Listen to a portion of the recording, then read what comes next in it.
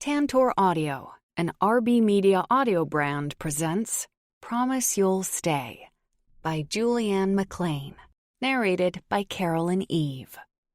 RB Media is the largest audiobook publisher in the world. Find your next great listen and get exclusive offers at rbaudio.com. Chapter 1. Here we go again, entering a perfect stranger's intimate world. Jocelyn Mackenzie followed her client out of the mahogany-paneled elevator and across the marble vestibule to the double doors of the ritzy Chicago penthouse. She glanced up at the crystal chandelier overhead and the modern steel sculpture against the sidewall and felt the familiar sensation of wonder. Not that she hadn't seen her share of fancy penthouses and stone mansions. To be honest, that's where she usually took assignments as an executive protection professional. Because, quite simply, the average Joe couldn't afford her. It was for reasons of her own, however, that she would never choose this kind of lavish, pretentious lifestyle for herself. The elevator doors slid closed behind them, and Dr. Reeves knocked on the door to the penthouse. Jocelyn waited beside him, hands at her sides, curious as to how Dr. Knight, her potential principal, would answer. Would he open the door without asking who it was, or would he use the optical viewer? The crystal knob turned, the door swung open, and Jocelyn found herself gazing up at a darkly handsome gentleman dressed in a tuxedo, his starched white shirt unbuttoned at the neck, his black bow tie undone and dangling in front. He appeared to be in his early 30s and looked like he belonged on the cover of GQ magazine, which might explain why Jocelyn was here. This gorgeous, wealthy surgeon probably had more than his share of obsessed lovers and stalkers. Dr. Knight's expression warmed at the sight of Dr. Reeves. Then his eyes moved with interest to Jocelyn. "Mark, what are you doing here?" he asked in a deep, husky voice while looking at Jocelyn, not Dr. Reeves. There was an underlying sensuality in his tone as he took in her appearance in the vestibule, a tone that warned her right off the bat that he was a flirt. Why wouldn't he be? Most women would probably fall at his feet for the pleasure of being the object of that smoldering gaze. But Jocelyn had no interest in flirting. She was here to do a job, nothing more. Besides, she'd never been the type to go all giddy and weak in the knees from a handsome man's attentions, and she knew a player when she saw one. Still holding the door open, Dr. Knight backed up a step. "Come in." Dr. Reeves gestured for Jocelyn to enter first. She stepped inside, her loafers hushed by the Persian rug as she took in the style of the penthouse. The marble floors, the Grecian columns, and the sheer square footage and height of the ceilings. Classical music played softly from the living room just ahead of her, where the lighting was dim and restful. A glass of red wine had been placed on the coffee table. An open, hard-covered book lay beside it.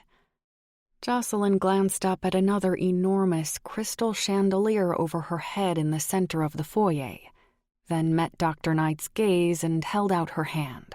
"Good evening, sir. I'm Jocelyn Mackenzie." He hesitated a moment, then shook it. "It's a pleasure to meet you." He looked over her shoulder at Dr. Reeves. "What's this all about?" Jocelyn turned. Dr. Reeves, the man who had retained her services as Dr. Knight's bodyguard for the indeterminable future, fumbled for an answer. The two doctors stared at each other for a second or two.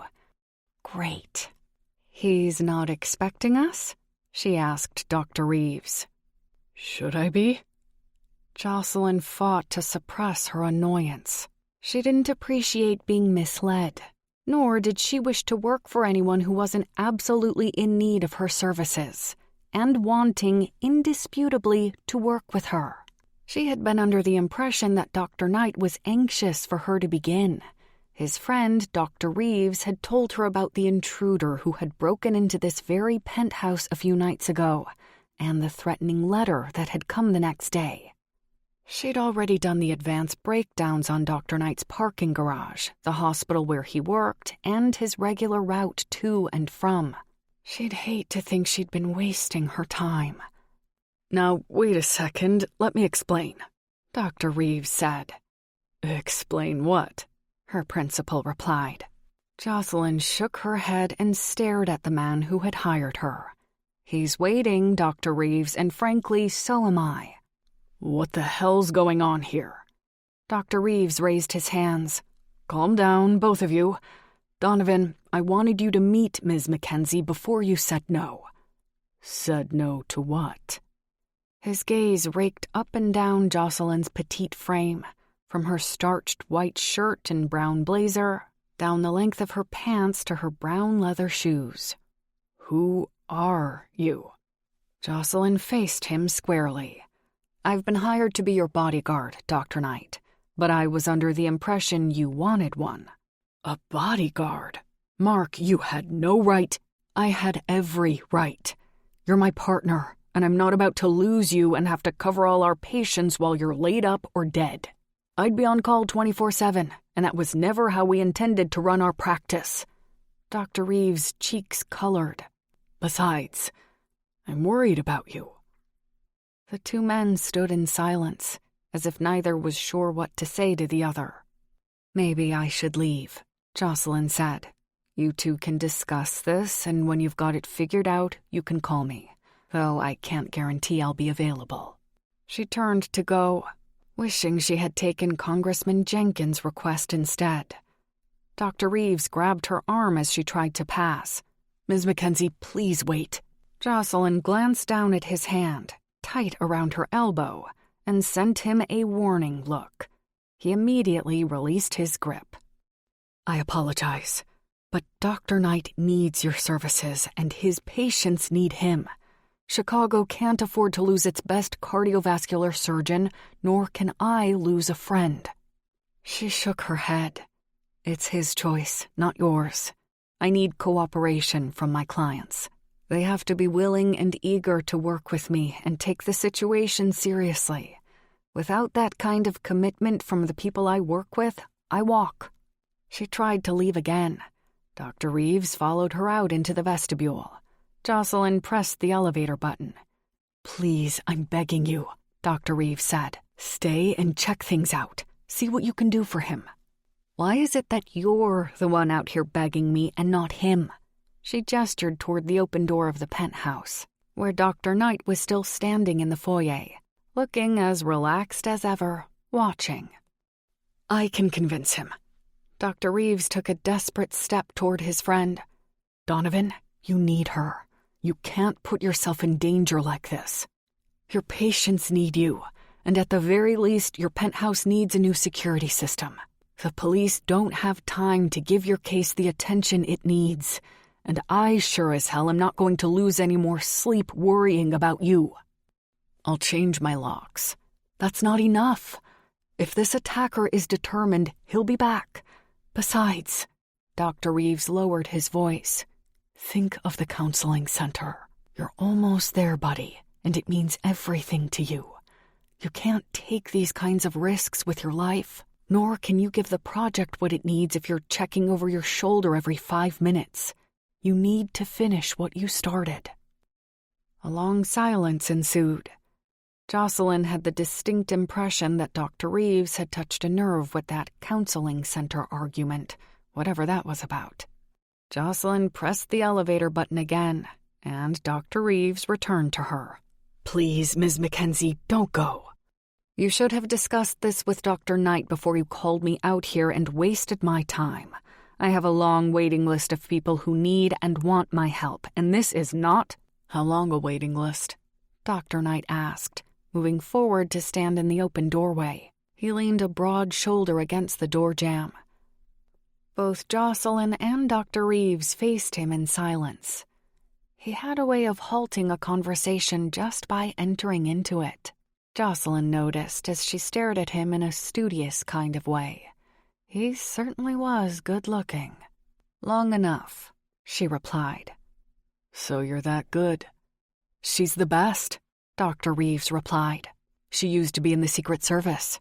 She has a list of references a mile long. Very impressive references, Donovan." Dr. Knight stepped out of the doorway and sauntered leisurely toward her. "Why did you leave the Secret Service?" he asked. "You weren't fired, were you?" Now he was insulting her. "No, I wasn't fired.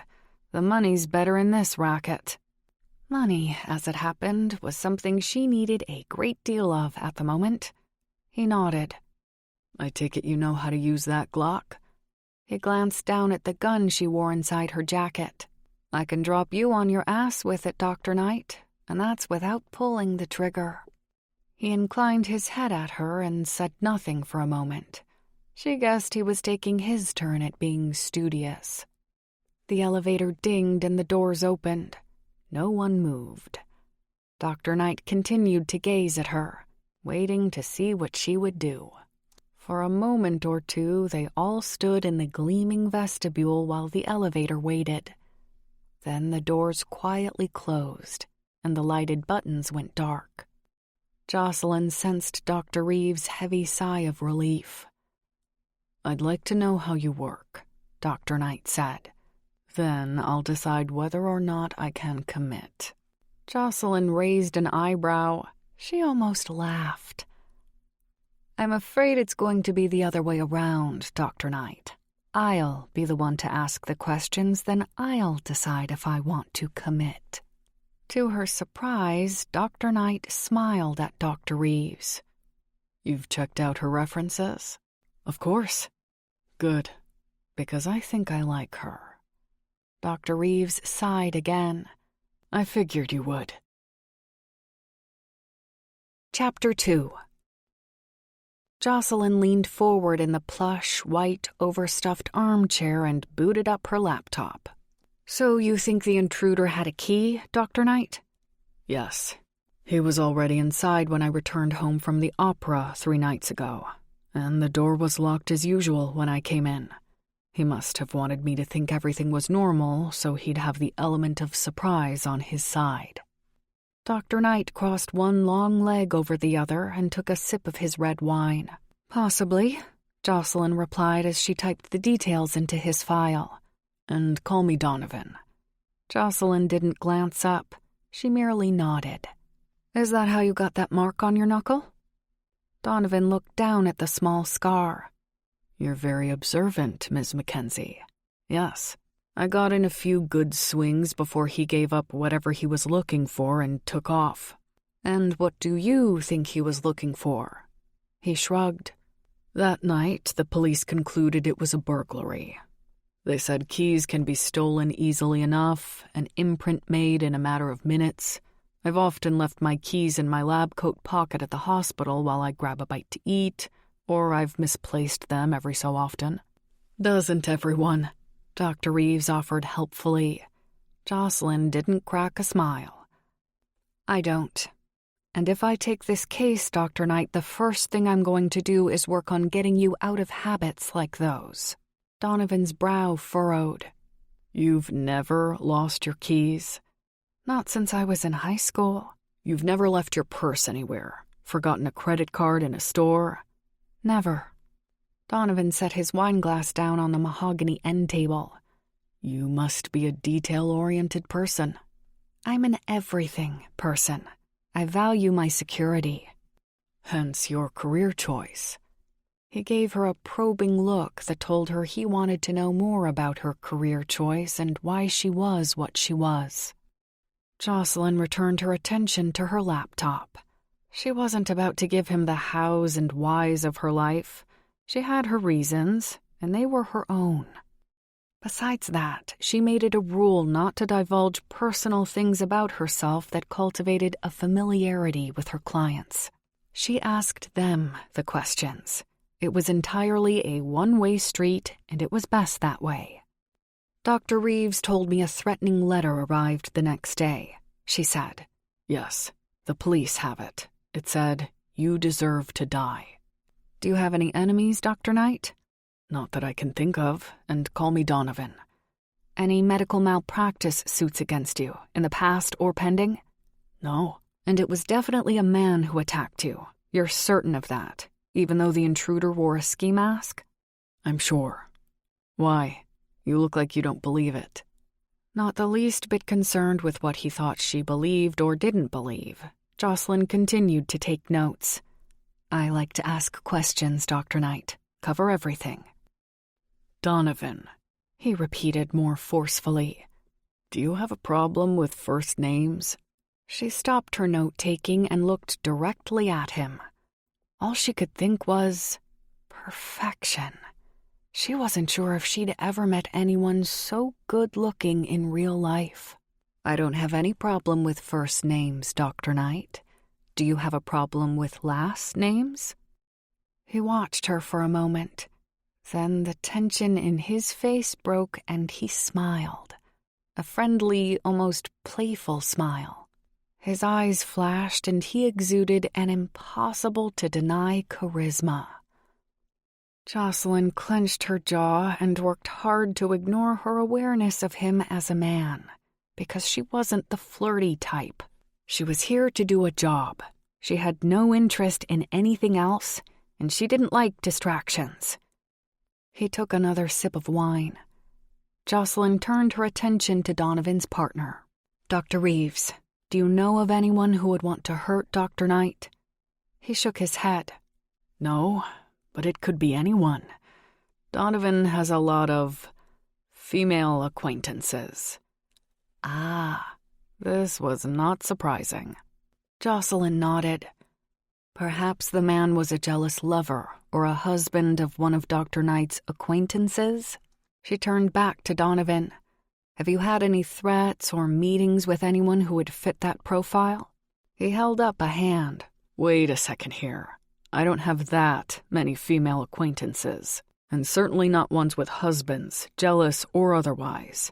Mark, you're making me out to be some kind of sex addict. Not at all, Dr. Reeves replied innocently. I just want to make sure we have all the bases covered. Jocelyn interrupted and spoke in a calm, professional voice. I'm not judging you, Dr. Knight. To tell you the truth, I don't really care if you're a sex addict or a gigolo or a Chippendales model on the weekends, for that matter. I just want to know who would want to break into your home and what we might be up against, and how I can prevent it from happening again. Now, I would appreciate it if you would just answer my questions honestly and don't worry about what I think of you. He set down his wine glass. Looking almost amused, he inclined his head at her. I truly believe you don't care if I'm a surgeon or a gigolo, Ms. Mackenzie. And that, oddly enough, is what makes me want to hire you. What did he mean by that? He glanced at Dr. Reeves. You chose well, Mark, even if I didn't ask for your help. I knew you'd see the light, Reeves replied. Donovan stood. I'd like you to start right away, Ms. Mackenzie. Tonight, as a matter of fact. Jocelyn raised her eyebrow at him. When I start, if I start, is entirely up to me. I'll take a look around and ask some more questions first. Then, and only then, will I consider taking your case. So you might as well sit back down and think back to every woman you've been with over the past 6 months. Then we'll talk about a retainer. Dr. Knight smiled again and quite agreeably sat down. She was the rudest, coldest, least friendly woman he had encountered since he'd finished medical school 10 years ago. And she was completely irresistible. After Mark left, Donovan followed Jocelyn into his bedroom while she examined the door that led out onto the rooftop terrace. She tried to stick a finger into the gap between the door and the frame. This needs to be reinforced. It should be less than 1/16 of an inch, or a pry bar could be slipped in and the door worked open. And you could use some more floodlights on your terrace. She tapped the glass. Is this shatterproof? He nodded and listened attentively to all her comments and suggestions, all the while thinking about how long it had been since a woman had spoken to him with such disinterest. Because of his profession and his wealth, a good deal of which was inherited from his parents, Women pasted on exaggerated smiles and laughed a little too long at his jokes. They generally dressed to kill, showing off cleavage and wearing spiky heels and glittery lipstick when they were in his company. The women in his life were predictable. They always had that, "Maybe I can be the future Mrs. Dr. Knight" look in their eyes. Over the past few years, that kind of social life had begun to grow tiresome. Jocelyn Mackenzie was different, however. She wore a plain brown suit with flat shoes and practically no makeup, not that she needed any. Her face had a natural beauty, with healthy, rosy cheeks, full, moist lips, and big brown eyes a man could lose himself in. She didn't give him that flirtatious look, either, batting her eyelashes at him. Hell, she barely even noticed him. She was more interested in the nooks and crannies of his penthouse where there were flaws in the security, and figuring out how best to fix those flaws. She didn't want to impress him. She didn't care if she pissed him off. It was a refreshing change, for sure. "So tell me, Ms. Mackenzie, is my penthouse in bad shape security-wise?" She glanced around the bedroom, her face serious, her gaze going everywhere. She eyed the mahogany king-size bed and the cream-colored, down-filled duvet, the black and white photographs on the wall. She glanced at his dresser with his wallet lying open on top of it, loose change from his pockets scattered all around. "There's always room for improvement," she replied, still in that disinterested tone. She moved to the door, wiggled the doorknob, and tried the lock. "You're being vague now. Are you going to transform me or not?" She turned around to touch and inspect the door jamb. "I don't transform people." "No, but you said you were going to break me of some bad habits." She gave him an unimpressed look. "Like leaving your keys places. If you leave the toilet seat up, that's your problem." He followed her out to the kitchen. She glanced quickly at the stainless steel appliances, the butcher's block, and the white custom cabinetry. He would have given his eye teeth to know what she was thinking. He could see the wheels turning in her head as she sized up his penthouse before she decided whether or not she wanted to take his case. "Do you have any hired help?" she asked. "Yes, I have a housekeeper who comes in every morning through the week." Jocelyn walked down the hall and returned to the foyer, then faced him. She was petite, but there was a strength in her that she emitted like perfume. He wondered what kind of personal life she led. He glanced down at her hands. There was no wedding ring. Some deep male instinct in him rejoiced. "First of all, whether we work together or not," she said, "I would recommend updating your alarm system. The one you have is at least 15 years old. It's a dinosaur." "Done." "And you need to use the system.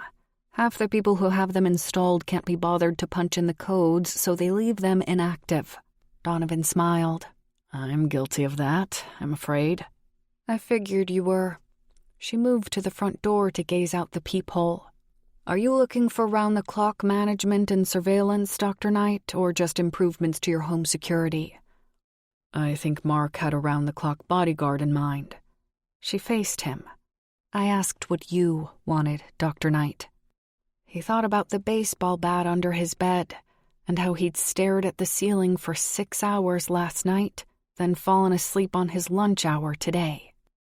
Then he thought about what it might be like to have a 24-hour-a-day bodyguard invading his life, always nearby, this bodyguard in particular.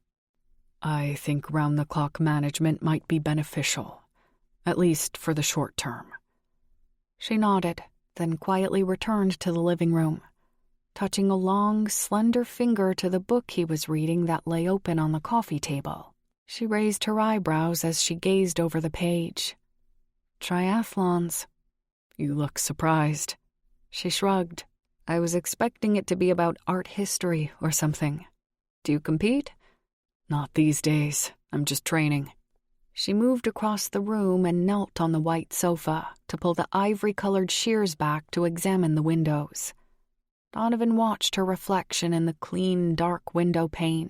She flicked a latch. As she reached up to try a higher latch, her jacket lifted and pulled tight around her shoulder blades, and he could see that she had a shapely behind, trim and fit beneath her loose wool dress pants. He suspected she was athletic, probably a runner. "I'm not much interested in art history," he said distractedly, watching her return to her feet and smooth out her clothes. She ignored him, and that intrigued him even more. He caught a whiff of her long brown hair as she strode by him, which was pulled back in a ponytail, and he guessed she used green apple-scented shampoo. A few minutes later, they were back in the foyer, and she was reaching into her breast pocket for a business card. She gazed directly into his eyes. "You are definitely in need of help." She handed him the card and turned to the door. He glanced down at the card, then followed her out to the elevator. "Wait a second. Does this mean you're taking the job?" She pushed the button. "Yes." "But when will you start?" The elevator dinged and the doors opened. She stepped inside. "Right away." He felt a little flustered. "But how will we do this? If you're going to be my bodyguard, shouldn't you be staying here? Where are you going?" As she pushed the down button inside the elevator, a tiny, infectious grin sneaked across her lips. "I liked the look of those feathery pillows in your guest room, Dr. Knight.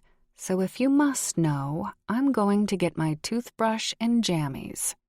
The doors closed in front of Donovan's face.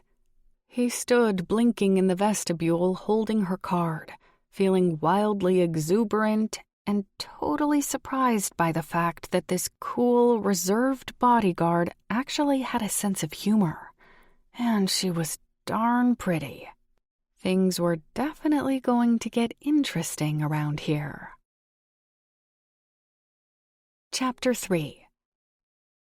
Jocelyn grabbed hold of the brass handrail in the elevator, then tipped her head back and tapped it 3 times, hard against the oak-paneled wall. What in the world had possessed her to say such a stupid, suggestive thing? She was a professional, and she had a well-deserved reputation for objective, serious behavior and an almost masculine demeanor that demanded respect from the world of executive protection. She never smiled at clients, not unless they made a joke and etiquette required it. Never was she the one to make the joke, and certainly not a sexual one. She reached the bottom floor and stepped off the elevator into the lobby. The uniformed gentleman at the security desk nodded at her as she passed by. A few minutes later, she was walking down the dark street to where her car was parked, debating whether or not she should have taken this job. She didn't approve of rich, snobby doctors, especially gorgeous ones who wore tuxedos and went to the opera and ballet just to add polish to their appearance, and expected every female within spitting distance to dissolve into a puddle of infatuation at their feet. It was all so pretentious, and she hated that kind of thing. She had her reasons, of course. And okay, maybe they were personal, but what happened in her life happened, and she'd experienced firsthand the kind of shallow pomposity people like Dr. Knight were capable of.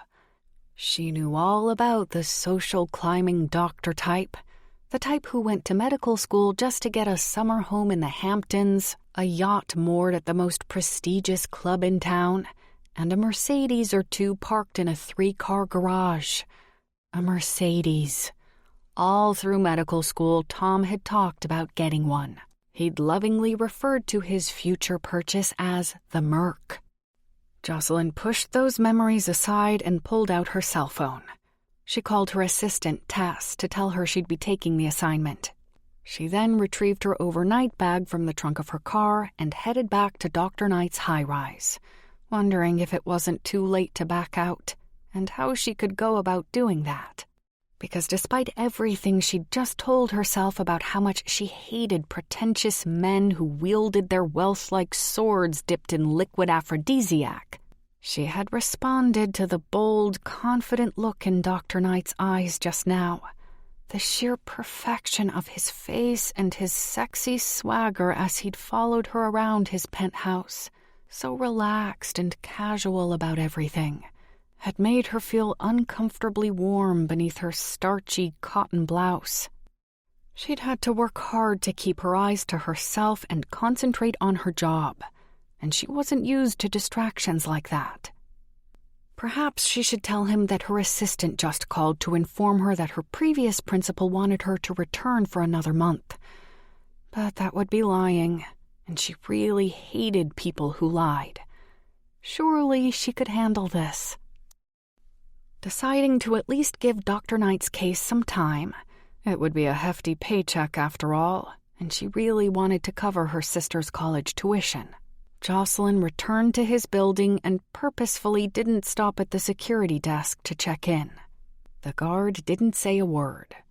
Sure, he might have already seen her come and go once, but that wasn't good enough for her. She pulled out her phone and made note of it. Then, while she rode the elevator up, checked the red emergency phone just to make sure it worked. Donovan leaned back against the kitchen counter and sipped his beer. What had he been thinking?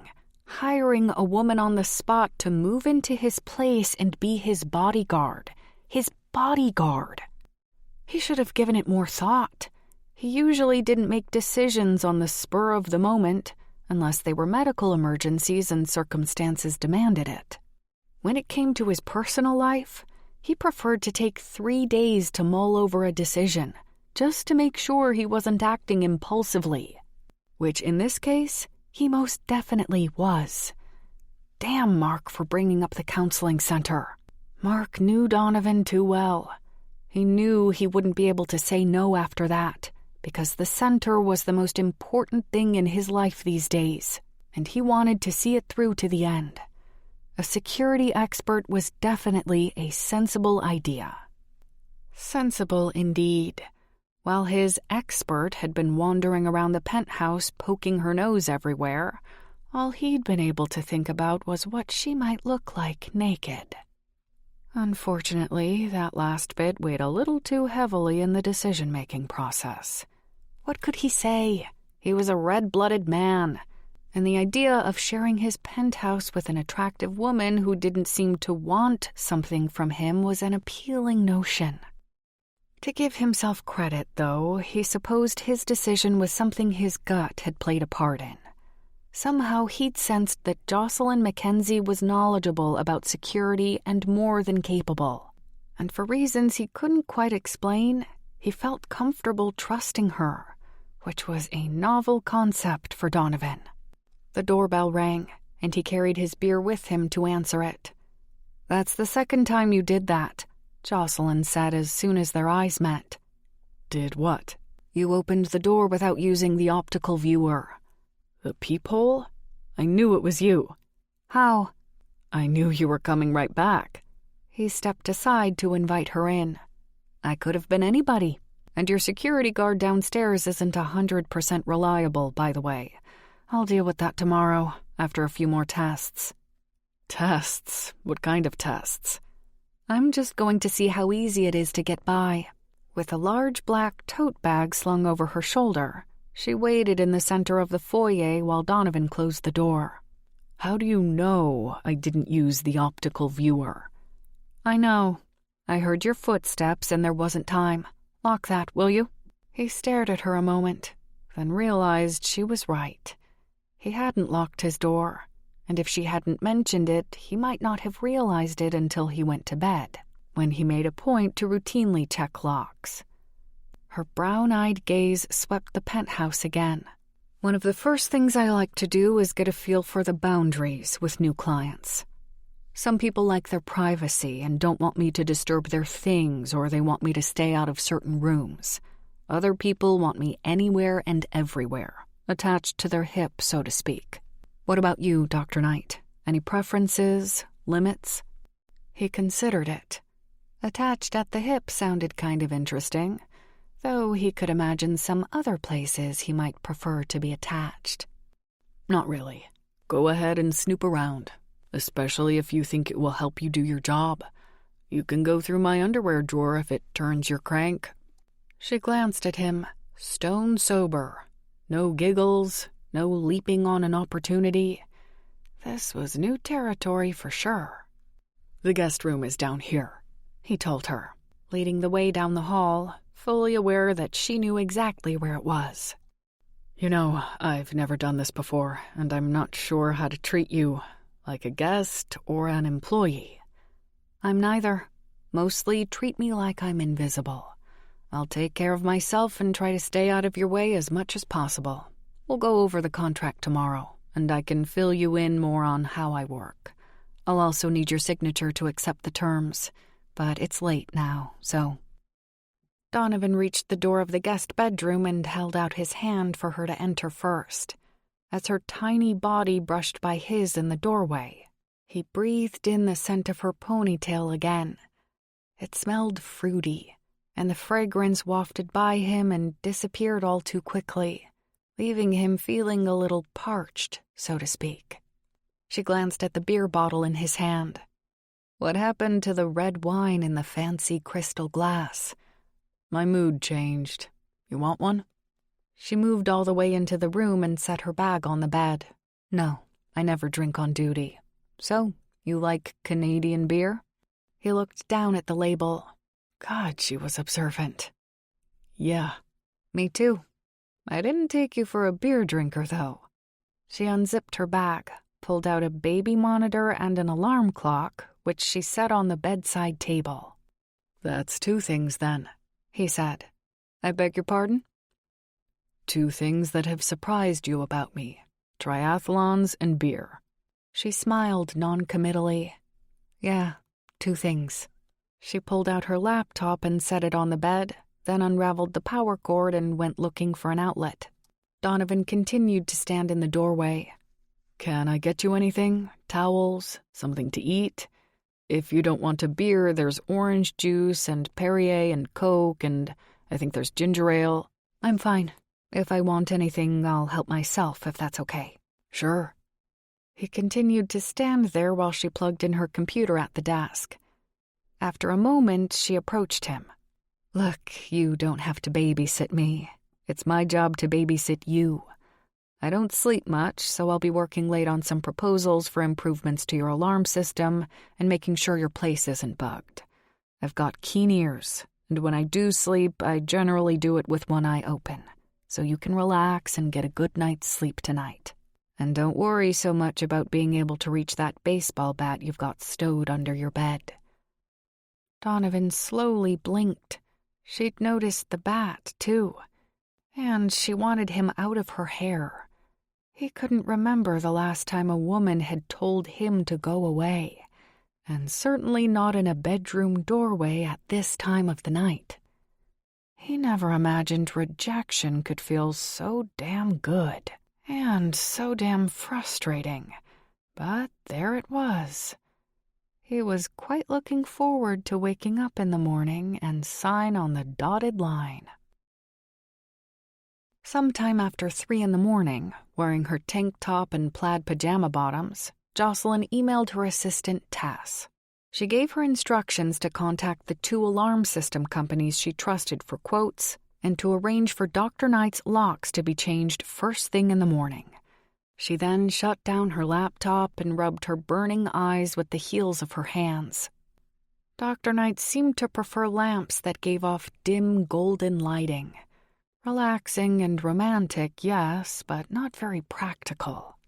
She should have had the overhead light on, rather than staring at that bright screen in the semi-darkness.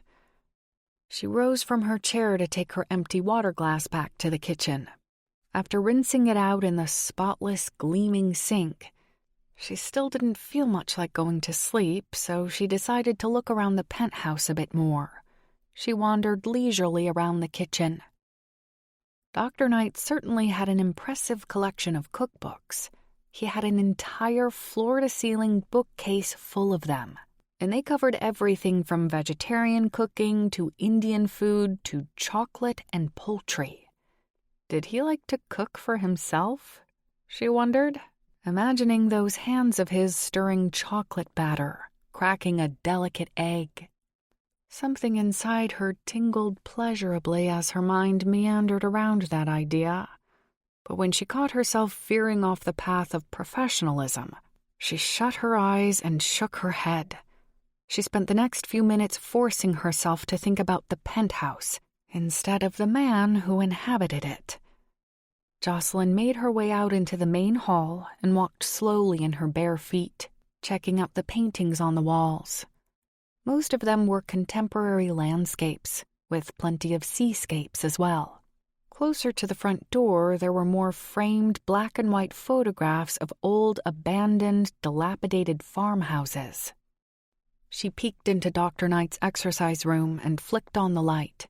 He had a treadmill, a life cycle, and a weight bench, and again everything was shiny and clean. There wasn't a hint of clutter anywhere. She wondered how anyone could be so perfect all the time. Where did he keep his junk? Did he even have any? She crossed the room to check the window latches, even though she had already checked them a couple of hours ago. Then realized with some uneasiness that she was overcompensating for something. A personal rather than professional interest in poking around. She had questions about the man down the hall, sleeping soundly in his bed for what must be the first time in days. An image of Dr. Knight stretched out on that huge bed burned suddenly in her brain. Her vision had him sleeping in jockeys, but maybe he slept in boxers, or maybe nothing at all. Darn, she was doing it again. She willed herself to stop and tried to remember her rule about not permitting herself to entertain any personal curiosities about her clients. Not to mention the fact that Dr. Knight seemed like Tom in every way, and she had no business feeling curious about anyone who resembled her ex, people who derived their joy from living in lavish penthouses, wearing expensive tuxes and being spotted at the opera. Then again, a few little things had made her wonder if there was more to Dr. Knight than what appeared on the surface. She liked that he'd seemed flustered by her presence. She came to the cordless phone in a cradle near the front door, and since he'd told her she could go through his underwear drawer if she wanted to, she decided to listen to his messages. One never knew where clues about stalkers could emerge. She pressed the talk button, waited for the dial tone, then accessed the first message. "Hi, Donovan, it's Eleanor. I had a great time last week. Just wondering how you're doing. Give me a call." Beep. "Donovan, where were you the other night? I missed you, baby." "Oh, it's Christine." Beep. "Hi, gorgeous. Where have you been? Call me when you get a chance. I have tickets to Die Tageszeiten on Saturday night and no one to go with." Beep. There was one message from Dr. Reeves, then 4 more like the first. More women sounding desperate and needy, wondering why Donovan hadn't returned their calls. Pitying those poor women, Jocelyn shook her head and slid back into security specialist mode. She returned to her computer to note the names of the women and decided to ask Dr. Knight about them in the morning. At 5:45 a.m., the baby monitor that Jocelyn had positioned by the front door woke her instantly. She heard the sound of a key in the lock. She sat up and grabbed her gun. Slipping out of bed without making a sound, she glided out of the room and made her way down the hall. A woman was sneaking in, quietly closing the door while she made an effort to be quiet. Before she had a chance to turn around, Jocelyn was behind her with the gun pointed at her head. "Hold it!" The woman screamed and jumped. "Put your hands on your head," Jocelyn ordered. Dr. Knight's bedroom door flew open and he came hurling out. Jocelyn kept her eyes on the intruder. "Get back in your room, Dr. Knight." No, it's okay," he said. "This is my housekeeper." Only then did Jocelyn feel her own heart racing and the searing sensation of adrenaline coursing through her veins. She lowered her weapon. "I thought you said she came in the morning. It's 5:45 a.m. "She likes to start early." Jocelyn's shoulders went slack. "You could have told me. What was I supposed to think when someone sneaks into your penthouse at this hour?" Dr. Knight moved toward the woman at the door. "I apologize, Mrs. Meinhardt. I'm so sorry. This is Jocelyn Mackenzie. She's a security specialist. I hired her last night. Jocelyn, this is Brunhilde Meinhardt." Shakily, the older woman turned around. Her gray hair was pulled into a tight bun on top of her head. Her glasses were large with clear plastic rims. Jocelyn, feeling guilty for frightening the poor woman, held out her hand and gave her an apologetic smile. "Hi." With trembling fingers and a limp, fish-like grip, Mrs. Meinhardt shook Jocelyn's hand. Suddenly uncomfortable in her skin-tight tank top and pajama bottoms, Jocelyn nodded politely and pointed toward her bedroom. "Well, now that I'm up, I'll go get dressed." Neither Dr. Knight nor Mrs. Meinhardt said a word. Jocelyn turned away from them. In her bare feet, she padded down the hall, and to her chagrin, all she could think about was one thing. Her client wore pajama bottoms to bed. Well, thank God for that. It would have been awkward, to say the least, if he'd come flying out of his bedroom in his birthday suit. One look at him and she might have shot her gun off by mistake. Chapter 4. An hour later, showered and dressed, Jocelyn walked out of her room with her gun holstered under her arm, her blazer buttoned over it. She went to the kitchen to make a pot of coffee and met Mrs. Meinhardt, who had already taken care of that and was now polishing the brass knobs on the white cabinetry. "Good morning again," Jocelyn said. Mrs. Meinhardt regarded her coolly. "Good morning." Jocelyn poured herself a cup of coffee and watched the housekeeper scrub the hardware. "Look, I'm sorry for what happened earlier. I didn't mean to frighten you, but Dr. Knight hired me to do a job, and that's what I was doing." Saying nothing, the woman continued to scrub. "I guess you weren't here when the attack happened," Jocelyn continued, taking a sip of her coffee. "But is there anything you noticed that was out of place when you came in the next morning? Anything out of the ordinary that you might not have told the police?" The woman straightened and folded her cloth. She spoke with a thick German accent. "I tell police everything." "I don't doubt that, ma'am. I'm just asking if there might be something you didn't think of before." "No, there is nothing. You work for police?" Jocelyn carefully studied the woman's face. "No, I'm a private executive protection professional. EPP for short." Mrs. Meinhardt nodded, but Jocelyn suspected she wasn't completely sure what that meant. Jocelyn fired out some more questions. "Can you tell me anything about the people who visit Dr. Knight?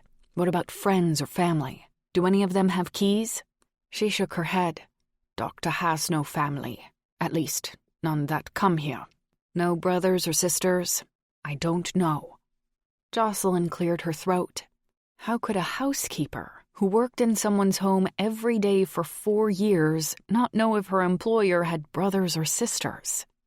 Then again, besides one framed picture of a young couple and a baby, there were no photographs of people anywhere, only landscapes and seascapes and old farmhouses. Maybe Dr. Knight was at work most of the time when Mrs. Meinhardt was here, and she was gone home when he entertained. Still, it was strange. What about friends? Does his partner, Dr. Reeves, have a key? Or what about any girlfriends, past or present? Again, she shook her head. "No women.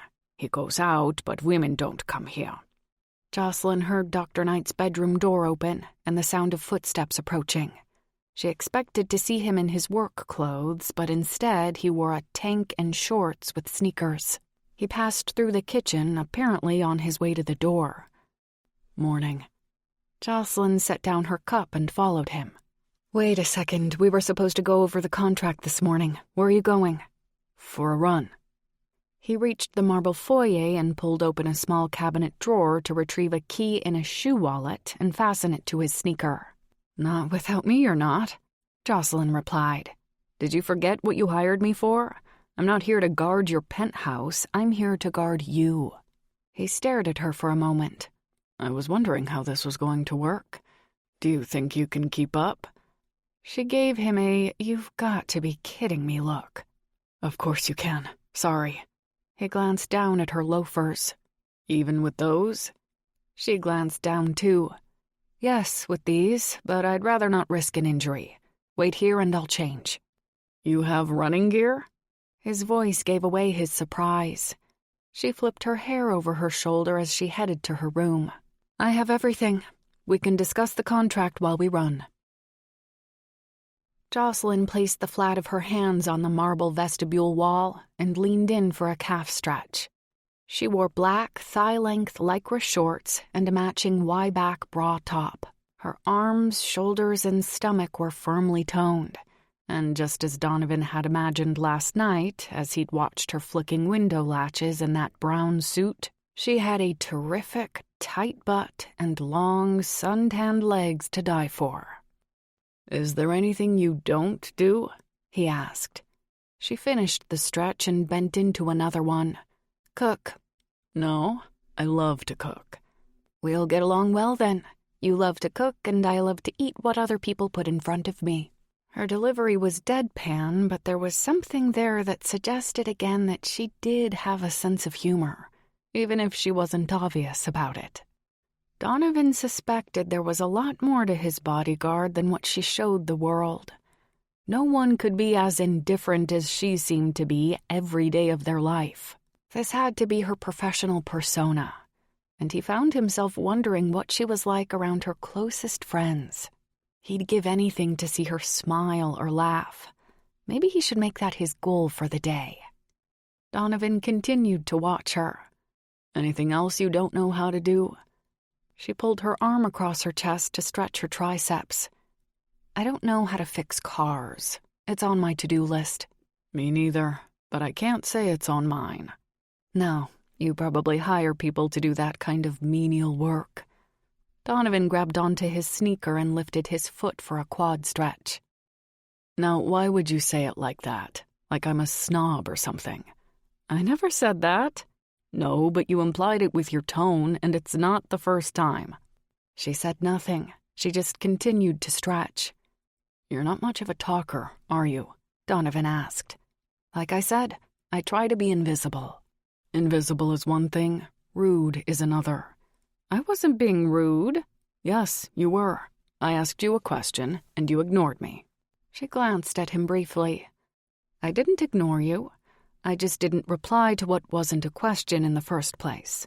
It was an observation on your part, and you're entitled to your opinions. Donovan stretched his hamstrings. My opinions? God, I don't even remember what I said now.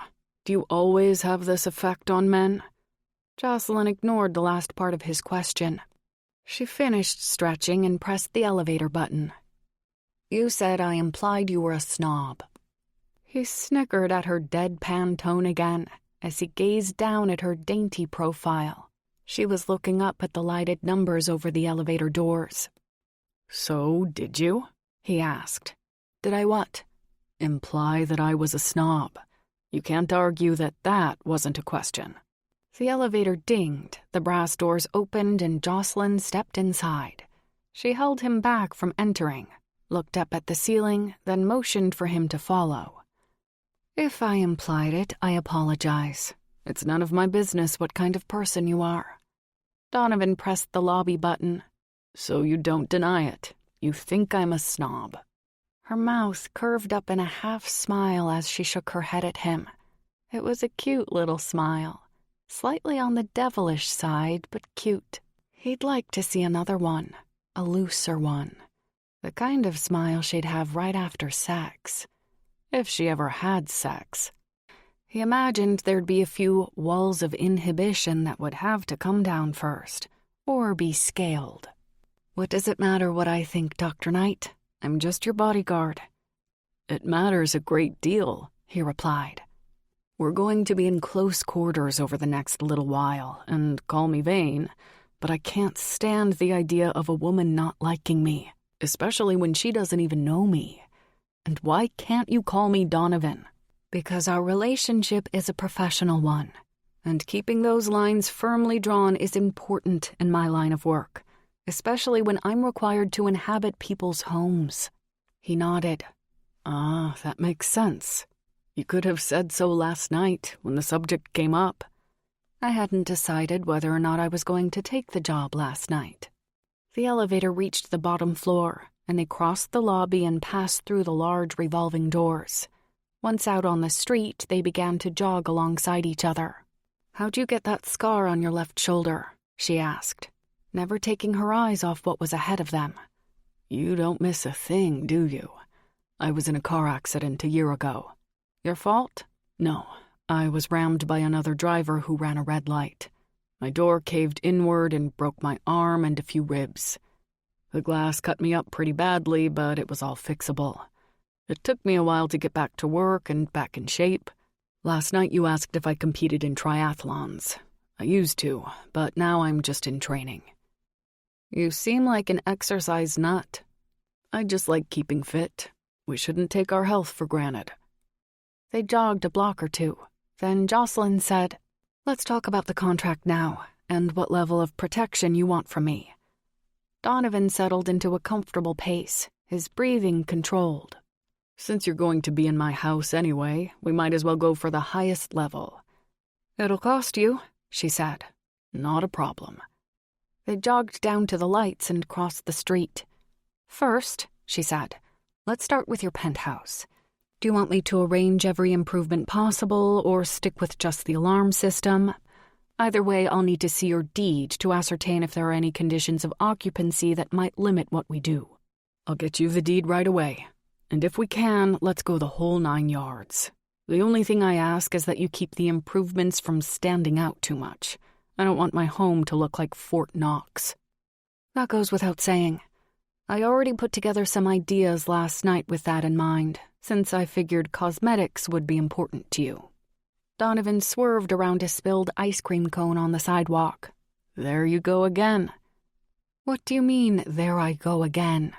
Her voice got a little haughty, and Donovan couldn't deny that he liked it. She was inching off that rock of indifference. "The way you figured cosmetics would be important to me. Now you're implying that I'm shallow." She laughed out loud, and it was everything he had hoped it would be, throaty and from the heart. "I implied no such thing." They crossed the street and headed toward Lincoln Park, their running shoes tapping the ground in perfect unison. Donovan had to admit he enjoyed needling her, to open her up a little, and he wasn't sure why.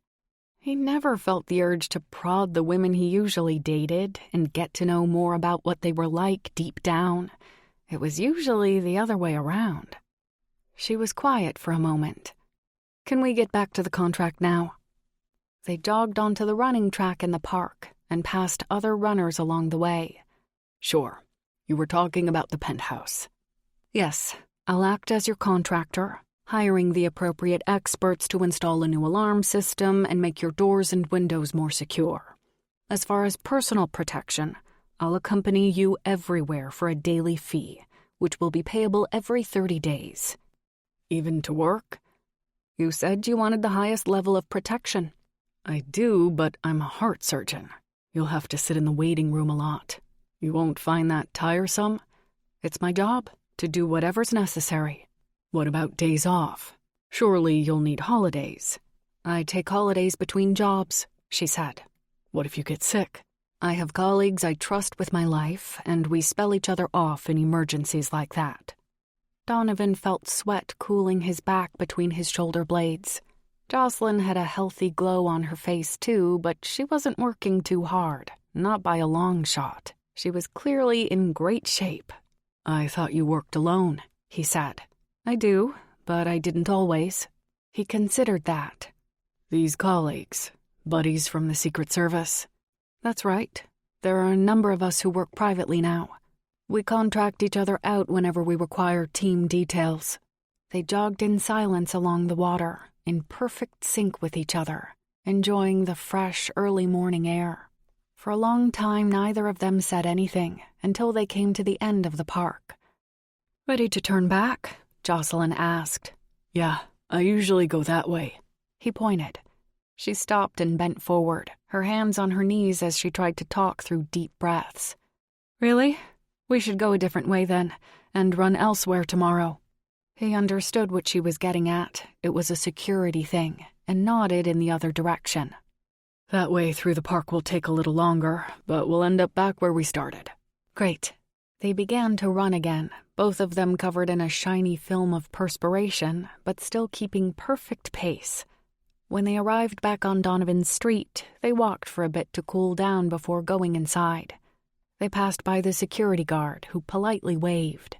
Jocelyn got on the elevator first and, like before, checked the ceiling before letting him get on. "What are you looking for?" he asked as he stepped inside. "If the hatch is ajar, there could be someone up there." "Do you really think that's likely?" She shrugged. "Can't take any chances." On the way up to his penthouse, Donovan was intensely aware of the silence between them and had to stop himself from gazing down at her just for the sheer pleasure of it. God, she smelled good, like the outdoors and fresh, clean sweat. His blood began to pulse in his veins, and for the first time in years he felt nervous around a woman. "Maybe on the way to your office this morning," she said. "We could talk about suspects." He tried to imagine that. "We could, if you don't mind people listening in." "What do you mean? What people?" "The people on the L."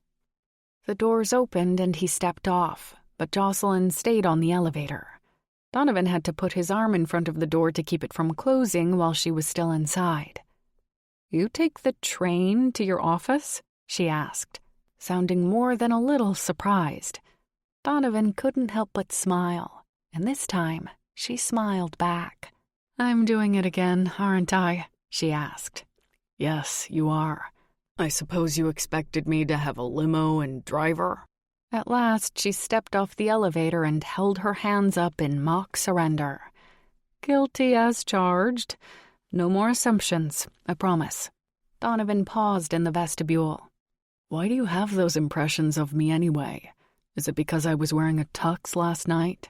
Do you think my life is one big cocktail party?" She shrugged. "Something like that.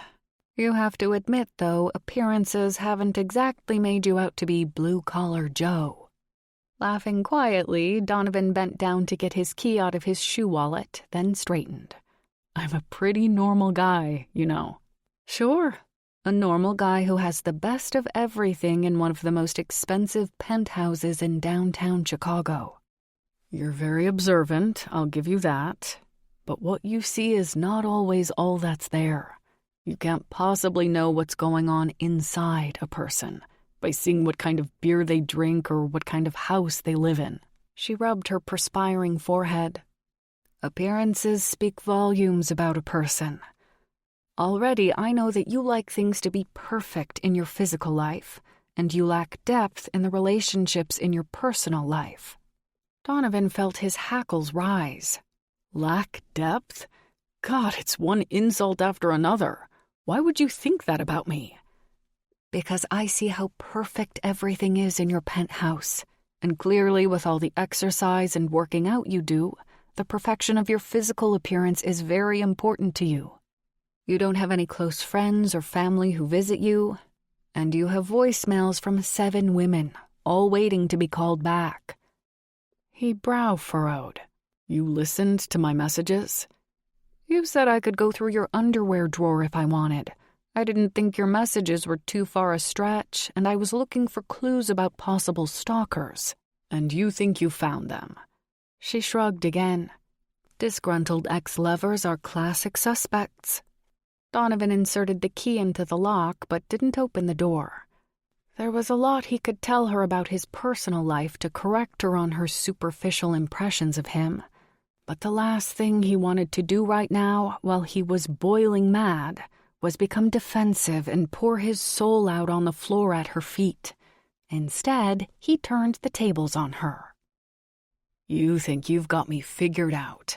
But what I want to know is, who are you to judge me, when you are clearly hiding inside a tough, cold exterior that shouts at the world to keep out? Answer that, Ms. Mackenzie." and I promise I won't ask you any more personal questions for the duration of our professional relationship." He took some pleasure from the fact that he'd obviously knocked her composure off kilter. Her full lips were parted in astonishment, as if she had no idea what to say.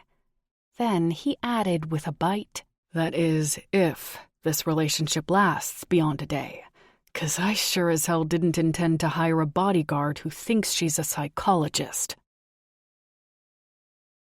Chapter 5. Hiding behind a tough, cold exterior that shouts at the world to keep out? Was that how he saw her? For a few uncomfortable seconds, Jocelyn reflected upon Dr. Knight's passionate assessment of her. Good Lord, when had she turned into such a cold fish? Had she been alone too long and forgotten how to connect with people? Or was she dispassionate because she'd been dragged through the dirt by most of the people she'd allowed herself to trust? Her heart stung suddenly with a memory of being about 5 years old, climbing onto her father's lap for a hug, and being shoved off and yelled at because her fingers were sticky. Was that why she'd stopped trying to be close to people? Because of all the moments like those in her childhood? Jocelyn gazed up at Donovan, then consciously swept away any concerns about her personality or demeanor. For it was not in her nature to feel sorry for herself, nor was this the time to be reflecting on her less-than-perfect childhood. And hey, it was her job to be tough and personally detached. She would have liked to tell him that, but she decided it would be completely unprofessional to enter into a debate with a client about the workings of her inner self. Best to just back down. "I'm guilty again," Jocelyn said as they stood outside his door. "I judged you. I admit it. You're right. I don't know you very well, and I'm sorry. Obviously, there's more to you than I thought." "A great deal more, or you wouldn't be so interested in what's going on with me," her inner voice added. "Now you're just trying to please your client." "I'm sorry, all right?" He looked taken aback. "You give in awfully easy for a tough-as-nails bodyguard." Jocelyn huffed. "It's my job to prevent showdowns, not engage the enemy unless absolutely necessary." "And now you're calling me the enemy." She shook her head and almost laughed. "No, I'm not." "Well, I'm glad we got that clear." They stood in the vestibule for a moment, staring at each other. He blinked slowly at her. "You should give in more often, you know." A sudden image of giving in to him in other ways burned in her brain, but she didn't want to go down that road. "I beg your pardon?" "Your face." He reached up to touch the center of her forehead with his thumb. "All the tension right here, it's gone. You look softer." His thumb feathered along her eyebrow before he lowered his hand to his side, and she didn't know what to say. The line had been crossed, and she wasn't used to being on this side of it, suddenly weak-kneed and foggy-brained with a client after an inappropriate conversation about her character, a conversation that had left her contemplating her childhood. She wet her lips and fought to keep her breathing steady. "You can relax," he said. "I'm still going to hire you." "I'm perfectly relaxed." "Yeah? I don't think so." He chuckled, which told her that he was arrogantly aware of his ability to reduce women to simpering blobs of jelly whenever he felt the urge. But Jocelyn wasn't like most women. She knew how to steel herself against such responses. "I'm not one of your girlfriends, you know, and trust me. You don't want me to be soft." He nodded. "You're probably right, under the circumstances." He unlocked and pushed open the door to his penthouse, but Jocelyn wrapped her hand around his muscular, sweaty upper arm to stop him from going in first. "Mrs. Meinhard?" she asked, crossing the threshold ahead of him. "Are you here?" "In the kitchen," the woman called out. "Is everything as it should be?" "It's fine, thank you." Nevertheless, Jocelyn had Donovan wait inside by the door while she quickly checked out the penthouse. That night, after returning home from a long day in the hospital, Donovan changed into a pair of faded blue jeans and t-shirt, then sank onto his plush white sofa. He had just ordered Chinese food, and Jocelyn had gone into her room for a few minutes to make sure the alarm system would be installed tomorrow as scheduled. He stared at the dark windows, enjoying the silence for a moment, thinking about their conversation in the vestibule that morning. When he'd gone up against all her judgmental observations with one of his own, he had completely disarmed her. She'd backed down quicker than a spooked rabbit. What was her story? She didn't want him getting into her personal life, yet she was perfectly comfortable and eager to probe into his. She would probably argue that it was the nature of her job, to learn everything she could about the people she was sworn to protect, but he didn't buy that. When he'd commented on her personal life, he'd knocked her completely off balance. Why also, he wondered, did she have such strong negative opinions about his lifestyle? He wasn't a criminal, yet she looked upon him and everything he owned with disapproval. He stood up, went to his iPod, which was docked in the speaker system, and set it to play Eric Clapton Unplugged to try and clear his head. Sounds of a jazzy guitar filled the room, and within seconds Jocelyn came down the hall, still wearing her brown trousers and buttoned-up white blouse, although her blouse was slightly untucked on one side. She paused and listened to the music. Eric Clapton. Yeah. Jocelyn stood in the arched entry to the living room with her hand on one of the white columns, then moved more fully into the room. I haven't heard this in ages. I used to listen to it in my car.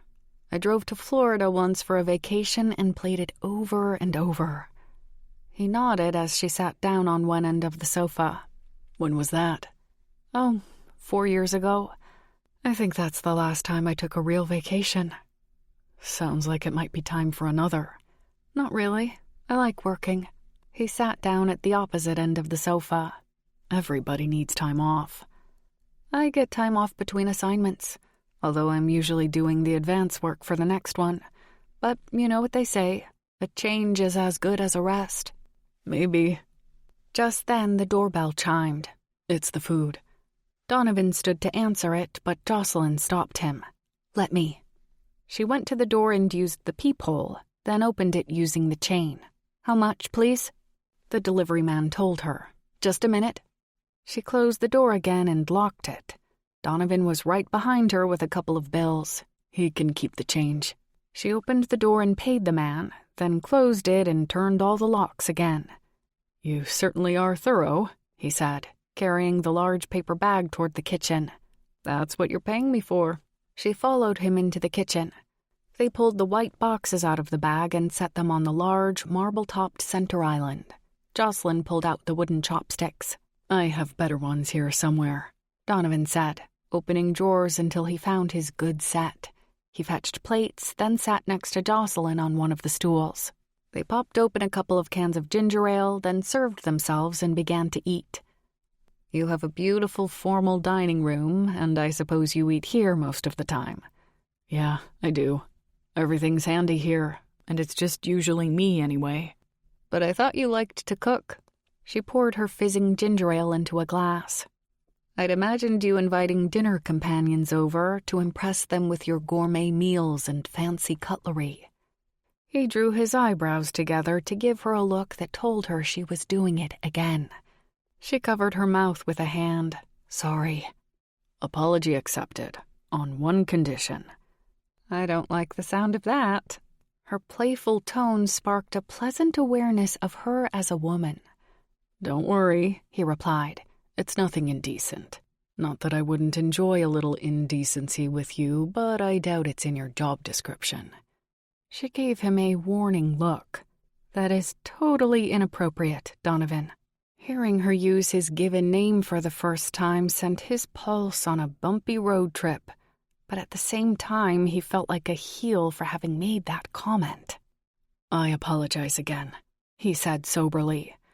I'm just not used to having a beautiful woman in my house 24 hours a day.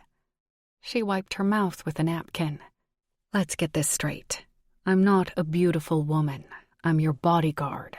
And what would you be talking about if I were a man? Football, probably. She swallowed another bite. Well, I don't want to talk about football, but we're both adults and you need to remember why I'm here.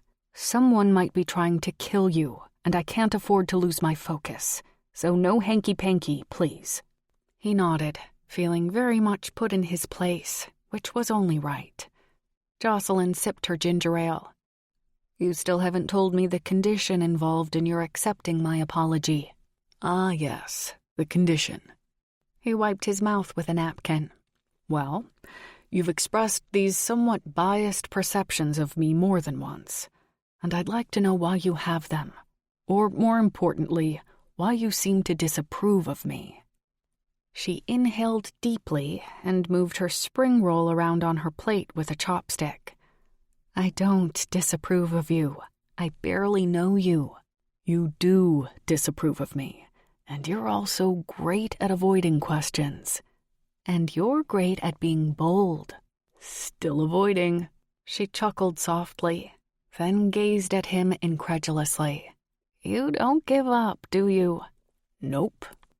Eric Clapton's Layla started to play in the other room, its mellow rhythm easing the tension-filled silence. Donovan watched Jocelyn lean against the wrought iron back of the bar stool. Her lips were glossy from the cherry sauce. His body began to react to the image of his mouth on hers, so he swerved his thoughts back around to what he and Jocelyn had been talking about a few seconds ago. He'd asked her a question and she hadn't answered it yet. He waited and waited. She poked at her stir-fried veggies. All right, if you must know, I used to be involved with a doctor years ago. Only he wasn't a doctor at the time. He was in medical school. Donovan considered that. What, the guy was a jerk, so all doctors are jerks? Or you're not over him and I remind you of it? No, it's neither of those things, she replied. What is it then? Lord, talking to her was like getting blood from a stone. She took a sip of her ginger ale. We lived together when he was going through school, and I supported both of us while I put off going to the police academy. Then, as soon as he graduated, he dumped me and went off to marry some rich debutante, and basically changed his whole identity. He bought a Mercedes-Benz, started going to the opera and ballet, when he was never into that sort of thing with me. We used to go to hockey games and sports pubs where the draft was cheap. I guess the worst part was that he'd been seeing this woman while he was still with me. He lied to me and left me with all the debt I'd incurred to support us while he was in school and never looked back. I met him once a couple of years ago in a bookstore, and he was with his wife. He never spoke to me or introduced me to her. They both looked at me like I was dirt under their shoes, in another class far below them. So that's why you disapprove of me? You think that just because I own a penthouse and go to the opera occasionally, I'm a stuffed shirt? He hoped she realized how mistaken she was. He hadn't grown up with this wealth. He had come into it later when he would have given anything to trade it for what he'd lost. He'd trade every last cent of it today and live like a pauper, if it meant he could change his childhood and see and touch the parents he never really knew, even just for a second. He tried to summon a memory or two, his mother's loving smile, his father's boisterous laughter, but there were only fragments of what seemed like a dream. If only he could remember more. It's not just that, Jocelyn replied and gestured around the room with her hand. Tom became a doctor to have all of this, for the prestige, the material wealth. It had nothing to do with wanting to help people. This kind of lifestyle was more important to him than any patient ever could be. Donovan sat back. I see. And because I'm a successful doctor and live alone in a penthouse and I have women leaving messages on my answering machine, I don't care about people either. She shrugged. You really don't know much about me, Jocelyn. You realize that, don't you? Nodding, she seemed to agree. He was glad. Maybe he'd give her the whole story sometime. Donovan gazed at her face while she fiddled with her food. She'd barely eaten half of what was on her plate. Look, he said, I didn't mean to put you on the spot or make you feel bad or anything. I don't feel bad. He lightened his tone, smiling. Yes, you do. Thank goodness, she smiled too.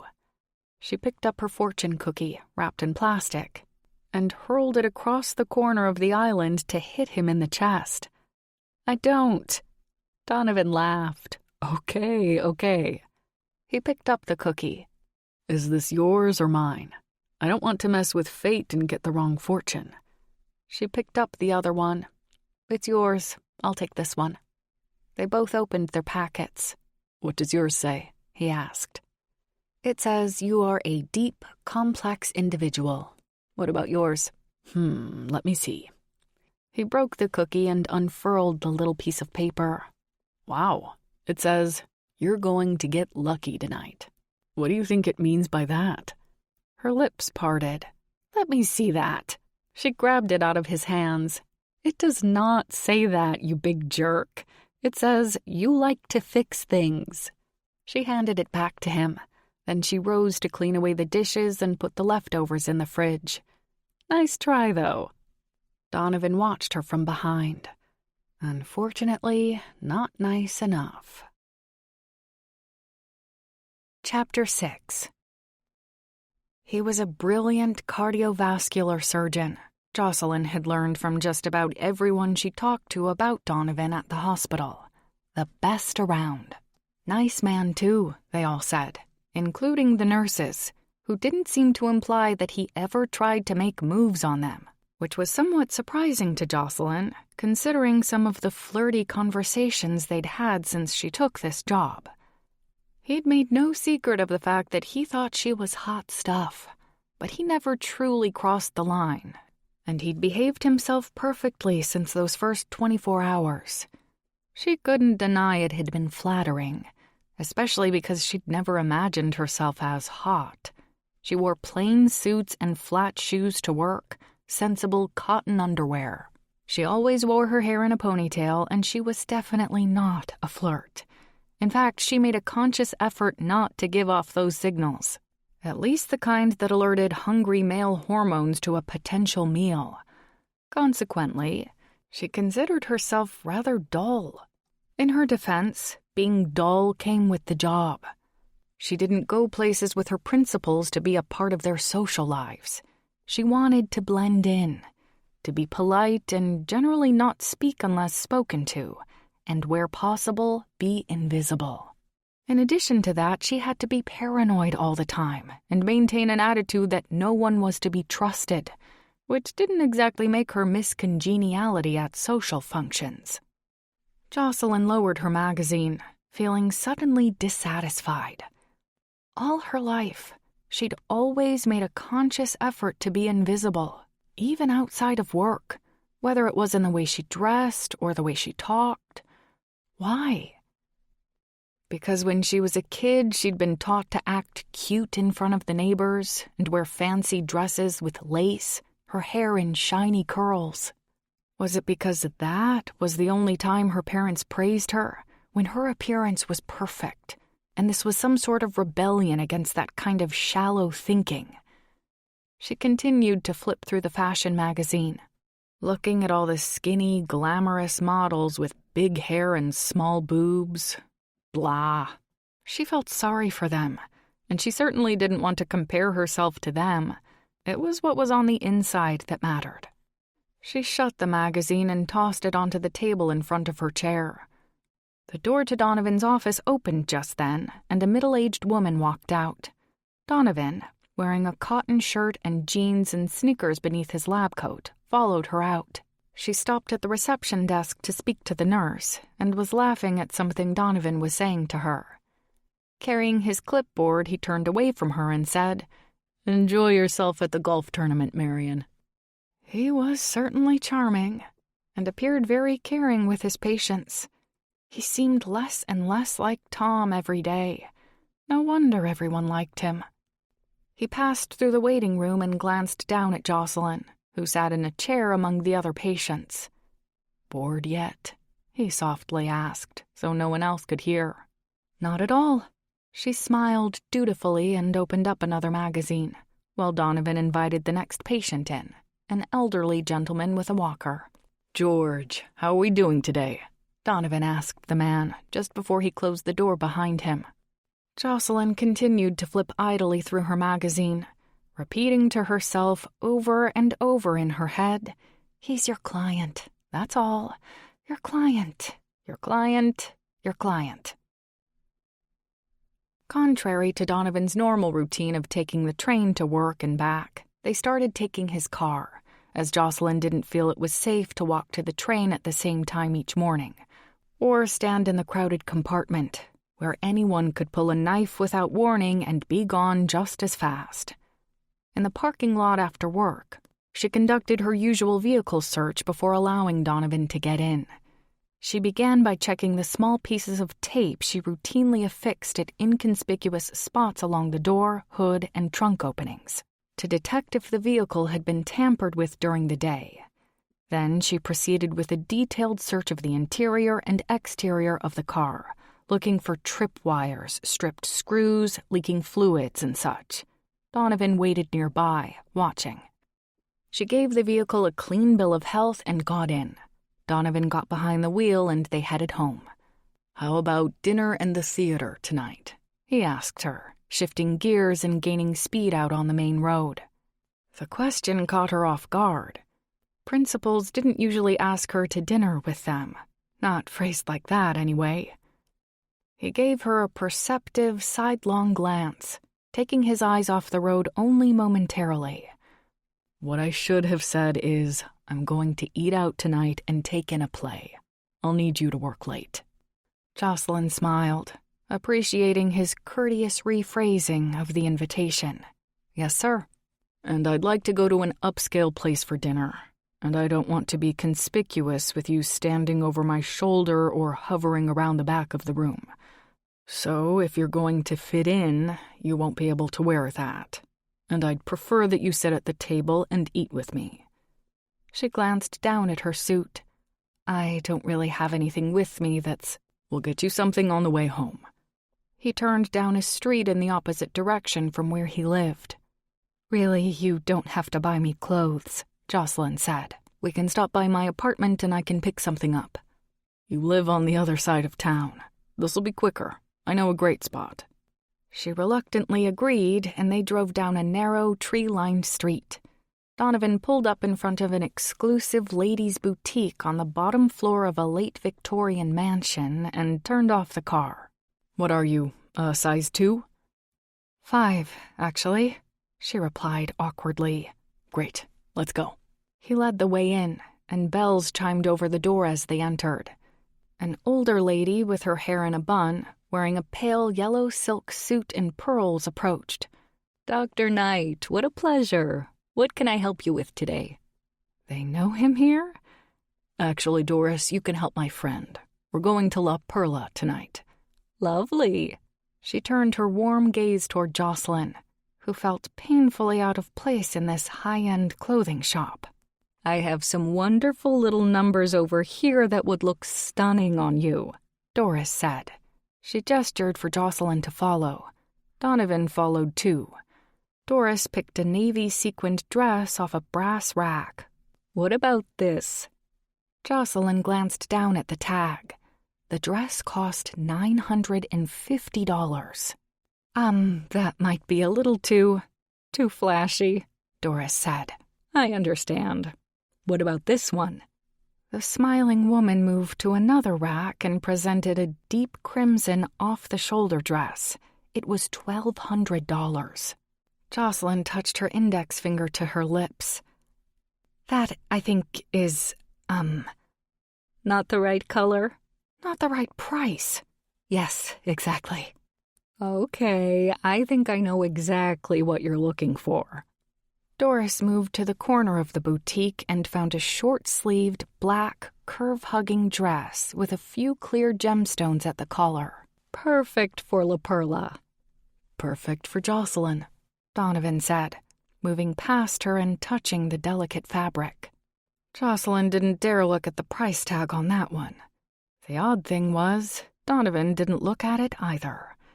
She shook her head in utter disbelief. The rich.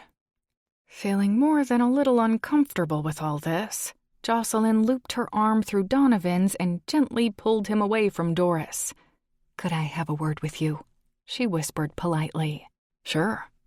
They moved behind a mannequin dressed in a sailing outfit. "This is too much," Jocelyn whispered. "I can't let you buy me a dress here." "Why not?" he asked innocently. "Because it's too expensive. I couldn't possibly accept a gift like this." "It's not that expensive, not relatively." "Relative to what?" He paused. "I don't know. 2 other shops. Really, $1,200's not that much for a dress like that." "What, 12,000 would be more in line with what you'd call expensive?" "Well, yeah." She felt the difference between them like a deep chasm at that moment. $1,200 was pocket change to him. "And how do you know about prices of dresses anyway?" she asked, still whispering. "And how does Doris know your name? Do you come here all the time to buy clothes for your lady friends? The ones who leave messages on your answering machine? The ones you never call back?" He raised his eyebrows, looking amused. "You sound jealous." "I am not jealous. I just find it odd that the clerk here knows you by name and I'm not one of those women. I'm your bodyguard." "What about this one?" Doris said, appearing unexpectedly behind Jocelyn, who felt her face color. "I liked the other one better," Donovan said. Doris went away, and he took a step closer to Jocelyn to whisper in her ear. "Why don't you just try it on? I really want to go out to dinner tonight, and like I said before, you can't wear that." His hot breath in her ear sent goosebumps down the left side of her body, and she had to work hard to ignore them. "Why not?" she asked. "This isn't a date. I'm just there for your security. You don't need to dress me up like a princess. That's not who I am." "You said yourself that you prefer to blend in, not be conspicuous. This is appropriate for where we're going." Jocelyn gazed at his imploring expression, then remembered one of the strict rules of her profession. The words, "It's not my job," should never be uttered. It was her duty to always ensure that her principal felt secure and comfortable. Whether that meant raising an umbrella over his head if it started to rain, or making sure that his luggage didn't get lost on a flight across the country. In this case, if seeing her dress to fit in with the clientele at the restaurant would make him feel more at ease, then she had to do as she was asked. With a sigh of defeat, she raised her hands in the air. "All right, I'll try it on." "Thank you," he whispered close to her ear, causing another wave of goosebumps across her skin. Doris led her into an enormous wallpapered change room with a small mahogany table and lamp inside, as well as an upholstered settee. There were 3 pairs of patent leather shoes on a low shelf for the customers to use. Man, oh man, this was so not her life. She tried on the dress, slipped the heels on her feet, then turned to look at herself in the mirror. Her heart almost skipped a beat. It had to be someone else's reflection she was looking at. The dress hugged all her curves she wasn't even aware she possessed, and made her look sophisticated and radiant, like a movie star on the red carpet, like a woman. A knock sounded at the dressing room door. "How are you doing in there?" Doris asked. "Can I get you anything?" Feeling uncertain and turning around carefully, for she wasn't used to walking in heels, Jocelyn slowly grasped the crystal knob and stepped out. She tried to ignore how uncomfortable and ridiculous she felt. Doris smiled and nodded. "That's the one." Jocelyn, who had kept her head down since she'd opened the door, finally looked up. Donovan's gaze was moving slowly up and down the length of her body. Her heart held still, waiting for what he might say, while she chided herself for letting it matter. She shouldn't care what she looked like in his eyes. In fact, she should hate the fact that he wanted to dress her up like this. She wasn't a doll or an ornament. Yet, another part of her felt oddly liberated seeing herself this way. All through her life, she had resisted any desire to wear something pretty, to feel soft and feminine, because she didn't want to be valued for that. She wanted to be valued for her character and her mind. Contemplatively, Donovan tilted his head to the side and smiled. Yes, this is definitely the one. The restaurant was small, intimate, and very romantic. Located in the low-ceilinged basement of an old stone mansion in a quiet part of town, it was dimly lit with flickering candles and staffed with soft-spoken waiters in tuxedos. White-clothed tables, set with sparkling crystal wine glasses and shiny silver utensils, were spaced apart in little alcoves or surrounded by creeping ivy plants to provide privacy. It was the perfect place for a discreet affair. Jocelyn had called ahead to arrange for cooperation regarding Donovan's security, and had ascertained that this would be a low-risk detail, judging by the floor plan the manager had faxed over to her. Still, she kept her gun strapped to her ankle and looked around the restaurant with discerning eyes as they were led to their table in the back corner. "So this is where the theater crowd comes?" Jocelyn commented, sitting down while Donovan stood behind her and slid her chair forward. He took the seat across from her. Behind him, a trellis of greenery closed him in. The gray stone wall provided enclosure. The waiter poured water for them, and Donovan ordered wine. "So you never told me how you know Doris," Jocelyn said, making conversation after the waiter disappeared. Donovan's lips curved up in a slow-burning smile. "Have you been carrying that question around all afternoon and evening?" "Really, I haven't given it a thought until now." He gave her an exaggerated, knowing nod that told her he was completely aware that she had been curious since they'd left the shop, and he was amused by it. "If you must know, Doris was a patient of mine," he said. "Oh." Jocelyn continued to gaze at him, realizing she'd jumped to conclusions again, and deciding that tonight she was going to, at long last, figure this man out and prove or disprove every first and last mistaken impression she had of him. "I can't tell you more than that," he continued, "because of doctor-patient confidentiality, only that I trust her good taste." "I see," I thought. He was amused again. The playful tone in his voice revealed it. "I know what you thought, that I take all my lovers there to dress them up to my liking, or impress them and buy favors." Jocelyn shook her head at herself and grinned apologetically. This was ridiculous. She had to get her act together. "Donovan," she said point blank, "if we're going to have any kind of normal working relationship, it's time I did some intelligence gathering." "Intelligence gathering? Jocelyn, you're a riot. How about we just have a conversation, like two normal people out to dinner together, getting to know each other?" She nervously cleared her throat. Where were her social skills when she needed them? She supposed, on top of her glamorous attire this evening, she wasn't used to clients taking her out to quiet, romantic restaurants for dinner. Usually she, in her flat brown shoes and starchy white shirt, sat at a nearby table alone while her clients had dinner with other people. But apparently, Donovan wanted this to be like a date, and she had no idea how to behave with a rich, handsome surgeon who knew which fork to use and how to order the best wine to go along with the meal. Add to that the complexity of her trying to behave professionally and not be charming, as if she would know how, for she didn't want this to be too enjoyable for either one of them. That could lead to dangerous places. "All right," she said nonetheless. "Let's get to know each other. How about we start with the voicemails on your home phone? How is it possible that you could be seeing 7 women at the same time? Do they know about each other?" She made sure to keep her tone light and friendly, so she wouldn't come off sounding like she was jealous. Donovan leaned back in his chair.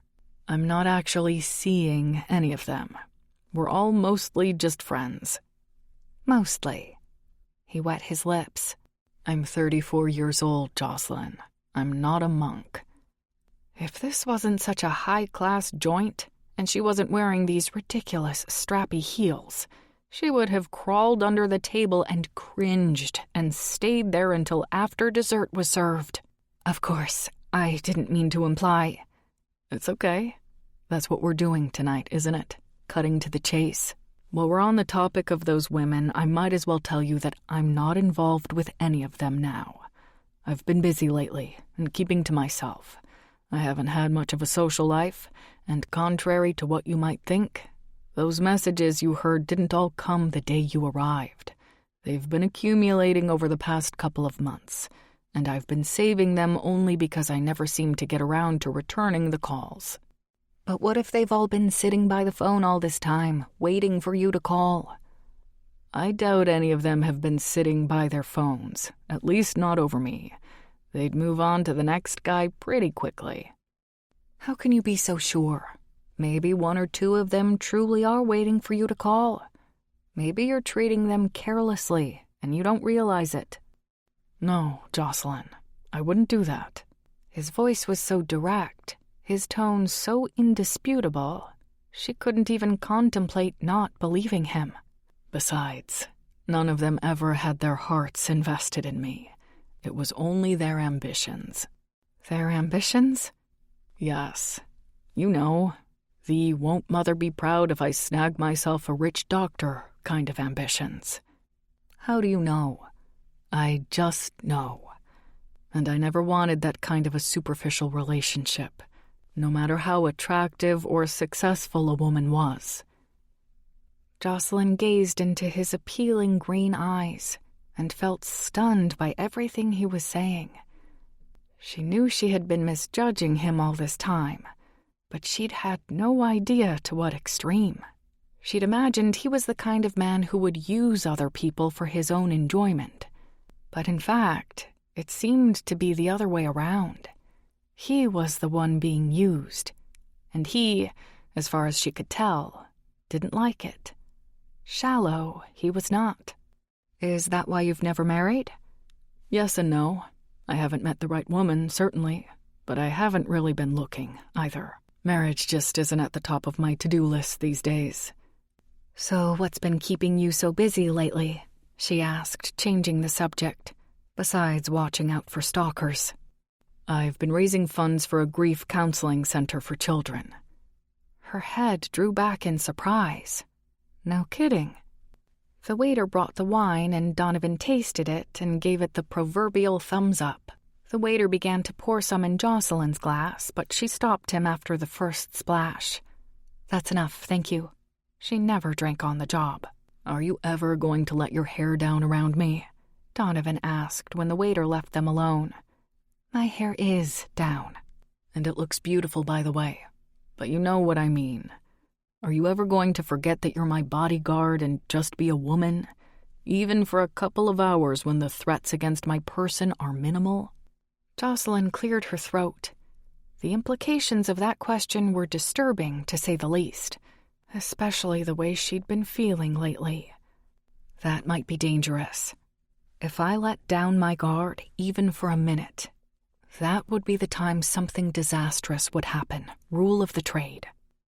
That wasn't the only reason why it would be disastrous, but she didn't want to go there. Donovan sat across from Jocelyn, admiring the way she looked in the flickering candlelight, wearing that elegant off-the-shoulder black dress with the earrings Doris had helped her pick out to match. He could tell by the way Jocelyn carried herself that she had absolutely no idea, not a clue, how incredibly beautiful she was. Or how she was driving him insane, keeping him on this side of the table, with the bodyguard principal lines so firmly drawn. He'd chosen this restaurant for a reason, so she could relax for a few hours between walking in and walking out, and he could have a chance to try and bring out the woman in her.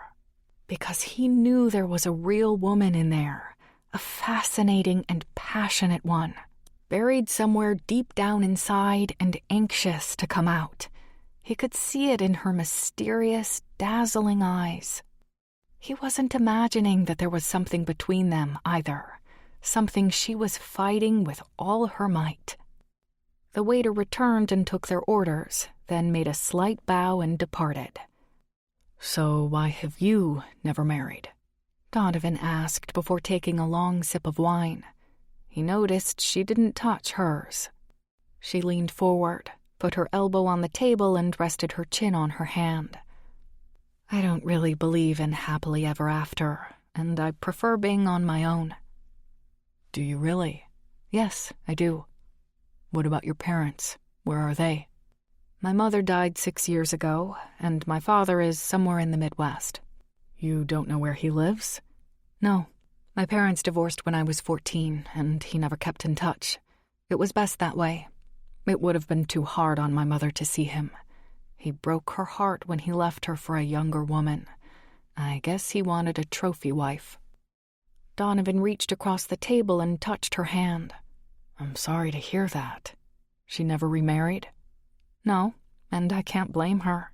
After what Dad did, it would have been pretty hard to trust anyone again." His tough-as-nails, untouchable bodyguard was becoming more clear to Donovan by the minute. The only two men she'd ever been close to had both left her for something shinier and never looked back. She was bound to be wary of relationships. A few minutes later, their appetizers arrived, and they talked about other things. Jocelyn told him about her experiences in the Secret Service, as well as what it was like going through the police academy. Some of her stories were downright hilarious, and she had him in stitches with a few of her tales. There were some hair-raising incidents, too, when she had come face-to-face with attackers on the wife of a former vice president and had to use her combat skills. Mostly, though, she described her job as being pretty quiet. Prevention was everything. After dinner, they drove to the theater where they sat in Donovan's regular box seats, and Jocelyn seemed to enjoy the play immensely. When they finally arrived home, it was almost midnight, and they rode up in the elevator, smiling and talking about the actors. When they reached the top floor, Jocelyn removed her heels in the vestibule, opened the door and disarmed the new state-of-the-art alarm system inside, then searched the penthouse thoroughly. Once she'd ensured everything was fine, she returned to where Donovan waited near the door. "Everything's clear. We can relax now." "We can?" He tried not to think of all the ways he would like to relax with this incredible woman he had invited into his home. This beautiful, appealing, sexy woman who set his blood on fire. "Since you put it like that, how about joining me for a nightcap?" "You know, I don't drink on the job, yeah, I know. But we're home now, and you've already searched the place. The new alarm system is up and running for later in the night. Surely you can consider yourself off duty for the next hour. Just one glass of wine, or pop, your choice." Jocelyn sighed heavily. "I haven't had a glass of wine in eons." He spread his hands wide. "I have just about every kind you can imagine. Shiraz, Merlot, Sauvignon Blanc, Chardonnay, you name it." "Well, I did want to talk to you some more about who could be stalking you." "We can talk about whatever you want." She hesitated for a few seconds. "I guess one glass of Shiraz wouldn't hurt." "Excellent." He backed away from her toward the kitchen. "Don't go away. I'll bring it to you. Just make yourself comfortable." Donovan left Jocelyn in the living room and went to pour 2 glasses of the best red wine he had in his collection. Chapter 7. Donovan brought the wine into the living room where Jocelyn sat, curled up on his huge white sofa. He stopped in the entranceway. God help him. He couldn't get over how incredible she looked in that slinky black dress. It set off the ebony color of her hair and complemented the creamy whiteness of her complexion. It brought out her full rose-petal lips. She didn't look like a bodyguard. She looked like a goddess. "This really is a beautiful home you have, Donovan," she said, looking up at him. "I haven't said it before, but it's very inviting. And this sofa, I could get lost in it." She stroked the soft upholstery with a graceful hand. Donovan stood motionless, watching her long, slender arm move back and forth across the cushions. His blood quickened in his veins. What he wouldn't give to be one of those cushions now. Groping for his equilibrium, he fully entered the room and handed a glass to her, then sat down on the sofa. "I had a great time tonight," he said. "We should do it again." She looked at him with those big brown eyes over the rim of her glass as she took the first sip, then set her glass on the coffee table. "I had a nice time too, but I'm not so sure we should do it again." And why is that? But he suspected he knew why. Here it comes. "Because I wouldn't want us to have too good a time together," she explained. He exhaled heavily. "I see. Because that might lead to something we'd both enjoy, and we can't have that. You have a job to do. Better that we don't get to know each other at all, right?" She peered down at her glass. "We don't have to ignore each other completely, but you know what I mean. Our relationship is a professional one, and you're paying me a lot of money. I don't want any lines to get blurred about what services I'm expected to provide here." He gazed at her feminine profile, feeling the pulse of his heart, the hum of his blood through his body. "You know I would never take advantage of you like that, Jocelyn. That's not why I hired you. I hired you because someone wants me dead." "Precisely." But heaven help him, he wanted this woman. There was no point denying it. She was the most intriguing creature he'd ever encountered in his life. Brave, intelligent, witty, independent, unimpressed by the fact that he was a millionaire. He set down his wine. Reaching one arm across the back of the sofa, he stroked her bare shoulder with the pad of his thumb. To his surprise, she didn't flinch or push his hand away. All she did was wet her lips, which were moist from the wine. "Donovan," she said with a note of warning, "you're my client, and there's something happening between us." He could see the gentle pulse at her neck begin to beat faster with intensity. He half expected her to get up off the sofa and walk out on him, but she didn't. For a few heated seconds, she simply sat there, allowing him to stroke a finger across the soft skin at her shoulder. "Yes, there is something happening," she finally replied in a breathy voice that sent him hurling over the edge. "And I'm not sure what to do about it. I've never been in this situation before." Donovan couldn't continue to fight it. Desire was burning through his body. He couldn't remember the last time he'd wanted a woman this badly. How did she do this to him, and why? He didn't care why. All he knew was that he had to have her. He had to satisfy the searing need to pull her close and touch her. Slowly, cautiously, he leaned toward her, close enough that he could smell the perfumed fragrance of her hair, feel her wine-scented breath against his face. He hovered there, inches from her lips, waiting to see if she was in agreement, and when she made no move to pull back, he pressed his lips lightly to hers. Tentatively at first, exploring, seeking. Then she let out a soft little whimper of desire that fired his blood to the breaking point. Her willing response sent a surge of lust whipping through him like a cyclone. He cupped her head in his hands and felt her lips part for him. Then he swept his tongue into her hot, wet mouth and deepened the kiss. She whimpered with pleasure again. He inched across the sofa so that he could take her into his arms completely. She melted into him like warm butter, reaching around his shoulders and raking her fingers through his hair. She was bewitching. He slid his hand down the side of her gown and around her curvaceous bottom, feeling his tuxedo trousers tighten over his growing arousal. "You taste so good," he whispered at her cheek, trailing tiny kisses down to her neck while he shifted her in his arms. She tilted her head back to give him full access, and he devoured as much of her as he possibly could, kissing her bare shoulders and tasting her jawline.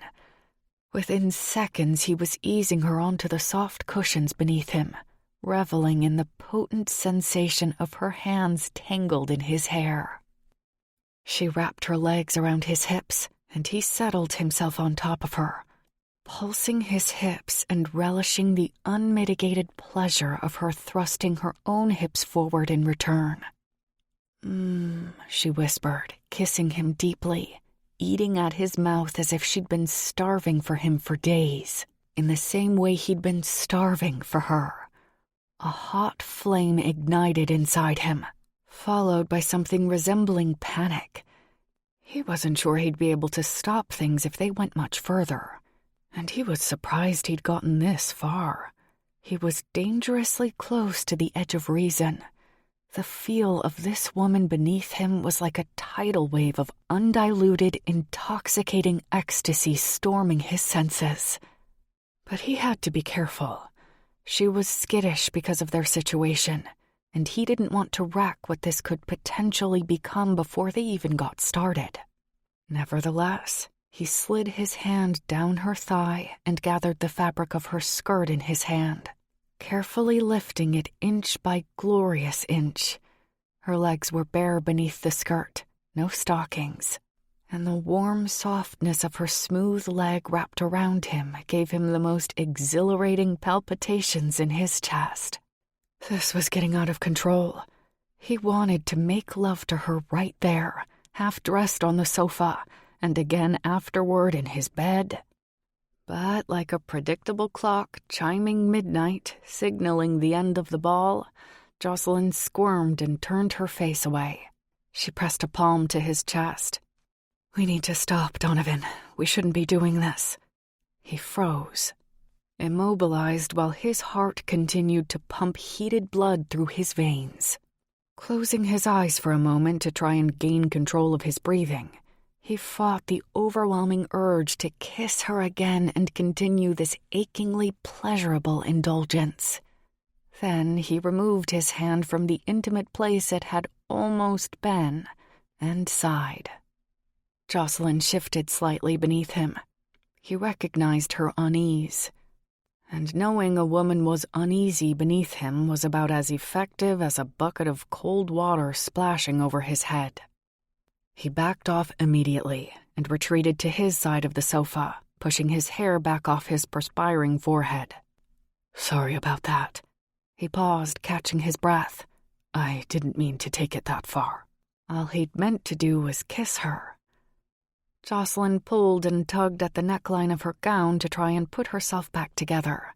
"It was my fault, too." An awkward silence ensued. He couldn't stand it. "Look." She didn't let him finish. She stood. "Maybe this was a mistake." "No, Jocelyn." She began to leave. "Don't go. Let's talk about this." Damn, he'd really done it now. He followed her down the hall. "There's no point talking," she said. "I knew this was going to happen.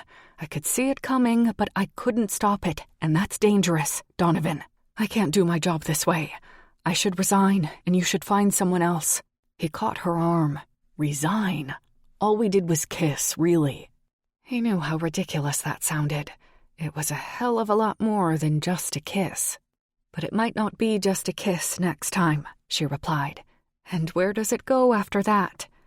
"I'll be honest, I'm very attracted to you. So much so that I'm finding it hard to keep my mind on my work. I'm supposed to be watching you constantly, but I'm not watching you the way I should be. I'm not thinking about potential danger. I'm thinking about you, about how badly I want to... Her chest was heaving. To what, Jocelyn? To do what we just did. He released her arm. I've been thinking about it too, and it's been getting a little crazy, but please don't quit on me. I need you here. At least until the stalker is caught. Then maybe we could think about something more between us. For a long moment she stood there, staring into his eyes, considering what he'd said. Please don't leave, he wanted to say again and again. But when she spoke, her voice was cool and back under control. His heart sank. If it's protection you need, Donovan, I don't think I'm the best person for the job. I'm sorry. I'll make the necessary arrangements for another EPP, and I'll stay with you until the new operative can take over. But after that, I'm gone. It's for your own safety. She went into her room and closed the door behind her. Donovan backed up against the wall and pinched the bridge of his nose. His chest ached. His safety the last thing on his mind as he thought about what she'd just said, and the fact that she hadn't said a word about the us part. I'm in trouble, Tess, Jocelyn said to her assistant over the phone the next morning, after she escorted Donovan safely to the OR. She now stood in the waiting room outside. I need some help. Why? What's wrong? Jocelyn felt some of the tension in her shoulders drain away momentarily. Tess was not only her capable and competent assistant, but her truest confidant and dear friend. She was petite and wore glasses. She was an avid reader, and she'd been with Jocelyn since she'd opened her private agency 4 years ago. She was a great listener who always told it like it was. I gave my notice to resign last night, Jocelyn said, and Dr. Knight needs a new agent immediately. There was a brief silence on the other end of the line. What in the world happened? He didn't make a pass at you, did he? Like that slimy old retired senator in New Jersey? Jocelyn cupped her forehead with a hand. No, it wasn't anything like that. Well, it was. I mean, he did make a pass at me, but the problem was, I was all for it. I think I might have encouraged him. I'm not sure. I can barely remember what happened. It was all such a blur. I just remember feeling swept off my feet. Silence again. How old is this guy? He's young, 34, and gorgeous. You didn't tell me that. I know. I guess I didn't want to admit that I'd noticed. She heard Tess take a deep breath and whistle. As long as I've known you, you've never let this happen. Do you think you're falling for him? Jocelyn closed her eyes. I don't want to admit to it or give in to it, but yes, I think I might be. In fact, I think I already have. Why don't you want to give in to it? Because he's your client? If that's the problem, we can fix it today. I can find someone else to take over, then you'll be free to go out on a date with him, or whatever. No, I don't want to go out on a date with him. I want to get as far away from him as possible. I don't want to see him again. Why not? Because... How could she answer that? It was personal and complicated and would take too long to explain, and it would sound ridiculous. I just don't want to get involved with anyone right now. She huffed. You're crazy, and probably just scared. Why did Tess always insist on acting as her conscience? It's not that. I just don't have time for a relationship. That's crap, and you know it. You're afraid to get involved with anyone because you're worried he'll be like Tom or your dad and you'll end up heartbroken. So much for complicated and too lengthy to explain. Tess hit the mark in one sentence. That was Tess, direct and to the point. Even when Jocelyn wasn't quite ready to feel the point jabbing her in the behind, Jocelyn gathered her resolve. Donovan isn't my type. He's not looking for commitment. He said it himself over dinner last night, and from what I've learned about him, he's never had a serious, long-term relationship with anyone. At least not in his adult life. Why would I want to get involved with someone like that, when the possibility of getting my heart broken is practically a sure thing? Did you ask him why? Why what? Why he's never had a serious relationship with anyone. Maybe he got burned once too. No, I didn't ask. Aren't you curious? Yes, she was. She was curious about a lot of things. I really don't want to ask him because that will only add fuel to the fire. I don't want to get any closer to him. I just want to get out of this assignment before I end up in bed with him. And what would be wrong with that? You're a grown-up, Jocelyn. You deserve a few guilty pleasures every now and then, and you can handle them if you want. Jocelyn sat down on a chair. Are you implying what I think you're implying? I'm not implying anything. I'm saying it loud and clear. Do I need a megaphone? If you're attracted to him and he's attracted to you, why not steal a little enjoyment while you can? It wouldn't hurt you to ditch your professional, tough girl attitude for a night, especially if we find him another bodyguard. There wouldn't be any ethical problems then. You're saying I should have casual sex with him? I'm not good at casual sex. Call me needy, but I have a problem with the casual part. Maybe it wouldn't end up as casual. Jocelyn ran her fingers through her hair. I couldn't, Tess. I'm a chicken. No, you're not. You're the bravest person I know. Think about what you do for a living. You can tussle with the best of them. That's different. It's my job. So let me get this straight. You're fearless professionally, but scared stiff personally? Tess was certainly blunt. It wouldn't be so bad if she wasn't completely bang on. Okay, you get the insightful award for today, Jocelyn said, twirling a loose thread from one of her buttonholes around her finger. So what do you want me to do? Tess asked. Jocelyn considered it for a moment, then let out a deep sigh. Try to find Dr. Knight a new EPP and look into the waiting list to find me a new assignment, preferably an out-of-town detail. So you're not going to take my advice? Tess didn't even try to hide the disappointment in her voice. Jocelyn stood up to peer through one of the windows on the swinging doors to the OR. All she could see was her own reflection, which she didn't really want to look at right now. Sorry, Tess. I'm not interested in taking risks with my heart. I'll be back in the office as soon as you can get me out of this. The sooner, the better. Jocelyn and Donovan were halfway home when he turned up a side street and pulled over. He shut off the car and draped an arm over the steering wheel, looking at her. We need to talk. Heart suddenly racing, Jocelyn looked out the windows, checking for cars that might be following them. The coast appeared to be clear, so she turned to him. There's nothing to talk about, Donovan. My assistant has been working all day to find you another EPP. No luck? Not yet, she said, still looking out the windows. So far, the only person available is a guy I don't trust. He's a hothead who would prefer to beat up on an attacker just to prove he's tough, when he should be shielding and evacuating his principal. In the passenger side rearview mirror, she noticed a guy in a hoodie and ball cap approaching on the sidewalk. Why won't you look at me? Donovan asked. She kept her eyes focused on the mirror. I'm just trying to do my job. Is your door locked? He checked it. Yeah. The guy in the hoodie walked past them and entered a liquor store. There's no danger, Donovan said. No one knows we're here. Let me be the judge of that.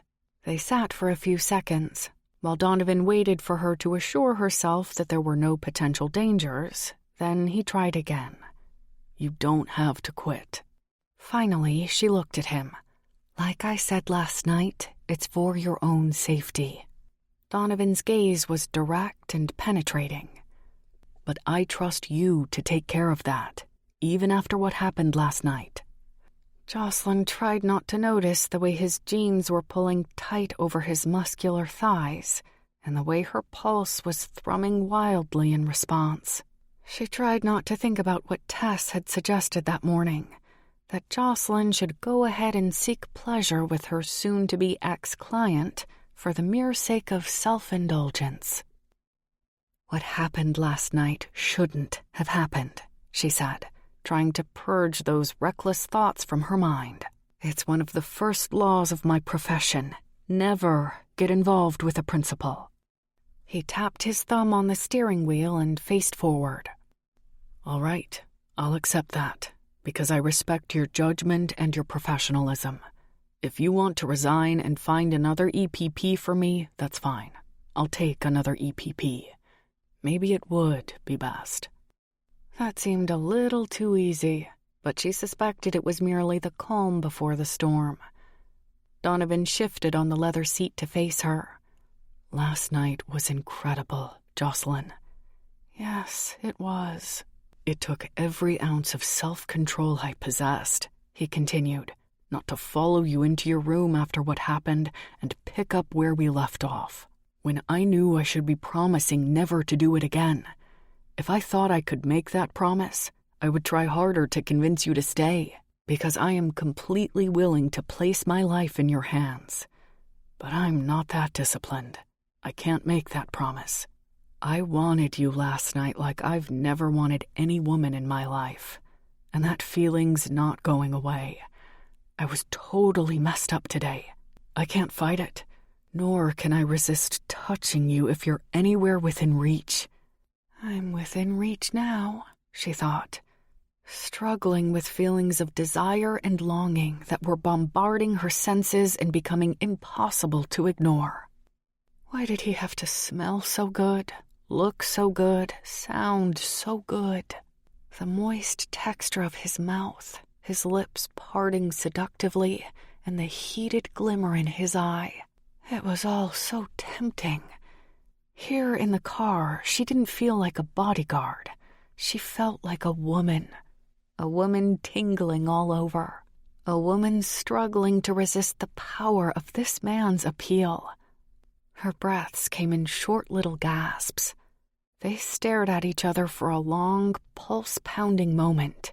This was insane. If I could resist you, he said, I would. The unfortunate thing is, I can't. He swayed toward her just a little, and it was enough to break down every wall of defense she had tried to build around herself today while he was operating on people. Her cover came crumbling down.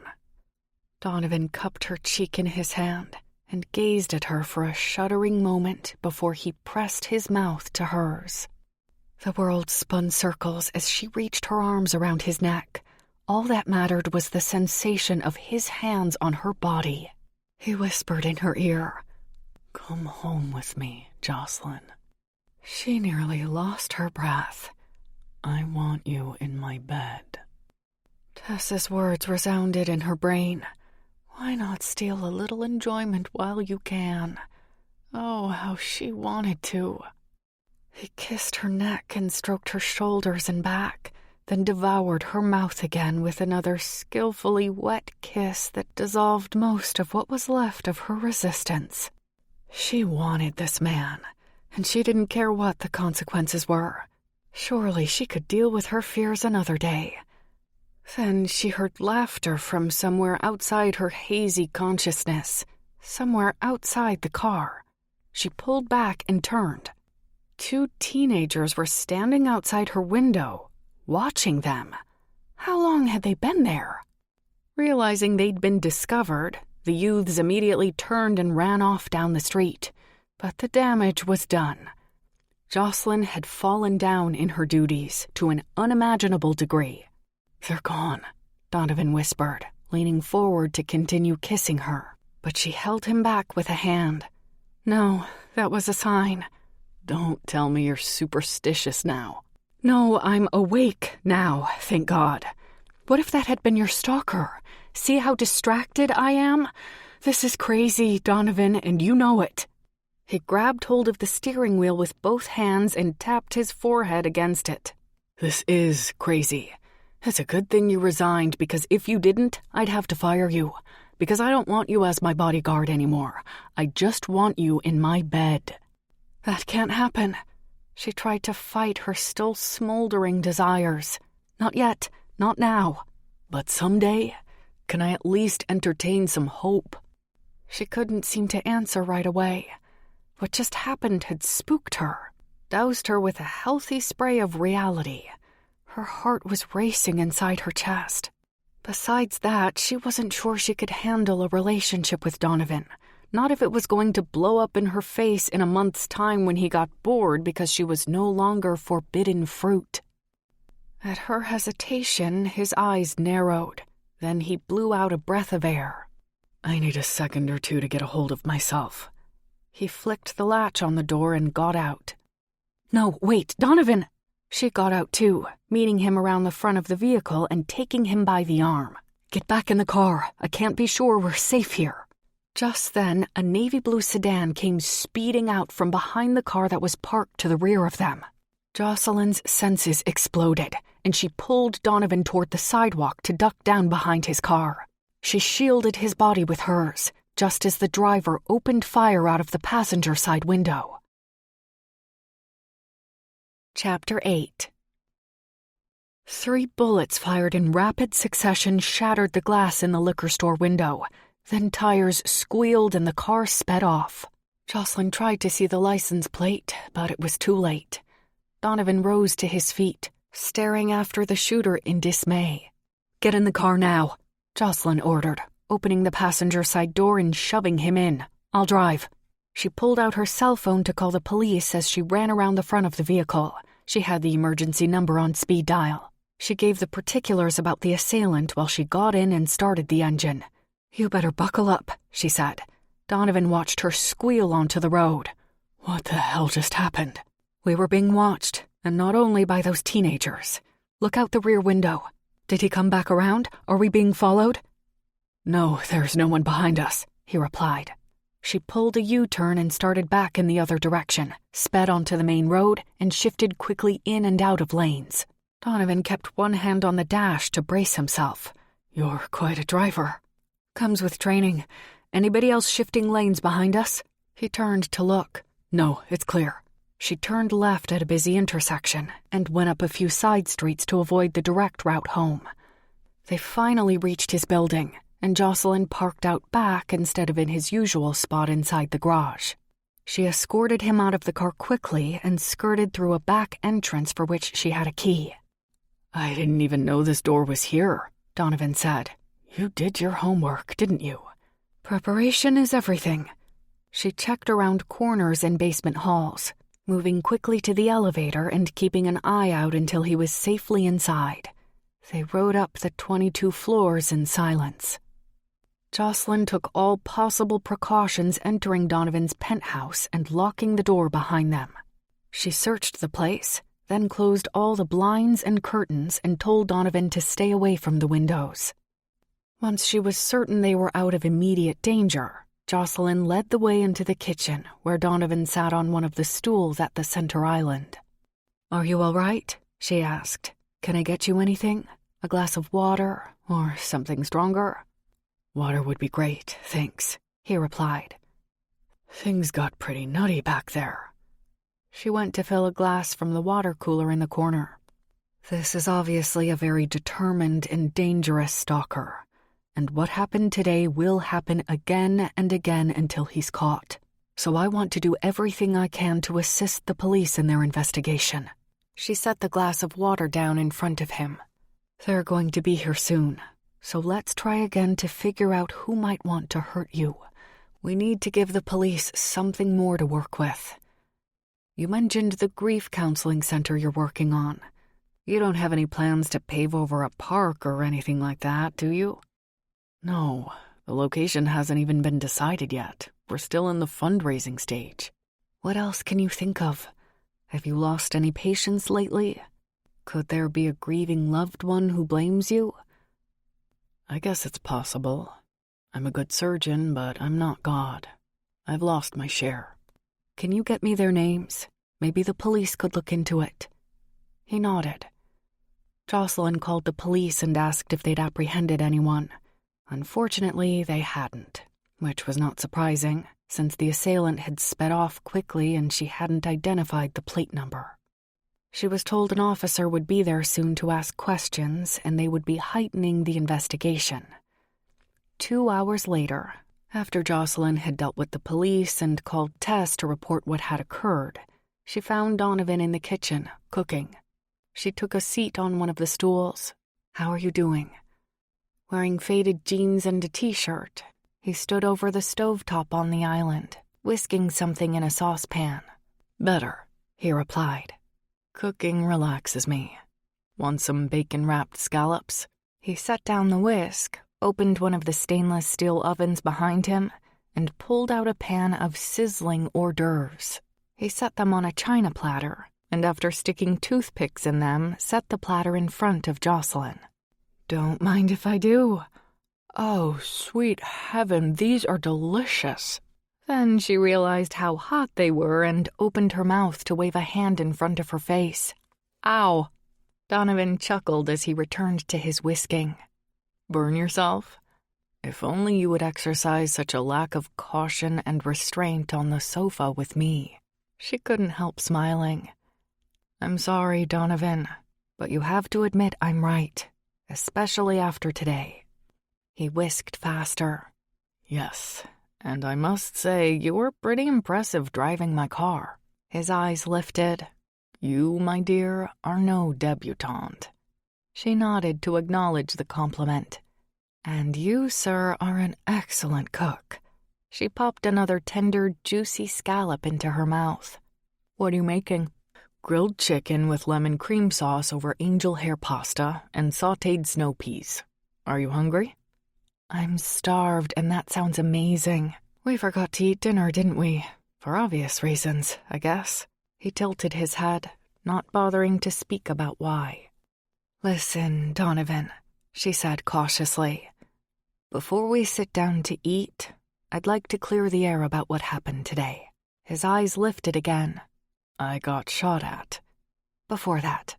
"You mean what we were doing in the car that attracted the voyeuristic teenagers? Yeah, that was interesting too, wasn't it?" "It was more than interesting," she replied, feeling like she was treading into dangerous territory, but she needed to get this out in the open so it wouldn't happen again. "It was excruciating." He set the saucepan aside and flicked off the burner. Slowly, sensuously, he moved toward her like a confident panther on the prowl. Her blood began to race faster through her veins. "In what way was it excruciating? All I remember is that you saved my life today."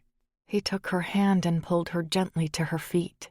She stared at him for a tremulous moment while he raised her hand to his lips and kissed her knuckles. "Don't do this to me, Donovan," she said in a low, breathy voice while she tried to fight the powerful emotions that tugged at her from all directions. "Do what? All I'm asking is that you allow me to have hope." She swallowed over the huge lump of anxiety in her throat. "We shouldn't be thinking about this stuff right now." "You're the one who brought it up." This was agonizing. "Yes, I did, because I thought we should—" He laid a few more soft kisses on her knuckles, and the cool, lingering moisture from his lips seemed to tingle all the way down to her toes. She forgot what she was going to say. Damn him. "You thought we should clear the air," he said for her. "Yes, thank you." "Let's clear it then. I promise I'll be good." He gave her hand back to her and let his own hands fall to his sides. "I'm listening." Her heart did a few somersaults.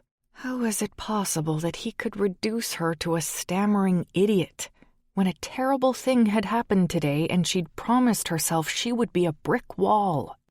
"I know I said I was going to resign," she told him. "But in light of what happened today, and the fact that Tess can't seem to find anyone to replace me on such short notice, I think it's important for me to stay on for a little while." He wet his too inviting lips. I suppose the next thing you're going to tell me is that the kissing has to stop?" "Precisely." She waited for his argument, prepared her rebuttals in her mind. "Done," he said flatly. She shook her head in disbelief. "Done? I don't believe you." He laid his hand on his chest, looking dismayed by her lack of confidence in his ability to keep his hands to himself. "You don't trust me." "I do trust you, it's just that, well, you haven't exactly been agreeable to my requests before now." He considered her point. "Maybe not, but I've had some time to think about things, and I feel differently about everything tonight." "Differently? How so?"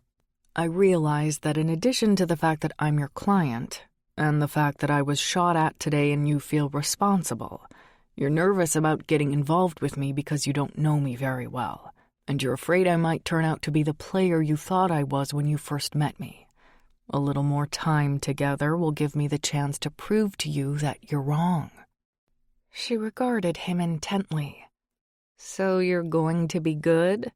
You're not going to try to tempt me or distract me?" He touched her chin briefly. "I'm going to do my very best, hoping, of course, that there will be a reward at the end." "Like a dog treat?" she replied. He laughed. "No." He backed away and opened the oven to serve up dinner. "Like your heart." They ate dinner by candlelight in the formal dining room, on the shiny, polished mahogany table, and sipped sparkling, alcohol-free cranberry cocktail from crystal goblets. After the dishes were cleared, it was past 10 o'clock. "One last chance," Jocelyn said, "to cancel your surgery tomorrow morning. We could stay here and watch TV and avoid risks." "I would if I could, but it's an important procedure. It's not something that should be postponed." She nodded while helping him to load the dishwasher. A few minutes later, they were yawning. "Will you be able to sleep?" she asked. He walked her to her bedroom door. "I doubt it." "Do you want to stay up a little longer? We could watch a movie if it would help." "No, I have to be in the OR at 6 a.m. I should at least try to get some shut-eye." "All right. Well, don't worry. I'm here, and remember, I sleep with one eye open. The monitor's on, and your new alarm system is second to none. You'll be fine tonight." He settled one broad shoulder against her door jamb and relaxed there, just looking at her. "Will I?" Jocelyn's insides began to quiver. "Of course," she replied, even though she knew he was referring to another kind of agitation, the kind that went hand in hand with temptation. His voice was calm and soothing after the madness of the day. "I'm sure you're right." Still, he remained at her door, gazing into her eyes, then down at her lips, back up at her eyes again. "You're hovering," she said in a playful tone. "Remember what you promised." "I promised I wouldn't kiss you. I didn't promise I wouldn't look at you. It's not easy to pry my eyes away, you know." "Well, you'd better if you're going to be able to keep them open during surgery in the morning." He visibly snapped himself out of it and stepped away from the door jamb. You're right. I should go." He started to back away. "Thanks, Jocelyn." "For what?" He paused in the hall. "For being here." "It's my job." "No, it's more than that.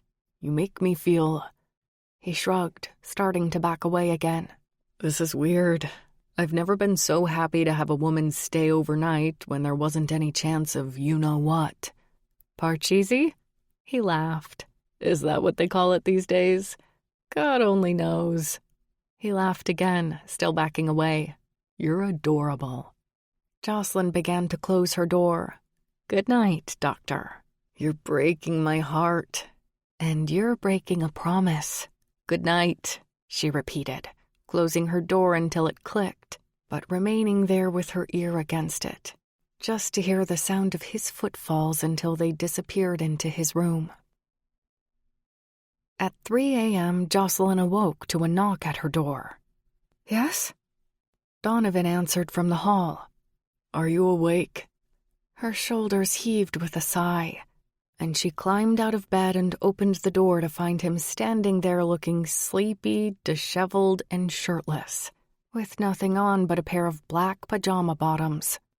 "I woke you, didn't I?" he asked. It's okay. I had to get up to answer the knock at my door anyway. He smiled, and she wasn't quite sure how she'd managed to speak. With that smooth, muscular chest at eye level, her senses were in a jumbled mass. She noticed that his eyes were bloodshot. Can't sleep? Not a wink so far. I think it was everything that happened today. I'm still wired. I know the feeling. What can I do? Want some hot milk or something? Hot milk? What am I, 12? You don't drink hot milk? He raised his eyebrows and shook his head. I didn't think anybody drank hot milk anymore. Everybody wants pills. Not me. Pills make me fuzzy-headed in the morning. She started toward the kitchen. Come on, I'll make you some. They both walked barefoot to the kitchen and turned on the lights. Jocelyn poured some milk into a mug and stuck it in the microwave. While the appliance hummed, she explained the hot milk technique. If you want it to work, you have to make sure you close your eyes as soon as the sleepy feeling kicks in, because if you don't, you'll miss it. It's like a wave you have to catch. So you shouldn't drink it in the living room, because then you'll have to get up and go to bed, and that alone might make you miss the wave. Drink it in bed. I see. Sounds like you've got it down to a science. I do. The microwave beeped, and she removed the steaming cup and stirred it with a spoon. Here you go. He accepted the cup and smelled it.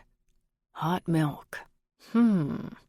She put her hand on his back to usher him back to bed, and the warm feel of his well-toned muscles beneath her fingertips sent shivers up and down her spine. She tried to ignore them, but it was no use. She gave up trying and resolved to go back to her own bed ASAP. They reached his bedroom, and she hesitated for a fraction of a second before going with him inside.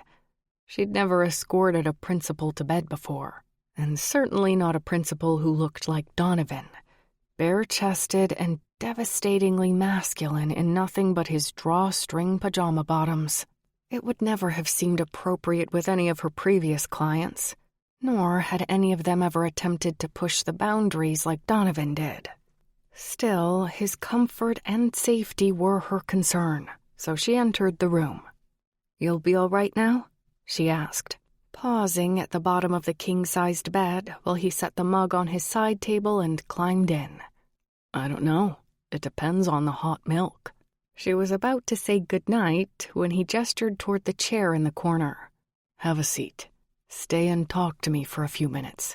Tell me something personal. She swallowed nervously. Like what? I don't know. Like what kind of person you were in high school. Were you popular? You know, the student council type, the prom queen? Or did you hang out with the theater crowd? Jocelyn moved to the chair and sat down. I wasn't anything. I just went to class, got average grades, had a few friends I hung out with most of the time. Your basic invisible kid, he said, a little too perceptibly. Ignored for being normal. Did you have any boyfriends? Or was the social climbing med student your one and only true love? No, I didn't have any boyfriends in high school, she replied, somewhat grudgingly. I had a couple of guys who were friends and we hung out sometimes, but I didn't even go to the prom. None of us did. Looking back on it, maybe we were geeks. I was a bit of a loner, still am. But why? You're gorgeous and funny.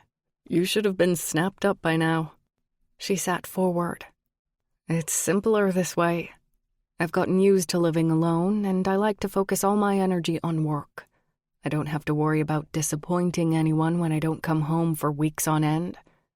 But hey, who are you to point the finger, Mr. Single Man? He took the first sip of his milk. Point taken. But I've had some really good excuses. First it was med school, which kept me busy constantly. Then there were years of residencies, where I was sleep-deprived and stressed out most of the time. There was no time for a relationship. What about now? She asked, remembering how Tess had pushed to ask this very question. You've been here in Chicago for a couple of years, and you appear to have an active social life. You go to the theater, and you have women calling you to ask you out. Have you had any long-term relationships? He took another sip. Not really. Whose fault is that? He gave her a playful look. It couldn't be mine. I'm perfect, don't you know? Jocelyn chuckled. Seriously, though, he continued, taking another sip from his mug. I know I haven't seemed like much of a family guy, and maybe I'm not. I've been on my own for a long time. You must have some family, brothers, sisters. He shook his head. I'm an only child. Not that my parents ever intended it to be that way. They died when I was 2. She felt a stirring of grief. I'm so sorry. I didn't know. I mean, I knew they weren't alive, but I didn't know when you lost them. What happened? He gazed down at his mug as he spoke. Car accident. I was in the back seat, and we hit a patch of ice and went over a low cliff. Somehow I survived, and someone heard me crying the next morning. A woman found me still in the car seat, suffering symptoms of exposure. My parents had been dead all night. It's a miracle I survived. Oh my God. Do you remember any of it? He shook his head. No, I barely remember my parents, though my grandmother raised me and she always talked about them, showed me pictures to help me remember. She was good to me. She died when I was 17, and I received my inheritance then, which, aside from a small monthly allowance for my upbringing, had been held in trust. This penthouse was part of it. My parents had bought it together when they married, and they'd intended to spend their lives here. I lived in it with them when I was very small, before they died. Then, like the rest of the estate, it was held in trust. So, you see, I didn't always have money, and I didn't ask for it, nor do I consider it a part of who I am. I'd give it all away this minute to have had my parents back. Jocelyn's whole body ached with empathy for Donovan's loss. She had already realized that he wasn't shallow. This only reconfirmed it. I had no idea. What about becoming a doctor? When did you decide to do that? I always knew that's what I wanted to do. Unlike your ex, it wasn't because I wanted a fancy penthouse or expensive car. I think it was because I wanted to feel like I had some control over saving people's lives, because I sure as hell felt powerless all my life, having lost my parents. I didn't know why I was so lucky to be spared, and I wanted to give something back and make my survival worthwhile. So I used part of the inheritance to put myself through medical school. When I finished my residencies, that's when I came back here to live. It was kind of strange, like coming home, even though I barely remember living here when I was little. He was quiet for a moment. Too bad airbags weren't standard back then. They might have lived. Jocelyn got up and went to sit beside him on the bed. She reached forward and stroked the hair back from his forehead, then cupped his cheek with her hand. I'm so sorry that happened to you. Me too. From what I heard, my parents were wonderful people. She rubbed his forehead again. Is that why you're trying to raise money for the grief counseling center for kids? Yeah. I know what it can do to a child. The fear and the grief, the abandonment issues and survivor guilt. He finished the last of his hot milk and sat forward to set the mug on his side table. When he reached across, she saw there was not only a scar on his shoulder, which she had noticed when they'd gone running that first day, but more scars under his arm, along his ribs. She reached out to touch them while he was still leaning. That's 2 car accidents you've been in. These look like they were serious. He raised his arm to inspect them himself. They've healed nicely, though, don't you think? I guess so. She continued to touch them, feeling the warmth of his skin, wanting desperately to rub away the pain he must have suffered, both as a child and a year ago when he'd been hit by that other car. You said a woman went through a red light and rammed you? Yeah. Did she live? No, she wasn't wearing a seatbelt. Jocelyn considered that. Was she drunk? No. Apparently, she and her husband just had a fight and she was pretty messed up. Jocelyn continued to touch the scars, tilting her head to the side as she stared down at them. "What was the date of the accident?" he told her. "That's exactly a year to the day before the intruder broke into your house and left you the letter. You don't suppose—" Donovan sat forward. "That the husband has it out for me?" "It's a possibility." Jocelyn went to get her phone. "I'll leave a voicemail message with the cop who was here today and have him check it out." She made the phone call from the kitchen, then returned to Donovan's bedroom. She was about to tell him not to think about it anymore, to try and get some sleep, but she didn't have to. She approached the bed. His eyes were closed, his breathing deep and heavy. See? Hot milk works. She bent forward and placed a gentle kiss on his forehead. She pulled the covers up over his legs and watched him for a moment, gazing at the perfection of his face, the strong line of his jaw, the straightness of his nose, the beauty of his eyes, even when they were closed. He was handsome, yes, but there was so much more to him than that, she thought, her heart still aching from what he told her about his parents. She imagined him making the decision to start a grief counseling clinic for children. He must have spent his whole life pondering and mulling over his childhood and upbringing, longing for what had been taken from him, and wishing someone had been able to ease the pain. Now he wanted to help other children, to help ease their pain. Jocelyn swallowed over a lump in her throat.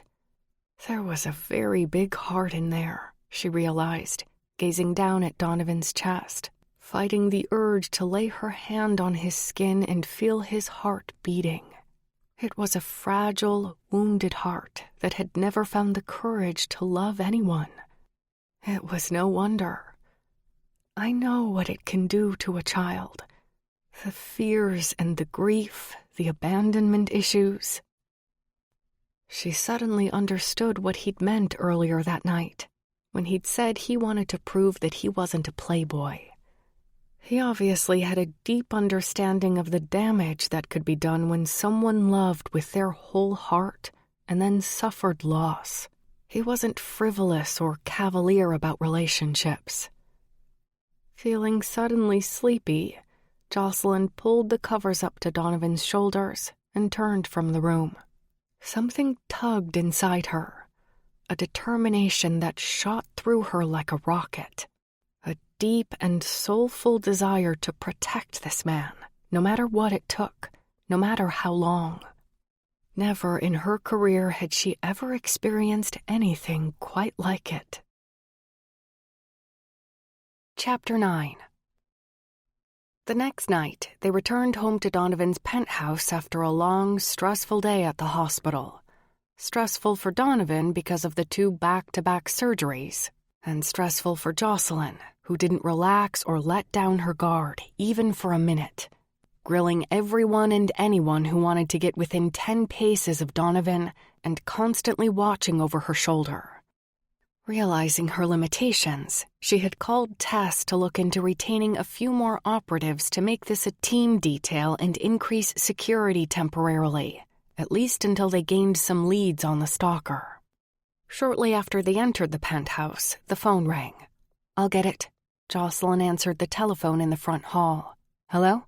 Sergeant O'Reilly. Have you learned anything?"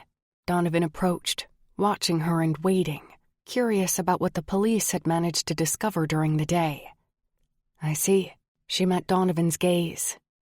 "Yes, we were lucky. I'm not sure yet. Yes, I'll do that. Thank you for letting me know." She hung up the phone. "What happened?" Donovan asked. Jocelyn moved toward him and placed her hand on his arm. "You won't believe what I'm going to tell you. Maybe we should go and sit down." She led the way into the living room, where they both sat on the sofa. Jocelyn took Donovan's hand in hers and held it. "The man whose wife died in that car accident is very likely the man who's stalking you. His name is Ben Cohen." Donovan frowned at her. "How do the police know?" Because after I gave them the information, they went to his apartment to question him. He wasn't there, but the landlady told them some things that gave them enough reason to get a search warrant. And when they got inside, they found pictures of you on his wall. Newspaper articles about the accident, pictures of your smashed SUV, among other things. Did they arrest him? That's the problem. He wasn't there, and he hadn't been there for a while. The landlady said a week or 2. The police don't know where he is. He hasn't been to work in a week either. He hasn't even called in sick. It sounds like he wants people to know he's the one.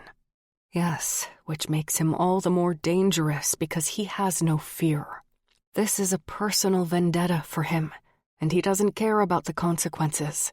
He doesn't seem to care that he's going to lose his job or his apartment and most likely go to prison. Donovan cupped his forehead in his hand and squeezed his pounding temples. The accident wasn't even my fault. She was the one who ran the red light. I know, but he's obviously not rational. He wants someone to blame, and from what the police found in his apartment, he has an axe to grind with rich people. And he hates SUVs. He thinks they're an environmental hazard that will destroy the world, and rich people don't care. And then your SUV killed his wife. This is crazy. Donovan stood up and paced around the living room. I didn't get an SUV to kill people. I got it because it was good in the snow and in my line of work, trying to save people. I can't afford to get stuck on the way to the hospital. I know, Jocelyn said, rising to her feet and going to his side. None of this is your fault. He's insane. But at least we know who he is, and the police are keeping an eye out for him. They'll catch him. It won't take long. But in the meantime, Donovan turned to her. How am I supposed to go about my life while I'm looking over my shoulder waiting to get shot at again? She took his hand in hers. You're not supposed to go about your life. Not if I have any say about it. He frowned. What are you suggesting? It's my job to protect you, Donovan, and the risk level, now that we know what's going on, has skyrocketed in the past 24 hours. You can't continue to do the things you normally do because he's been watching, waiting for the chance to strike. Like yesterday on the sidewalk. I don't want you to be a sitting duck. I need to take you away from here. I can't tell you where I'm going, Donovan said to his friend, Dr. Mark Reeves, over the phone. Because I don't know. She won't tell me. I had no idea it would get this serious, Mark said. I have thought the intruder was a burglar, like the police wanted to believe, and I thought maybe the letter was unconnected. Or maybe I was just hoping. Look, don't worry, Donovan replied. Jocelyn is a pro. She knows what she's doing, and I have total confidence in her. On that note, thanks for sending her my way. You're welcome. So you really don't know where you're going? Donovan sighed. All I know is that she's going to take me someplace where no one will find us. Mark paused. You're not just making this up, are you? So you can take off with her on a wild Jamaican weekend while I cover your patients? Donovan rolled his eyes. No, Mark. Don't fault me. A guy can't help but be curious. She's not unattractive, you know. And I saw the way you looked at each other at the hospital the other day. There's got to be something going on. The direction of the conversation unnerved Donovan suddenly. He tried to laugh it off. Mark, you really need to get a life. I gotta go. Wait, why won't you tell me anything? Donovan considered the question for a moment. My kiss and tell days are over. Look, thanks for covering my patients. I'll see you when I get back. Donovan hung up the phone, anxious to get on the road with Jocelyn, to wherever they were going. He was curious about that, too. After a long, careful trip out of Chicago in a rented car under Tess's name, Jocelyn turned left onto a winding, woodsy road that led to the cabin. No one would ever be able to trace them there, and it had the added benefit of being familiar to Jocelyn, who had come here twice before. It was the perfect hideout. They drove through the shady woods for a few miles. churning up dust on the dry road while rays of sunshine gleamed like dappled light through the trees. Donovan looked out the window. This is really isolated. You're sure we'll be safe here? Safe from the stalker, yes. Safe from her growing attraction to Donovan? Not likely. Considering this was probably the most romantic place on Earth. Positive. She tried to sound confident and ignore her personal feelings. No one knows where we are, and I took the necessary precautions when we left the city. They finally pulled up in front of a cedar, prow-fronted cabin overlooking a lake, with huge floor-to-ceiling windows and a multi-level deck with patio furniture, a round table with a sun umbrella, and a barbecue. Rich green grass went all the way down to the water, where a small cruiser was tied up at a private wharf. "This is beautiful," Donovan said. "You sure know how to pick a nice spot to be hiding out in." Well, I figured if we're going to be forced to leave town and be inconvenienced by Cohen, we might as well be comfortable and maybe even enjoy ourselves. Enjoy ourselves. She shouldn't have said that. It evoked all kinds of inappropriate thoughts. Jocelyn turned off the car. The silence was astonishing. All they could hear was a single bird chirping, and the sound of a light breeze whispering through the pines and leafy elms. Donovan stared at the cabin. "You've been here before?" "Twice, yes. Wait till you see the inside." They opened their doors and breathed in the clean scent of the woods, then stepped onto a carpet of soft, brown pine needles in the driveway. Fetching their bags out of the trunk, they made their way up to the door, where the key and a welcome note from the owners were waiting for them in the wooden mailbox. Jocelyn opened the door and let Donovan enter first, before following him inside. Nothing had changed since the last time she'd been here. Everything was rustic pine. The kitchen table and chairs, the hutch full of china, the plank floor and the walls, as well as the honey pine ceiling supported by solid cedar timbers. "Wow," Donovan said, looking up at the cathedral ceiling in the great room and the monstrous gray stone fireplace. "Looks like we're going to get that vacation we've both been needing. How long do we get to stay?" She set down her bag. "That depends on how long it takes the police to find Cohen. Could be 24 hours, could be a month." "Let's hope it's a month, though I doubt the hospital would be happy about that." Jocelyn locked the door behind them. "Come on, I'll show you the bedrooms." She picked up her bag and led the way across the open-concept kitchen and living area to the bedroom on the ground floor. A 4-poster pine bed stood against the wall. White wicker furniture was arranged in a corner beside the glass sliding doors that led out onto a deck. "I'll take this room," she said, then led him across to the other side of the cabin, where they climbed stairs to a loft. The master suite had its own balcony and private bath, as well as a skylight over the bed. Donovan set down his bag. "That'll be nice for stargazing." "For sure. You'll be comfortable enough here?" He walked to the bed and sat down. "I think so." They regarded each other steadily for a few seconds. Then he stood up again. "Do you mind if I ask, have you brought other clients here? Or do you just come here for pleasure? You said you haven't had a vacation in a while." Jocelyn sighed, wishing she didn't feel so inclined to answer his personal questions. But ever since the night in his bedroom, when he told her about his past and she told him things about her personal life, she'd felt more connected to him, like she was talking to a friend she'd known for years. "I wouldn't exactly call it pleasure," she replied. "But it wasn't for work, either." He sauntered toward her. "Now you've got me curious." Her pulse began to race as he approached, stopping in front of her, close enough that she could smell his musky male scent. She realized this was going to be a very difficult assignment over the next few days. "All right, I'll tell you. I came here the first time with my mother when I was 14, just after my father left us. She wanted to get away, so she wouldn't have to answer the phone and explain to everyone what happened. We stayed for 2 weeks.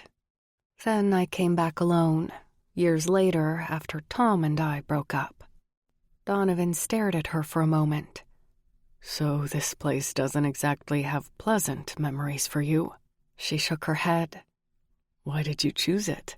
Because it was the safest place I knew, and I'd basically already done the advance.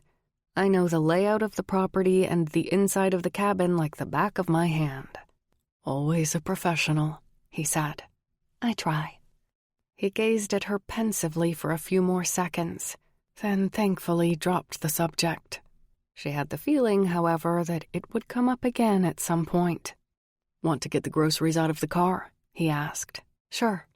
Jocelyn led the way down the stairs. They brought in the food, a week's supply that Tess had picked up for them and delivered just before they left Chicago in the middle of the night. They stowed it away in the fridge and cupboards. What would you like for dinner tonight? Donovan asked, checking out the cooking utensils in the drawers. I don't want to influence you, but I make a perfect barbecued steak. Sounds great. If his steak was half as good as his chicken and lemon sauce, and he continued to be such an enjoyable dinner companion, Jocelyn was going to find it very difficult to remember that she was not here for pleasure, Epicurean or otherwise. She was here to do a job and keep this man alive. That evening after dinner, they walked down to the beach. The water was calm, except for tiny circular ripples from fish bobbing at the surface. The sun was setting just beyond the tree line on the other side of the lake. It was a hot night, so Jocelyn had changed into a black t-shirt and khaki walking shorts with Nike sandals, but Donovan still wore his jeans. Jocelyn spread a blanket on the sand. Listen to the crickets, he said. What a night. This is unbelievable. He began to unbutton his shirt. What are you doing? He shrugged out of it, then hopped on one foot while he pulled off a shoe. I'm checking out the lake. Are you wearing a swimsuit under those jeans? She asked, trying not to stare at the sheer magnificence of his bare chest in the glimmering twilight. Nope. He pulled off the other shoe. Hold on a second, Jocelyn blurted out, holding up a hand. You can't do that here. Why not? There's no one around. I'm around, and I don't particularly want to see your... Good heavens. He pulled down his jeans, and she caught a flash of his bare hip just before she shut her eyes and whirled around to face the other direction. The next thing she heard was the sound of bare feet running onto the wharf and a huge, resounding splash. Jocelyn opened her eyes, turned and looked down at Donovan's clothes on the blanket at her feet. All of them, right down to the baby blue boxers. She walked to the edge of the wharf just as Donovan resurfaced. The water's great. He flipped his wet hair back off his face. He was one beautiful man. You should come in. I will most certainly not come in. He laughed. Why not? There's no one here but us. Relax for once. Just for a minute. She shook her head at him. I've said it before and I'll say it again. That's precisely when something will happen, as soon as I let down my guard. You've hired me to do a job, and I intend to do it. I'll just watch. She glanced around the lake, scanning carefully in all directions. Have it your way. He dove under the water, and she saw more than she wanted to see. A tight, muscular bare behind to die for. Nervous butterflies invaded her belly. Was he trying to drive her mad on purpose? She cupped her forehead in her hand and shut her eyes again. Feeling slightly desperate, she glanced all around, looking for anybody who might suddenly appear. The owners, perhaps? A lost hiker? Of course, there was no one.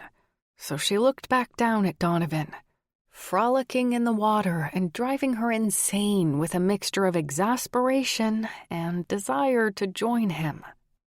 He treaded water and looked up at her with a tempting smile. Sure you won't change your mind? I'm sure. But she wasn't sure. What she really wanted to do was dive into that lake and cool off, because she was perspiring heavily now. "I know you want to," he said teasingly, still treading water. "Just 5 minutes. You said yourself that no one could possibly know we're here. Why can't you just enjoy yourself?" Now he was making her feel like a prude, a boring old stick in the mud. Which she was. When was the last time she truly enjoyed herself? Or went out on a date that didn't involve work? When had she laughed, outside of these last few days with Donovan? "I'd like to, but—" "No more buts. Just dive in. I'll even turn around while you get undressed." She stood for a few seconds, considering it while Donovan continued to tread water with his back to her. Oh, what would it hurt? 5 minutes. He was right. She'd done her job and done it well. No one could possibly find them here. "All right," she said reluctantly, pulling her t-shirt off over her head. "But I'm not getting naked. I'm wearing undergarments that are perfectly respectable for swimming." She was glad she'd worn the new black bra and matching panties that Doris had picked out for her to go with the black dress. It almost looked like a real bikini. He laughed.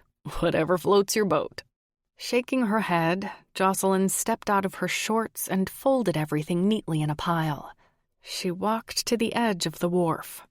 "Okay, you can look now." She reached her arms out in front of her, paused, then did a double forward flip through the air into the water. As soon as she surfaced, she heard Donovan clapping and whooping. "That was amazing. What, you were an Olympic diver in your past life?" She rubbed the water from her eyes. "No, but I was on the swim team in college." "You do everything well, don't you?" He swam closer. She shrugged, trying not to think about the fact that he was completely naked in the water, not 2 feet away from her now, and she was in her underwear. If she moved any closer, she'd be able to touch him. Lord, she wanted to. Her body was practically humming with the desire to wrap her arms around his neck, to feel his cheek next to hers. She wanted to let go of all her inhibitions just this once and do what Tess had suggested. Take advantage of this romantic summer night with the most handsome man on the planet. She took a deep breath and dunked her head, still trying to cool off, but realizing it was hopeless, and she might as well resign herself to a painful, heated lust for the next half hour or so. They dipped and dove and swam around each other as the sun disappeared behind the trees. The sensual feel of the cool water on Jocelyn's skin was pure heaven. After a few minutes, Donovan came closer, treading water. "I have a goal," he said, "concerning you." She managed to keep her breathing steady as she spoke. "What is it? You're not going to teach me to cook, are you?" "No." "To perform heart surgery on a raccoon?" He laughed. "No." "What then?" Donovan's eyes smoldered with determination. "I want to make our time here pleasant for you." As she gazed into his glimmering eyes, she couldn't think of a single thing to say. She wasn't quite sure what he was suggesting, though something about it made her feel all warm and gooey inside. Thankfully, he elaborated. "The last 2 times you were here were some of the worst times in your life. This is a beautiful place, and you should have fond memories of it." Beginning to understand his meaning, she slicked her wet hair back. "You mean you want to help me cleanse the cabin of its past?" "In a matter of speaking, yes." She was now treading water, very close to Donovan. "Why?" He slowly blinked. "Because you've done a lot to help me, and I just want to see you smile." "You've seen me smile." "Not often." The way he was looking at her now, with tenderness and caring, it was softening all her female powers of resistance. She grinned at him. "That fortune cookie was right. You do like to fix things. It's why you want to open that grief counseling center to help children. It's why you became a heart surgeon. It's why you want to work on me now." "I don't want to work on you," he replied. "Yes, you do, but I'm not complaining. It's nice. No one's ever wanted to make me happy before. They always wanted to use me for their happiness. But what about you, Donovan? You deserve happiness too. Maybe I should also have a goal while we're here." They swam in circles around each other. "What are you suggesting?" His voice was a low murmur. It was almost completely dark by now. The moon was low in the sky. Stars were beginning to twinkle. "I'm suggesting that if you feel the need to do something nice for me, I should do something nice for you in return." He paused, treading water. "And how do you intend to do that?" She swam closer until she was nose to nose with him in the water. The magic of the night enveloped her. A brief shiver rippled through her body, followed by a wave of heady excitement. She was tired of being the consummate professional, day in and day out, every minute of her life. For once, she just wanted to be a woman. Like this. Then she slowly pressed her lips to his. Chapter 10. The kiss was hot and wet and way overdue, Jocelyn thought, as she stroked her hands over Donovan's dripping hair and settled them on his shoulders. He folded her into his strong embrace, and in response, she let go of her reserve and wrapped her legs around him. Before she knew what was happening, she was spinning slowly through the water, and he was carrying her toward shore. They emerged out of the water onto the beach, kissing deeply and passionately. They reached the blanket, and Donovan sank easily to his knees. He laid Jocelyn on her back and came down smoothly on top of her. She tipped her head back and sighed while he kissed her neck and shoulders and made her feel free and out of control with desire. She could hardly believe this was happening, that this beautiful man was kissing her and loving her outdoors beneath a star-speckled sky. "Donovan, this is crazy," she whispered. "What if someone sees us?" His discerning gaze scanned the yard around them. "There's no one here."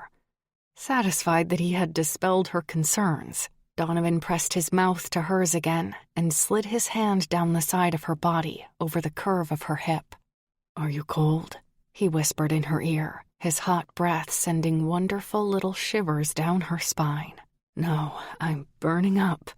His gaze found hers and he smiled, warm, open, and adoring. "Then I'll try to cool you down. Though it won't be easy, considering I'm on fire too." He was still smiling when he kissed her again, and she pulled him tight against her, wanting to give him the same kind of pleasure he was giving her. Soon it wasn't enough, and she wanted more. She wanted to feel him inside her. She was tired of holding back. Jocelyn wiggled out of her panties and slid them off. She sat up, gently pushed him onto his back on the blanket, and straddled him. "I just want to make sure you know that this is me making you happy tonight, and not the other way around." He laughed and took her hips in his hands and shifted slightly beneath her. "I see.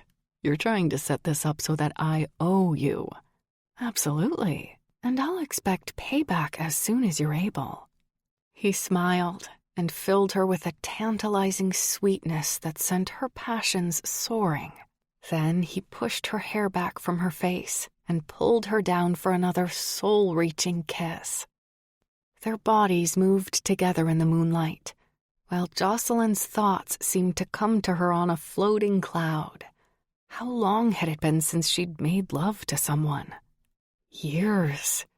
Not since Tom. And quite frankly, it had never been like this. Tonight she was overcome.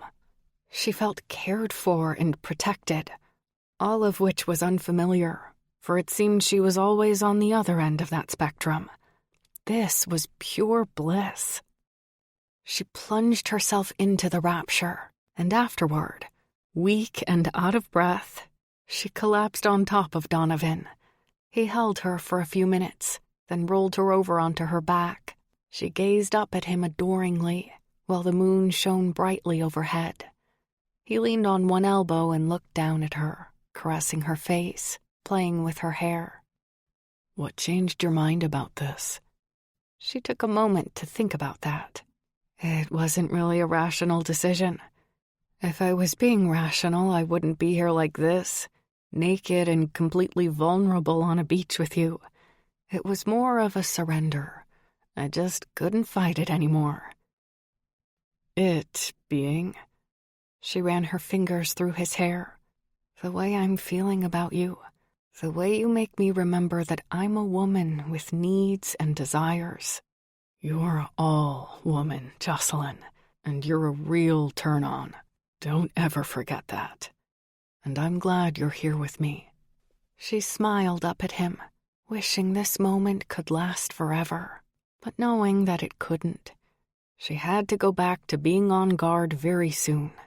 She couldn't relax like this much longer, or at least not without some professional safety precautions. Later that evening, after Donovan took a shower and changed, he went downstairs to make popcorn. He could hear the shower still running in Jocelyn's bathroom, so he took his time getting things ready, lighting some candles, pouring their drinks, fluffing up the pillows on the blue chintz sofa. She was taking a long time in the shower, he thought to himself as he opened the popcorn jar and went searching for cooking oil. He hoped she wouldn't regret what they'd done. He certainly didn't. In fact, he'd never been so ecstatic about making love to a woman before. Then again, he'd never known a woman quite like Jocelyn. He found the oil and poured some into the heavy pot he'd set on the stove, then stood back and stared down at it while he waited for it to heat up. What was it about her that drove him so mad with desire? He wanted her, but more than just sexually. He wanted to be close to her, to know everything about her childhood and her adulthood and her job and her personal life. And he wanted to share those things about himself with her as well. His insides stirred with an odd mixture of elation and trepidation. Was this love? Or the beginnings of it? Maybe it was, but how could he know for sure? He'd never loved a woman before. He'd felt lust for them, certainly, and he'd been infatuated with girlfriends during high school and med school. But never had he wanted to make the kinds of promises that would last forever, or trust a woman with his heart. He'd never felt a desire to spend every waking minute of every day with any woman from his past. Until now. It was different with Jocelyn. Maybe it was her down-to-earth nature. She didn't put on any false airs. She was real, and he felt like he knew her as deeply as he knew himself. An unfamiliar feeling of contentment moved through him, and he exhaled a breath. It was a pleasant sensation, and he smiled. A half a second later, something deep inside him warned him to be careful. He'd never trusted anyone with his heart before, and it wasn't easy to let go of years of independence. There was also the fear that a relationship with Jocelyn might eventually go sour. How the hell would he handle it if she disappeared from his life? He'd been there before. In fact, he'd always been there. Being alone was part of his identity, even when he was with other people. Except for Jocelyn, his bodyguard. Was that why he felt able to trust her in ways he never trusted other women? Because she was sworn to protect him, and he believed that she would, no matter what. She had thrown her body on top of him when bullets started flying in Chicago. He'd never be able to forget that. But she was obligated to be his bodyguard, and he knew she wouldn't shirk her responsibilities in order to become his full-time lover. She'd made it clear that she didn't like to get involved with clients, nor was she looking for a committed relationship. How many times had she told him that she didn't need anything in her life outside of her work? Feeling suddenly uncertain about what was happening between them and where it might lead, He poured the popcorn kernels into the pot and covered it. Jocelyn came out of her room just then, wearing a white terry cloth bathrobe and thick white socks that pooled around her ankles. She was rubbing a towel over her wet hair. Donovan was mesmerized. How is it possible that you can look that good just coming out of the shower? She gave him the sparkling smile he'd been waiting to see. It almost knocked him backward into the stove. You're a charmer. She moved toward him and kissed him on the cheek, but he pulled her close for a deeper kiss on the mouth. He wanted to make love to her again, right then and there. "What's cooking?" she asked. "Popcorn." She glanced at the pot. "You're making it on the stove? What a treat." "You're the treat," he replied, enjoying the way she winked flirtatiously at him, then turned around and moved into the living room. He returned his attention to the stove and shook the pot continuously until a movie theater aroma filled the cabin and the popcorn raised the lid off the pot. Donovan poured the popcorn into a bowl, then he melted butter to drizzle over the top. Jocelyn was sitting on the sofa, twirling a lock of her hair around a finger, waiting for him. As soon as he set the bowl down on the coffee table, she pulled her legs up under her. "Donovan, we really should talk about what happened between us tonight." He was about to sit down but found himself frozen on the spot. "Let me guess. You're about to tell me that it can't happen again." She reached up and took hold of his hand. "Please, just sit down with me."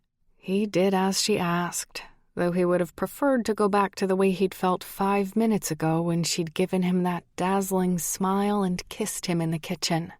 "It sounds like you did some thinking while you were in the shower," he said. "Yes, I did.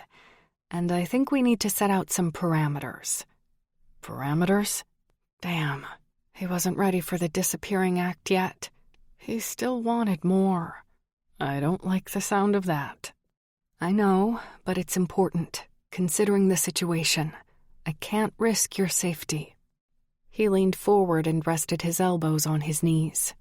"Look, I know you feel like you lost control down there at the lake, and I'm sorry if I pressured you into coming in for a swim, but you have to admit what happened because of it was pretty great." She squeezed his hand and smiled. "I'm not denying that at all. It was incredible." At least she was giving him that. "We can manage this," he said. "You told me that we're safe here, that it's low risk. The chances of anyone finding us are—" She touched a finger to his lips to hush him. "You don't have to talk me into anything. I had a great time too, and I want to do it again. I have every intention of it, actually." His whole body flooded with relief, followed by heat and desire. "I just want to make sure I heard you correctly. You just said—" "Yes, I did do some thinking in the shower. And I decided that because this is a low-risk detail at the moment, and since we've already broken the ice, so to speak, that we should set out some parameters to make sure we can make love again and still exercise caution." She pointed at the lake. "What we did down there, that was definitely not cautious." "So you're saying—" "I'm saying I think we should stick to your bedroom from now on, with the door locked and the monitor on." Donovan felt all the tension drain out of his shoulders. It was replaced by another type of tension, the kind that required a very satisfying cure. He leaned back on the sofa and raked his fingers through his hair and sighed. "Thank God." Jocelyn laughed. "What, did you think I was going to torture you for the next few days? Torture both of us?" He shook his head. "I don't know what I thought." She swayed toward him and took his face in her hands. "What happened down at the lake was amazing, and I have no regrets. We're here in this beautiful spot. I'm attracted to you, and you seem to be attracted to me. We're both adults, so I don't see why we shouldn't enjoy each other, as long as we act responsibly and take precautions." She was making it sound like a casual, temporary fling. A part of him wanted to talk her out of that, to convince her that they could be so much more than that if they wanted to be. But in light of the uncertainty he still felt about how willing he was to risk his own heart, he decided it would be best to just nod and say yes. She was offering him a few days of no-strings-attached lovemaking. Maybe it was all she could give. For all he knew, maybe it was all he could give. He couldn't possibly predict, because this was uncharted territory. This was a good thing, he decided, smiling at her and leaning in for a kiss. It would give them both time to get to know each other, without ever really committing to anything more. Then, if it didn't work out, at least the relationship wouldn't be too serious. At least, he hoped it wouldn't be. Considering the way he felt at the moment, all hot and bothered and emotionally invested, there might not be any way to prevent it from becoming serious. Jocelyn raked her fingers through his hair and kissed him deeply, distracting him from his thoughts. He tried to ease her back onto the sofa, but she rested her hands on his chest. "Remember what I said." "Precautions?" "Yes. So why don't we eat that popcorn later? I suspect we're going to work up an appetite." He smiled down at her and kissed her one more time. "I like the way you think." She raised a flirty eyebrow and got up, taking him by the hand and leading him to the stairs. "You know, I was actually surprised that you hired me," Jocelyn said the next morning as she pulled the drapes open across the enormous windows. Donovan leaned up in bed on one elbow, the white sheet slung across his waist. "Why?" "Because I'm a woman." Jocelyn gazed down at his bare, muscular, sun-bronzed chest and felt her insides melt. But she fought the urge to get back in bed with him and make love again, because they'd already done it twice that morning, and they needed breakfast. "You came highly recommended," he said. "Not just by Mark. I checked you out online when you left to get your overnight bag." "Ah, the truth is out." She went to get her bathrobe on the floor by the door. "But I honestly didn't think you considered me to be a real bodyguard. Part of me thought you just wanted me to come and stay in your penthouse because you thought I was cute and it would be fun." He looked taken aback. "It was fun." She picked up one of his socks on the floor and flung it at him. "Seriously," he said, leaning up on one elbow, "I did need a new alarm system. But would you have given in so easily to Mark and hired me if I had been a short, bald man?" He narrowed his eyes at her. "What's with all the questions?" She pulled on her robe, tied it around her waist, and shrugged. He pointed at her. "You just want to know if I'm still the player you thought I was when you first met me, and if you're my most recent conquest." Jocelyn combed her fingers through her hair, wishing he wasn't always so perceptive where her emotions were concerned. Even though she'd come to realize he wasn't at all shallow, she was still afraid of something. She wasn't quite sure what it was yet. "You can't blame me," she said. "It still boggles my mind that you're single." His chest heaved with a sigh. "I thought last night you said this was just about enjoying each other while we're here. Are you changing your mind about that?" He was right. She had said they would just enjoy each other. She'd offered him a few nights of pleasure, nothing more. Was she changing her mind? The thought unnerved her. Everything had been so wonderful last night down at the lake, and through the night in his bed. Donovan had not only given her more pleasure than she'd ever dreamed possible, he'd been caring and loving. It was all so new, so overwhelming. She didn't know what to make of it. "Hey, I'm sorry," she said, trying to hide her sudden anxieties. "I shouldn't have brought it up." "Brought what up, exactly?" He was staring at her intently, watching her, wanting to know what she was getting at. Was she scaring him off? "The fact that you hired me," she replied, skirting the real question, for him as well as for herself. She needed time to sort out her feelings. Some people don't trust a woman to do the job. Come on, let's go get some breakfast. He tossed the sheet off and got out of bed, then fished through his suitcase for a pair of shorts. He pulled them on and followed her down the stairs. I hired you because I trusted you, he said. You have a competent air about you. I recognized that right away. Jocelyn entered the kitchen. Thanks. Why don't I cook breakfast this morning? All right.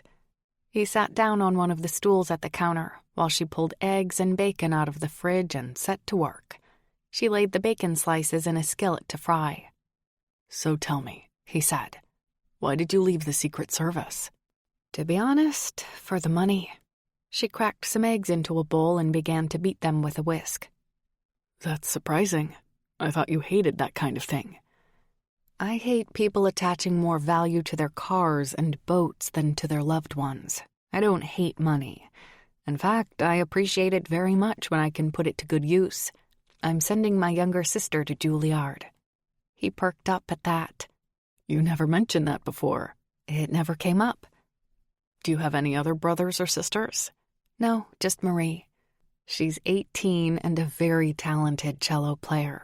She moved in with my aunt after my mom died, and no one could afford to send her to a good music school, so I went out on my own to try and cover the expense. Besides that, I like the independence of running my own business. Are you musical too? She smiled and poured the eggs into the frying pan she'd set on the stove. I like to sing. You are full of surprises. Sing something. Not while I'm cooking. I need to concentrate. Oh, yeah, I forgot. Cooking is one of the things you don't do. But it looks to me like you're doing it pretty well. She gave him a look over her shoulder. I didn't say I couldn't do it. I just said I didn't like to. He rose from the stool to come around the counter and approach her from behind. It seems to me you're good at everything. This especially. He slid his hands around her waist and nibbled her neck while she stirred the eggs on the stove. Goosebumps erupted and tickled all over her body. You're distracting me. I'm going to burn the eggs. Desire coursed through her. Incapable of resisting his overtures, she set down her spatula and turned around to kiss him. She wrapped her arms around his neck and delighted in the flavor of his mouth. How was it possible a man could push all her buttons with such unbelievable intensity? After a moment or two, the bacon snapped and sizzled in the skillet, reminding her that she was in charge of breakfast. She smiled and pushed Donovan away. We can't do this constantly. We're human. We need to eat.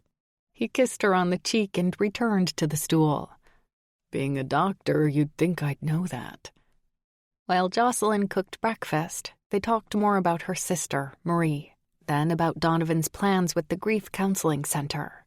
They sat down to eat, discussing what would happen after the police caught Cohen and how involved Donovan would be in the legal proceedings. After breakfast, Donovan rose from the table and picked up both their plates. Jocelyn made a move to rise. No, you stay and enjoy your coffee, he said. I'll get this. He's a dream, she thought, thanking him with a kiss. A moment later, still in her bathrobe, she rose from the table, pushed the sliding door open, and stepped out onto the deck to enjoy the view of the lake. She sat down on a lounge chair and sipped her coffee, remembering how incredible Donovan had been in bed the night before, how he had brought her to tears when she'd climaxed. They were tears of joy, tears of hope. Heaven help her, she was losing control. He may be a dream, she told herself, but he's still your client. A client who has never had, with any woman, a relationship that lasted beyond a few months. She shifted uneasily in her chair. What was she doing? She was a professional, and she'd broken the cardinal rule: never get emotionally involved with a client. Yet here she was, happier than she'd ever been in her life, wanting to touch Donovan and feel his arms around her, wanting to talk to him and fill whatever void still existed in his heart from losing his parents. She wanted to help him find true happiness and show him how wonderful a lasting love could be. Her mind suddenly clouded with self-doubt. Lasting love? What did she even know of that? She'd been single for years since Tom left her. She still carried around anger at her father for leaving her mother. What did she know of the kind of happiness that came with lifelong love and total trust? Nothing. A fine pair they made. Jocelyn heard the sound of pots clanging in the kitchen and took another sip of her coffee. Yes, she cared deeply for Donovan. Maybe she was even falling in love with him. But was she brave enough to throw all caution to the wind and jump in head first? She wasn't sure. All she knew was that for now, she had to keep her feet on the ground and remember that she was here to do a job, not just enjoy the pleasure he offered. And at the end of the day, she wasn't entirely confident she had what it might take to lead Donovan out of the lonely place he'd known all his life. And he most likely didn't have what it took to keep a relationship going, even though it was no fault of his own. Together, they were probably ill-fated. She would do well to remember that, too. Chapter 11. Over the next 3 days, when they weren't making love in a locked bedroom, Jocelyn and Donovan went fishing, swimming, and hiking in the woods. The owner of the cabin delivered live lobsters one night, which Donovan cooked for supper with melted butter and Italian bread. The other evenings, Donovan barbecued, and afterward they went skinny dipping in the moonlight. It was the most romantic few days Jocelyn had ever known in her life. And the most confusing, because everything was so perfect. Donovan was affectionate, attentive, and a generous lover. He cooked for her, rubbed her shoulders, and listened to whatever she wanted to talk about. She couldn't imagine that life could be like that every day, that this wasn't some special dream world. There had to be a hitch. There always was. Tell me something. Donovan sat in bed one night after they'd made love. When you were trying to convince me not to buy that black dress for you, you said you could guarantee it was something you'd never wear again. Why? And why do you always wear that plain brown suit and flat shoes when you'd look terrific in something else? Jocelyn sat up and smiled. That's a tactful way of telling me I dress like crap. He laughed. You know that's not what I meant. You just seem to want to play down your looks. Jocelyn lay back down, resting her cheek on Donovan's shoulder. I guess I've never been able to stop fighting what I always had to fight as a kid. What was that? My father's weird sense of what was important. He wasn't the warmest individual on the planet, and the only time I ever got a smile or a compliment out of him was when I was dressed up like a little princess. He couldn't stand to see me in tattered, dirty play clothes, and he was completely unattracted to my mother when she was wearing her terry cloth bathrobe around the house. Then, when he left, he told her it was because she didn't care enough about her appearance. He took off with a younger woman who wore short skirts, big dangly earrings, and lots of hairspray. I'll never forget what she looked like. And my poor mother, who was the kindest, most loving person in the world, never got over that. She became insecure and self-conscious, even when I tried to tell her every day that she was the most beautiful woman in the world to me. I guess I just don't ever want people to like me because I look good. I can't stand that kind of superficiality. Jocelyn couldn't believe she had just told Donovan all of that. She'd never told anyone those things, except her assistant, Tass, and that had been after 2 years of working together. He rubbed a thumb over her shoulder. It doesn't matter what you wear, Jocelyn. You always look good. She kissed his bare chest. But you're not shallow. Lots of people are. And I don't want or need to dress up to impress them. But by trying to look like one thing, a tough, untouchable bodyguard, you're doing the same thing your father was doing, only the opposite way. You're still putting a lot of emphasis on your appearance, trying to give off a certain impression when it doesn't matter. You can wear short skirts if you want to, and you'll still be the same person. You'll still be smart and funny and tough. She sighed. That's an interesting way to look at it. Maybe. I just wonder if the real reason you've always played down your looks was to keep people away, because you said yourself that you don't believe in happily ever after. He kissed her forehead and brushed her hair from her eyes. Jocelyn, I don't want to be one of those people you try to push away. She leaned up on one elbow to look him in the eye and spoke with a hint of humor.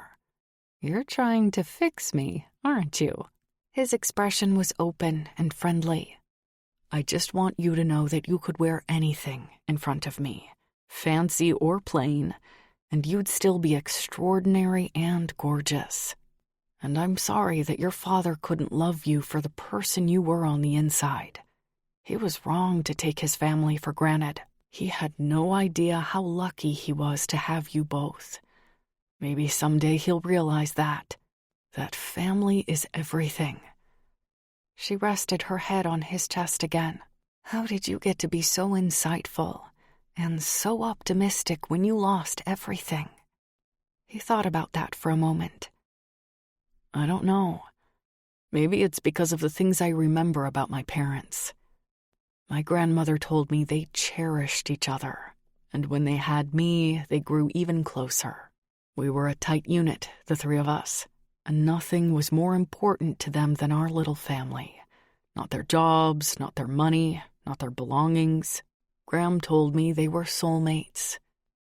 That's beautiful. You were lucky to grow up with those kinds of ideals. Ideals. He gazed down at her. You don't think it's realistic?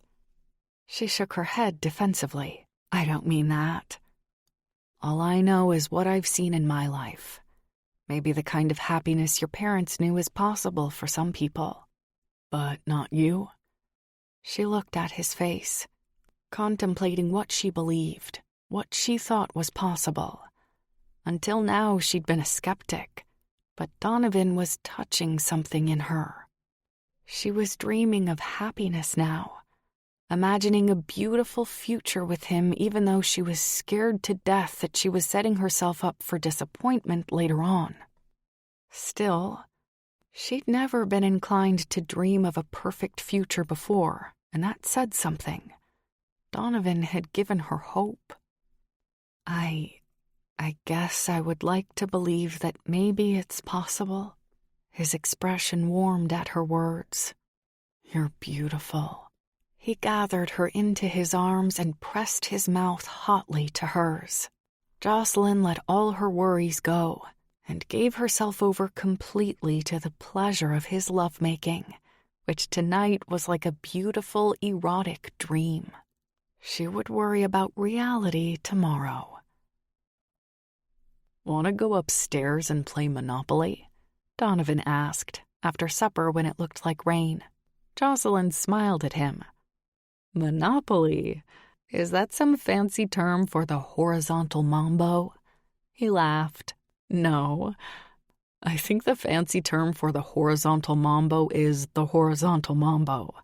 I mean, play real Monopoly. Why upstairs? She asked suspiciously. I thought we could play it on the bed, in the nude. Oh, he was fun. She sauntered up close to him and slid a hand down his pants. It's only fair to warn you, I used to be addicted to Monopoly when I was a kid. You don't know what you're getting into. He took a deep breath, but didn't let it out. I think you're the one who's getting into something dangerous at the moment. If you're not careful, we'll never even get the game box open. Jocelyn slowly removed her hand from Donovan's jeans and backed away toward the stairs. And which game would that be?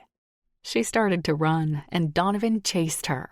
They bounded up the stairs, laughing and hooting. Donovan caught up just as she neared the bed.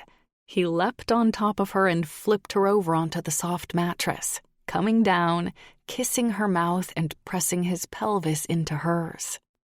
"Let's play Monopoly later," Jocelyn whispered, her body tingling with sweet, lusty ideas. They both rose up on their knees on the bed to take off their t-shirts, still kissing whenever possible. Within seconds, they were out of their jeans and falling back onto the bed. "Wait," Jocelyn said. "We didn't lock the door." "I'll get it." Donovan scrambled off the bed. He flicked the lock and turned on the monitor, then returned to where she lay, naked on top of the covers. Completely overwhelmed by the loving expression on her face, he stopped at the foot of the bed to gaze down at her, then rested his open palm on his chest. He spoke softly. "You are so beautiful." Donovan's heart was aching. He couldn't take his eyes off Jocelyn. She was a tiny piece of heaven, there on the bed, waiting for him, her eyes honest and adoring. How could he ever walk away from this? He gently came down upon her slender body and held her close in his arms.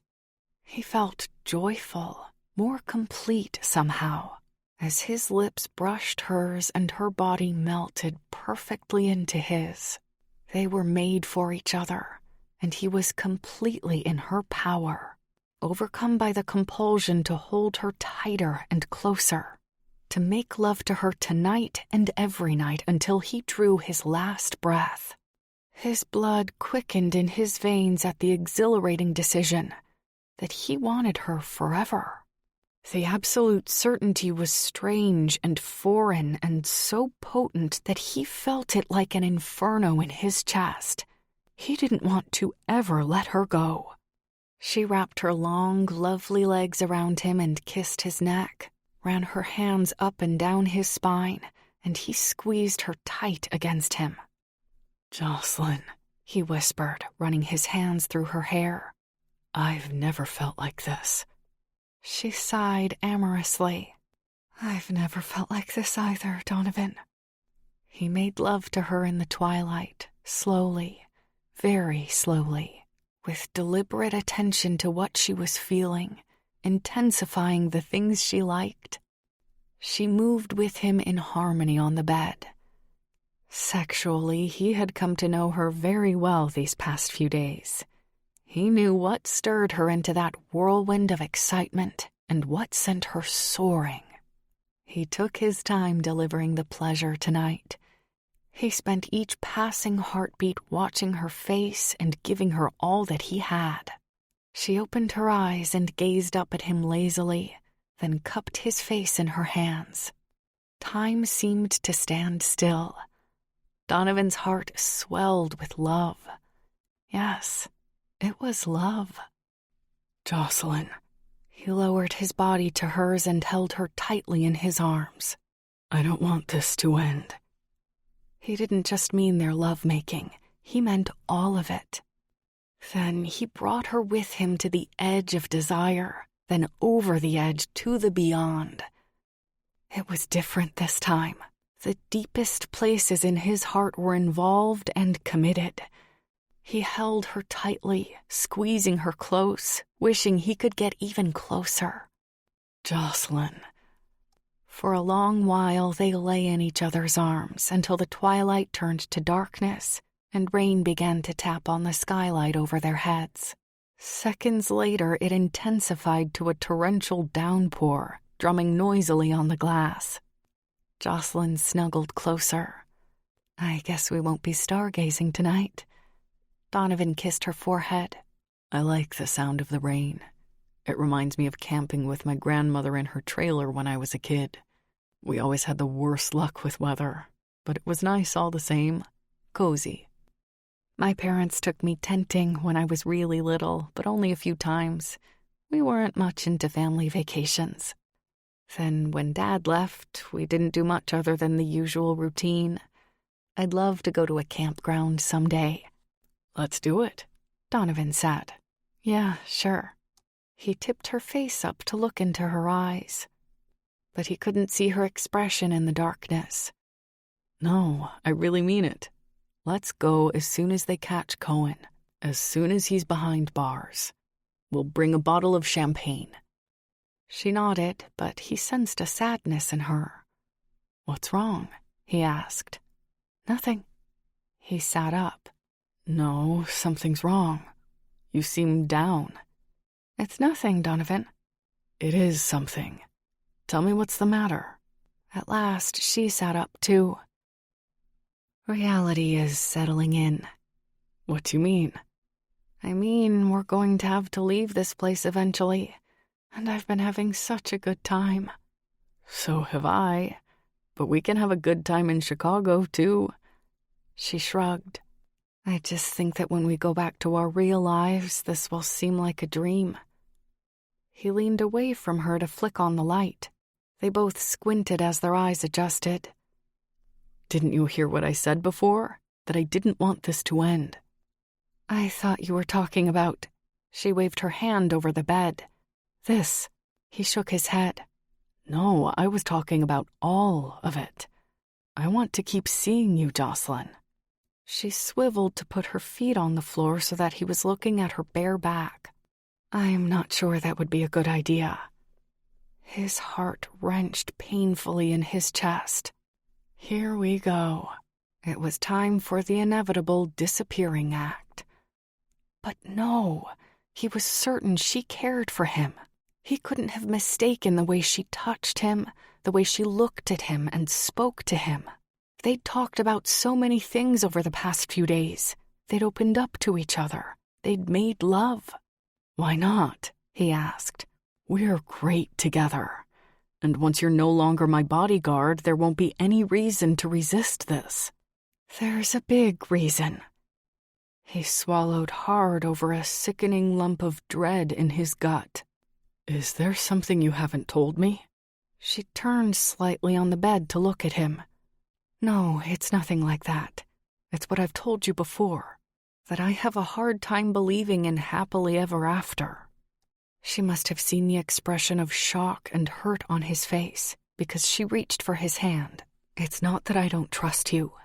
It's that I don't trust myself not to fall so hard for you that I would never be able to recover if it ended. What makes you so sure it would end? It always ends. That's not true. Lots of people spend their entire lives together. Not people like you and me. Donovan couldn't speak for a moment. He raked a hand through his hair. Jocelyn, I felt that way too. Maybe I still do a little. I can't see into the future, and hell, I'm as scared as you are about how this might turn out. But I've never felt this way about anyone before. This is different. So if the circumstances are different, maybe we can be different too. She shook her head. I don't know, Donovan. My parents were in love once, and look what happened to them. My dad left my mom for a younger, prettier woman and never looked back. My mom was devastated because she really, really loved him. She never got over it. She was still crying years later when she looked at his picture. It was heartbreaking for me to see. And I don't want to go through that. I don't want to be like her someday. So you're going to pass up on what we have together because there's a chance it might not work out? Jocelyn, you might be missing out on something really great. But I'm not a risk taker. I do what it takes to prevent dangerous things from happening. That's a fine philosophy for your work, he said, but not for your life. If you don't risk the bad, you'll never experience the really great stuff. I've been alone my whole life, and you're the first person I've ever felt close to. I can't let you disappear. I need you. She turned her back on him again. You're just feeling this way because of the situation. You feel vulnerable, and I make you feel safe. What you feel isn't permanent. When Cohen is caught, you won't need me. I will need you, he replied, and it has nothing to do with Cohen. Don't you trust me? Don't you believe that I care for you and that I want you? Hell, Jocelyn, I'm in love with you. She turned to look at him, her face pale with astonishment. She sat motionless, staring at him. "I love you," he firmly repeated, sliding closer and pushing a lock of hair away from her face. "I've never said that to anyone before. Doesn't that count for something?" "Tom said those words to me too, and my father said them to my mother." "I'm not Tom or your father. I'm Donovan Knight, the man who loves you and wants to spend his life with you." Jocelyn got off the bed as if it had caught fire. "What are you saying?" "I'm saying I want to marry you, if you want to marry me." Her eyes grew wide like saucers. She grabbed her head in her hands and paced to the door. "This is too fast. You're not being sensible. We hardly know each other." He tried to follow her. "That's not true. We know each other better than some people can know each other in a lifetime. We click." Her face winced. She looked like she was going to cry. "Please don't do this, Donovan." "Why not?"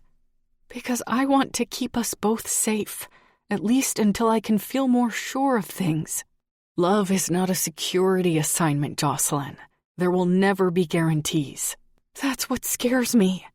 He let out a frustrated breath. "But if it works out?" "If it works out?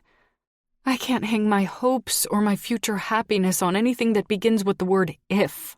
She reached for her clothes and pulled her t-shirt over her head. "I'm sorry, Donovan. I need to be alone for a while. I'll be in my room." With that, she walked out and left him reeling with shock and dismay. What just happened?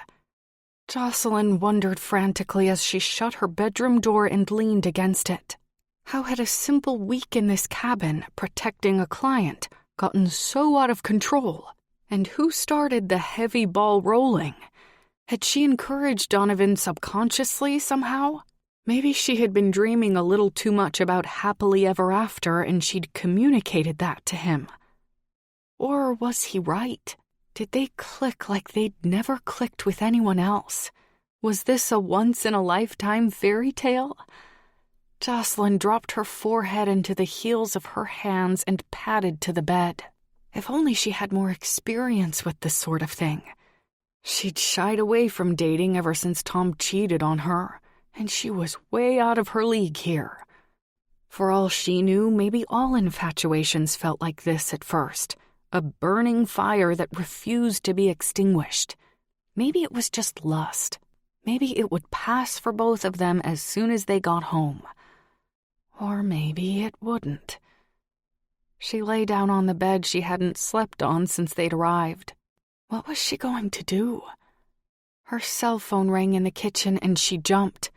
Jocelyn hurried out of her room to answer it. "Hello?" "Jocelyn, it's Tess. How's everything going?" Jocelyn contemplated how she should answer that question. "Oh, everything's fine." "Yeah? Have you been having a nice time?" Jocelyn recognized Tess's playful tone, but she wasn't in the mood for innuendo, nor was she willing to divulge details about her personal life when she didn't even understand those details herself. Tess probably wouldn't even believe it if she told her. "Yes, I've been having a wonderful time, and Prince Charming just proposed marriage." "What's up?" Jocelyn asked. Thankfully, Tess stuck to business. "I have news. The police picked up Ben Cohen this afternoon. He's in custody and he confessed to everything." "You're kidding me." Jocelyn sank onto a chair at the table. "That didn't take long." "Yeah, it's great, isn't it? You can come home anytime. Oh, and I tentatively booked you on a new assignment. A high-profile environmental activist has been getting threatening letters." Feeling numb all of a sudden, Jocelyn watched the rain slide down the windows in fast-moving rivulets. It was over. They'd caught Cohen. It was time to go home. "Jocelyn, are you there?" She snapped herself back to reality. "Yes, Tess, I'm here. That's great. We'll pack up and leave tonight. I'm sure the police will want to speak to Donovan first thing in the morning." "Yes, they did ask about that." There was a long silence on the other end of the line. So what do you want me to do about the environmental activist? Do you want to take that assignment? She's pretty anxious. Jocelyn continued to stare at the rain-covered window. Lightning flashed somewhere in the distance. Her heart throbbed a few times in her chest. Then she took a deep breath and stood up. Yes, I'll take it, and tell her I'll start immediately. I can do the advance work tomorrow. She ended the call and turned around. Donovan was standing at the bottom of the stairs, staring at her, his eyebrows drawn together with concern. Jocelyn's stomach flared with nervous knots. I didn't realize you were listening. His voice was low and controlled. That's obvious. He slowly strode toward her. What's going on? And why do I get the feeling that if you have it your way, after tonight I'm never going to see you again? Chapter 12. Jocelyn strode to her room to start packing her things. It won't be like that. We've gotten close, Donovan. We'll keep in touch. He followed her and stood in the doorway. The old "we'll still be friends" routine? Come on, Jocelyn, he said bitterly. She opened dresser drawers and pulled out her clothes, balling them up and tossing them into her suitcase. Donovan strode to her and took hold of her arm. Stop packing for a second and talk to me. We can talk in the car, she replied. I want to get going because it's a long drive and I want to get you back to your penthouse by midnight. So you're just going to drop me off and keep going? She paused a moment to face him squarely. There's no more danger. Cohen is behind bars and there's no point in you being charged my fees for another day. Today ends at midnight.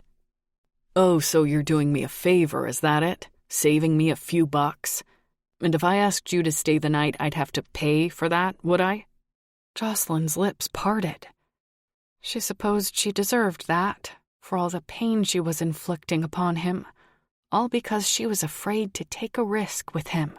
Feeling defeated, she sat down on the edge of the bed. Donovan, I'm sorry about this. I know I'm being a jerk. He stood a few feet away, listening. She gazed up at him imploringly.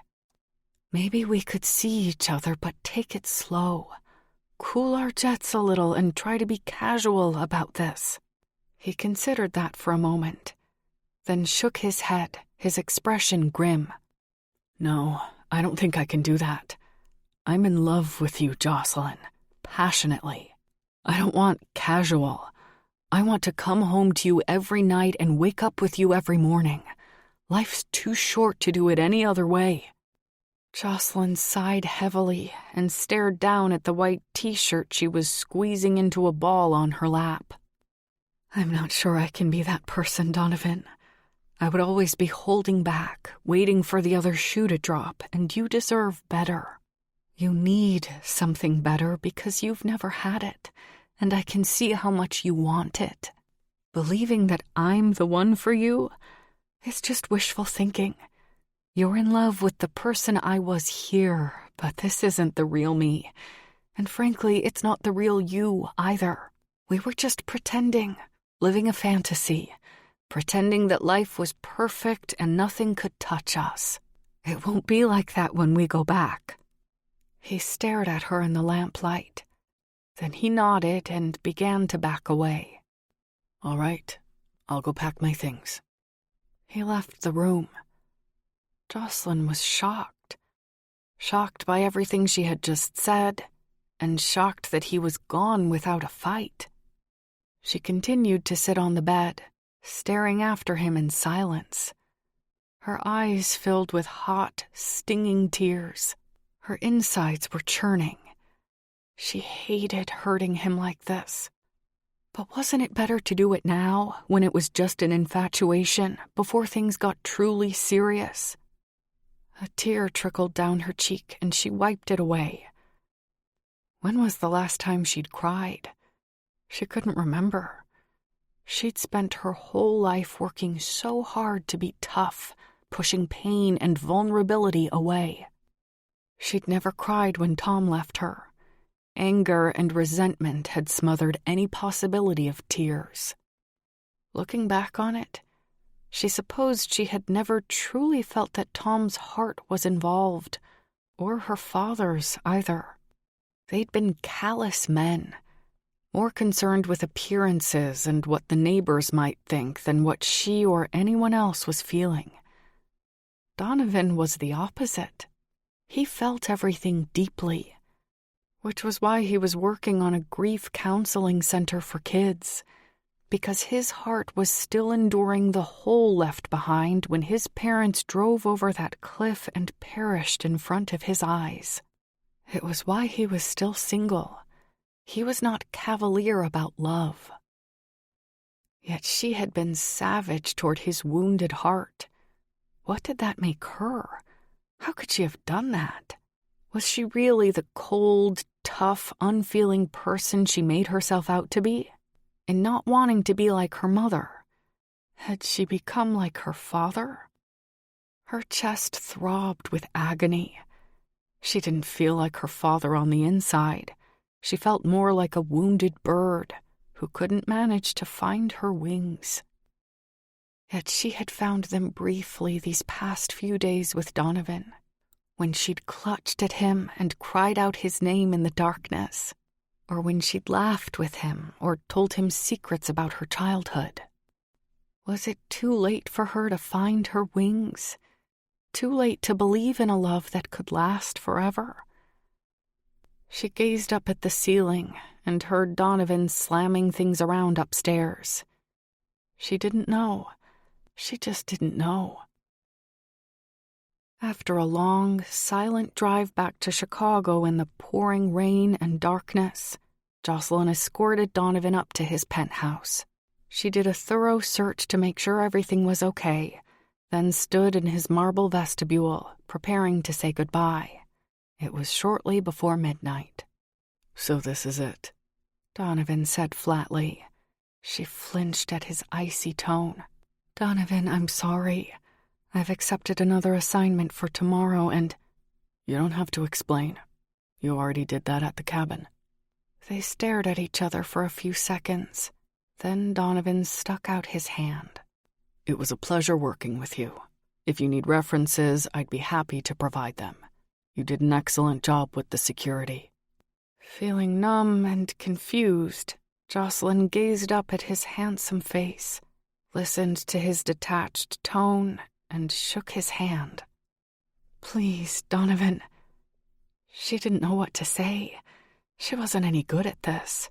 She'd never been in this situation before, and she'd spent half her life fighting to keep people at a distance. He was doing the same thing to her now, and it was killing her inside.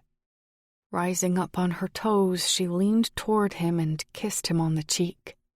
"I had a great time with you. I won't forget it." "Neither will I." His voice told her he was shaken by the kiss. So was she.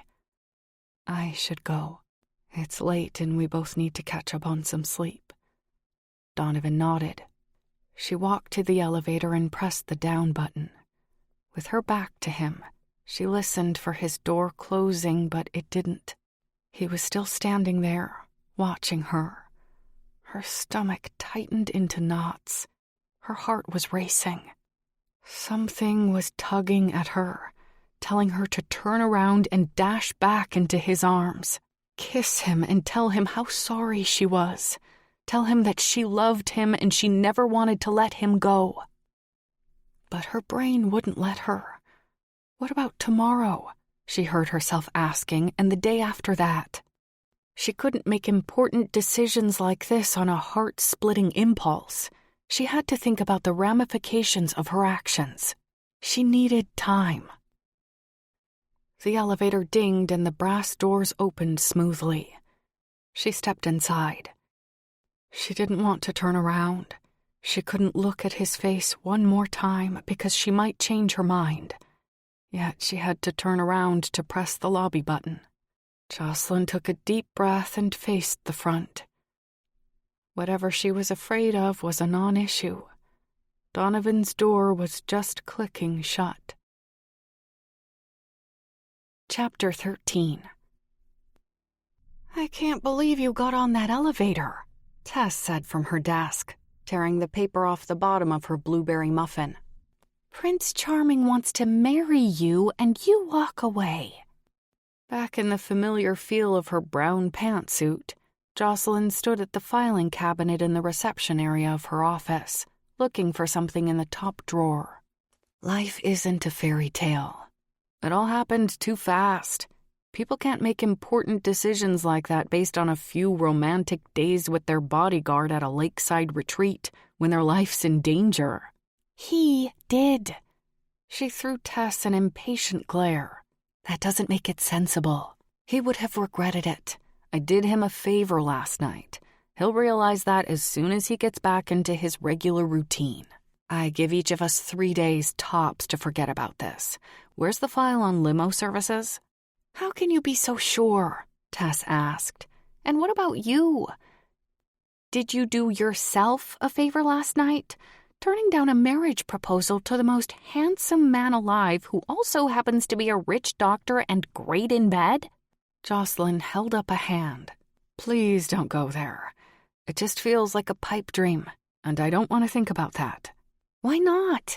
If you don't think about it, you're not facing it, and you'll be living in a bubble, out of touch with reality. Tess, I don't want to. The phone rang. Tess picked it up. Mackenzie Security.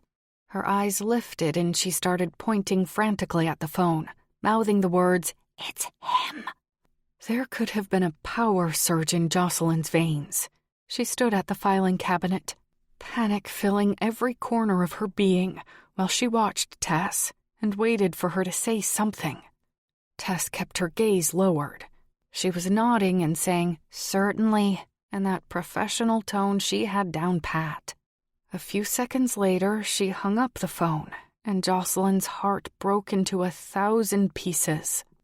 What did he want? Tess grimaced. He wants me to email him the bill instead of using regular mail so that he can drop his check off today. A lump the size of a grapefruit was forming in Jocelyn's throat. She couldn't speak. Maybe he wants to see you, Tess offered helpfully. Jocelyn knew better. She shook her head and went back to what she was doing.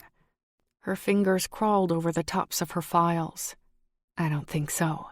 He wants to put a tidy finish on things. Maybe not. Maybe he'll show up with flowers. Jaded as she was, Jocelyn sighed and shook her head again, fighting off the tiny fragment of hope that, despite her attempts to crush it, still lived inside her.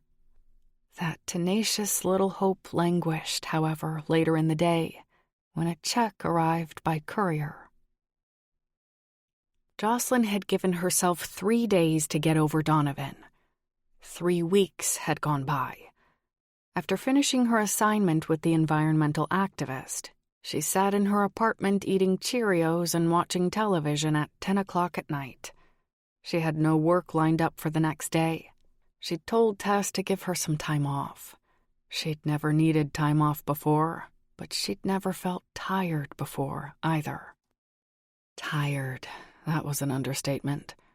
All she wanted to do was crawl into bed and lie there for a week. Everything had gotten so busy.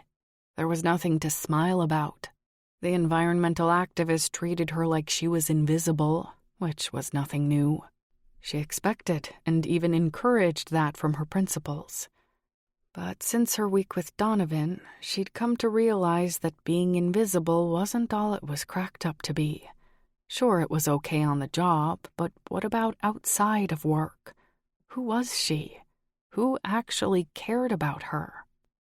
With Donovan, she had felt appreciated and alive. She'd felt like a woman. Someone with an identity, even though she was away from everything that was a part of who she was, her apartment, her car, her office. Donovan had made her feel like she mattered in the world, even when she was naked, swimming in the lake. What she'd had with him was the least materialistic thing she'd ever known. Yet it was the most real. And like an idiot, she had walked away from it. Worse than walked away. She had hurt him in the process, when he'd been hurt far too much in his life. Would he ever forgive her? She wondered, longing for the bliss and tranquility she'd felt in his arms day after day when she had been in his employ. She had thought it would fade away by now, but the hurt was only getting worse. She missed him. Oh, God, how she missed him. What a coward she had been. She rose from the sofa to put her empty bowl in the dishwasher, then poured soap in and pressed the start button. She went to her bedroom and gazed at her empty bed, then at her treadmill and free weights, thought about what she did for a living, all the dangerous situations she'd been in. Wasn't she supposed to be tough and strong? What happened to her? Where was her grit? A vision of Donovan's handsome face appeared in her mind, along with the memory of his kiss and his tenderness. 3 weeks had gone by, and she was nowhere near to being over him. This was not just a fleeting infatuation. A new sense of purpose filled her. She went to her closet and began rifling through her clothes, looking for something feminine to wear. She'd had 3 weeks to think about Donovan, and in her heart and soul she finally knew that this was not an impulse. Tomorrow, she was going to see Donovan again, and come hell or high water, she would rise above her fears. For the first time in her life, she was going to take a risk with her personal life. How it would turn out, she had no idea. She would just have to have faith and leap. Jocelyn was getting out of the shower when her cell phone rang in her bedroom. Wearing a towel, she padded down the hall to answer it. "Hello? Hi, it's Tess. Something's happened, and I thought you should know about it." Recognizing the sober tone in Tess's voice, Jocelyn sat down on the edge of her bed. "What is it?" "Ben Cohen was released yesterday. Apparently, there was a mix-up with the warrant they used to search his apartment. A couple of officers crossed wires, and they each thought the other had the warrant, and they ended up using one that was meant for someone else." "Oh, no." "You might want to go and see Dr. Knight. Do you want me to call his penthouse?" "Yes, and try his cell phone, too. Tell him to lock the door and not to go out, and that I'm on my way." Jocelyn threw off the towel and got dressed. 15 minutes later, she was in her car on her way to his place when her phone rang again. "Yes?" "It's Tess.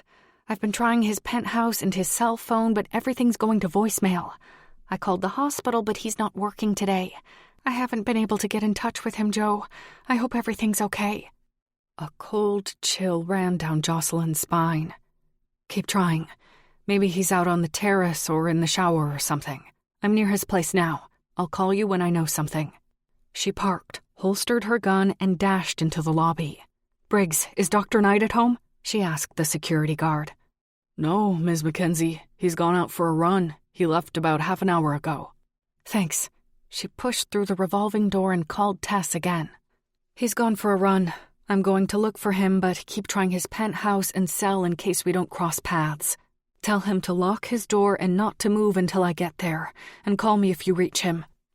Jocelyn ended the call and slipped her phone into her pocket. She started running down the street toward the park, which had been his regular route before he'd hired her. She was glad she'd worn her sneakers. The sun warmed her head and shoulders. She worked up a sweat, running in her jeans and blazer, but all she cared about was finding Donovan. She reached the park and shaded her eyes. She scanned the crowds of people on rollerblades and walking their dogs. There were lots of runners on the paths, but no sign of Donovan. Then she spotted someone in running gear sitting on the ground a distance away, leaning against a tree in the shade, fiddling with a sprig of grass. It was Donovan. A cry of relief spilled from her lips. Thank God.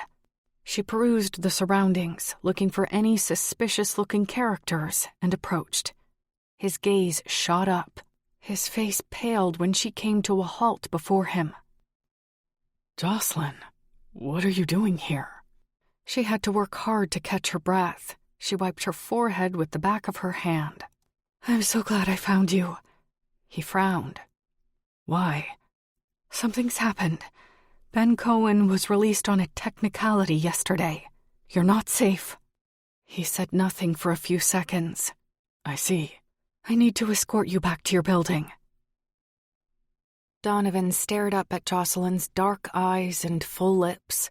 Her cheeks flushed from the exertion of running through the park in jeans and a blazer, and wondered how it was possible that he could still be so completely in love with her after the way they'd parted 3 weeks ago. Between now and then, he'd flip-flopped between feeling furious with her 1 minute to picking up the phone and dialing her number to ask her out the next, only to hang up before it rang. He hadn't been able to think of anything but her. Now he was disappointed. He thought she had come here for personal reasons, that she would pour out her heart, tell him how much she missed him, and that he'd finally be able to take her into his arms. But she was only here because of his stalker. He'd made the wrong assumption, like he'd been wrong about everything else where she was concerned. Rising to his feet, he tried not to look directly into her eyes. If he was ever going to feel normal again, he would have to forget about her and convince himself that she was right, that what they'd experienced at the lake hadn't been real. This was the real Jocelyn. All business, no heart, no vulnerability. That's fine, he coolly said. I'll go with you for now, but I think, because we were personally involved, that it would be best if I hired someone else for protection. You understand, I hope. If he was going to protect himself from falling under her spell again, he couldn't even consider inviting her back into his life. Her lips parted. With surprise? Or was it something else? If it was angst or sorrow, it could be no worse than what he'd suffered when she'd insisted on ending things between them. He couldn't let himself feel guilty about that. All right, let's go this way. She recovered quickly from whatever she'd been feeling. Always the professional, he thought bitterly. Keeping her eyes on the path and the people approaching them from any side, Jocelyn walked beside Donovan. They didn't talk. He knew she was focused on what she was doing, and he, to be frank, couldn't have made his mouth work if he tried. He just wanted this to be over with. They approached his building and waited to cross the street. All of a sudden, from out of nowhere, a gunshot fired past Donovan's head and chiseled a piece of brick out of the building behind them. Jocelyn immediately shielded him with her body and forced him to the ground behind a parked car, just like she'd done the last time. People on the street were screaming and running, his heart hammered in his chest. Another shot blasted by and missed. He's not giving up. Jocelyn drew her gun and looked around for where the shots were coming from. Donovan looked up. He's there. Where? Donovan pointed. Around the side of my building. He's aiming his gun at us. Jocelyn peered out, just as a bullet hit a nearby telephone pole. Wood splintered next to them. Seizing an opportunity, she fired at Cohen and miraculously knocked his gun out of his hand. Donovan heard Cohen groan with pain, then saw him bolt. He's running. Donovan sprinted out into the street to go after him. Donovan, wait! Jocelyn followed. Sirens began to wail from somewhere in the distance, but Donovan wasn't stopping. He had the chance to catch Cohen now, and he couldn't wait for the cops. He chased Cohen down the alley, leaping over garbage cans, and followed him across a back street. Jocelyn's footfalls tapped the ground not far behind him. He knew she had her gun and Cohen was unarmed. He wasn't giving up now. He was gaining on Cohen. The guy was no runner. A minute later, Donovan hurled himself through the air and tackled Cohen from behind into a pile of wooden crates in another alley. He felt his arm scrape against something. His jaw cracked against the back of Cohen's head, and he tasted blood in his mouth. Cohen scrambled beneath him to get away, but the sound of a gun cocking next to his head made him freeze. "Hold it right there," Jocelyn said, her legs braced apart. "Move one muscle and you'll be leaving here in a body bag." Donovan took one look at her, tough as nails, and rolled off Cohen, who raised his hands in the air. Just then, a cop car skidded to a halt on the street at the end of the alley, and a swarm of uniformed officers came bounding around the corner. Still sitting on the pavement, Donovan wiped his bloody lip with the back of his hand. "Hey, Ms. Mackenzie," one of the cops said, just before he grabbed Cohen and cuffed him. "Nice work." She lowered her weapon. "It was Dr. Knight who did most of it, Charlie. He tackled him like a linebacker." Her shoulders rose and fell with a deep intake of breath as she looked down at Donovan. "Are you all right?" She offered her hand to pull him to his feet. He inspected the blood on his hand. "I'll live." She gazed up at him. Then something in her face changed. The tough-as-nails persona fell away, and a softness took its place, along with a few tears spilling down her cheeks. Donovan was breathing hard. So was she, as she took 3 swift strides toward him and threw her arms around his neck. The whole world disappeared around them. Donovan didn't care what was happening to Cohen. He was barely aware of the cops reading the guy his rights. All that mattered was Jocelyn, there in his arms, trembling with tears and weeping onto his shoulder. "It's over," he said, stroking her hair. "He's in custody now." She shook her head and sniffled. "That's not why I'm crying. I do this stuff all the time." He couldn't help laughing. "Then why are you crying?" She looked up at him. Her face was wet and her nose was running. "Because I was afraid I was going to lose you, and I'd never get the chance to tell you how sorry I am." The officer named Charlie appeared beside them. Great timing. "I'm going to need statements from the both of you." Donovan and Jocelyn stepped apart. Jocelyn wiped under her nose and quickly collected herself, then began to explain what happened, as well as the fact that Cohen's gun had flown out of his hand back at Donovan's building and needed to be picked up. The officer had some questions for Donovan, too. Then, when they were done, he closed his notebook and said he'd be in touch. Donovan and Jocelyn stood in the alley, alone at last. Neither of them said anything for a moment or two. "Are you okay?" Donovan asked, wishing they hadn't been interrupted before. Jocelyn had been in his arms, and he wanted her back. He wanted to understand what she was sorry for, exactly. It wasn't going to happen now, however. The moment had passed, and he wasn't sure what was going on anymore. She was staring at the ground, looking like a tough EPP again. "Do you want to go back to my place for a drink?" he asked, not sure where this might lead. He was still afraid to hope. "You're off duty now, and I sure as hell could use a double shot of whiskey. I've never apprehended a stalker before."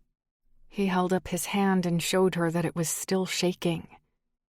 He managed to get a smile out of her at least. "I'd love a beer," she said. Elation moved through him. The very next second, his gut twisted into knots as he smiled down at her and comprehended how much of his future happiness depended on the next half hour of his life. He wasn't entirely quite sure what to expect. Chapter 14. Donovan pulled his key from his shoe wallet and unlocked the door to his penthouse. "Wait." Jocelyn touched his arm and held him back. "Let me go in first and check things out. You never know." Donovan exhaled heavily. She was dedicated to her work, and he respected her for it, even when it got in the way of his goal to make this drink personal rather than professional. He waited by the door while she disarmed the alarm system and checked his penthouse for God knew what. A short time later, she came sauntering out of his bedroom. What he wouldn't give to see her sauntering out of there every morning for the rest of his life. Brushing those hopes aside, he smiled. "Everything okay?" "It looks fine. Now, how about that beer?" "Coming right up." He gestured toward the sofa with his hand. "Make yourself comfortable." It felt strange, treating her like a guest when she'd been his roommate not that long ago. Donovan went to change into a pair of jeans and a clean shirt, then went to the kitchen and pulled 2 cold ones out of the fridge and twisted off the caps. He carried them down the hall. He stopped in his tracks, however, when he heard his Eric Clapton CD playing.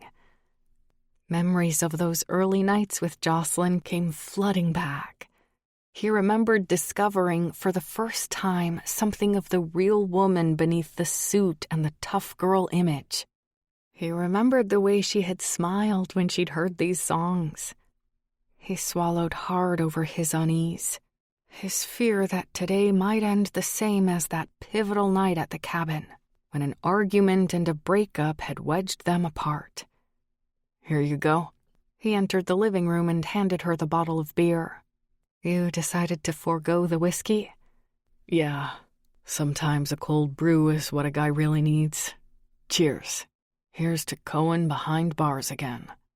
They clinked the spouts of their bottles and took the first few sips. Have a seat, Donovan said, feeling awkward and out of his element, trying to be casual when all he really wanted to do was take Jocelyn into his arms and kiss every inch of her. That would probably scare her off, though, to put it mildly, and at this point, he was more than willing to go slow and cool his jets, like she'd asked him to do at the cabin. Damn, he'd stand on his head for a week if it would change her mind about ending their relationship. She sat down and kicked off her shoes, then tucked her jean-clad legs up under her. Donovan, I'm glad you invited me here, because I really wanted to talk to you today. He cleared his throat and sat down beside her. About Cohen? For a moment, she just stared at him. No. I know that's why I went looking for you at the park, but the truth is, I was planning to come and see you before I knew about his release. Donovan remembered how he'd felt when he first looked up at her in the park, how he'd hoped she was there just for him. Then the disappointment. He waited in silence for her to continue.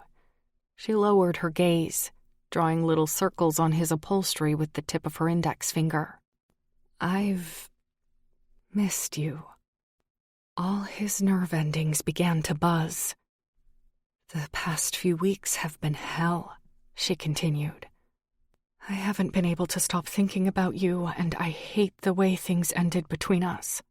That week at the cabin was the best week of my life, and I totally screwed it up. You didn't screw it up, he said gently, covering her hand with his. Yes, I did. Her voice quavered, but she looked him directly in the eye. I'm sorry for being such a coward. He sat there, dumbfounded and bewildered. What are you saying? I'm saying that I was an idiot. I was afraid to love you because of the things I remember about my father and Tom. I was afraid of getting hurt, but walking away from you hurt even more. I want to go back to what we had. I only hope that you can forgive me for causing you pain, and I hope you still... She lowered her gaze. Donovan inched closer to her and cradled her chin in his hand, lifted her face to meet his eyes. You hope I still what? Her eyes were wet and bloodshot as she gazed up at him. I hope you still want me. His entire being heated from the inside out. Everything was pulsing with excitement and relief. How could she even doubt it for a minute? I never stopped wanting you, Jocelyn. I wanted you the first second I saw you, standing at my door with that serious glare in your eyes, just like I want you now. She blinked up at him, all woman, vulnerable, feminine. Her lips were moist and parted, and a pulse of arousal began to throb deep inside his body. He took her face in his hands and covered her mouth with his. Jocelyn wrapped her arms around his neck, and he pulled her into his arms, deepening the kiss and letting his hands slide down the soft curves of her body. How many nights had he lain awake dreaming of this? How many nights had he wished she would come to him and tell him she wanted to go back to what they were when they were together? Yet none of those dreams could compare to the flesh and blood feel of this woman in his arms now, her mouth tasting deliciously of beer and her hair smelling of citrus. He couldn't get enough. He didn't think he would ever get enough. "I love you," he whispered in her ear, nibbling at her lobe and feeling her writhe with rapture and delight.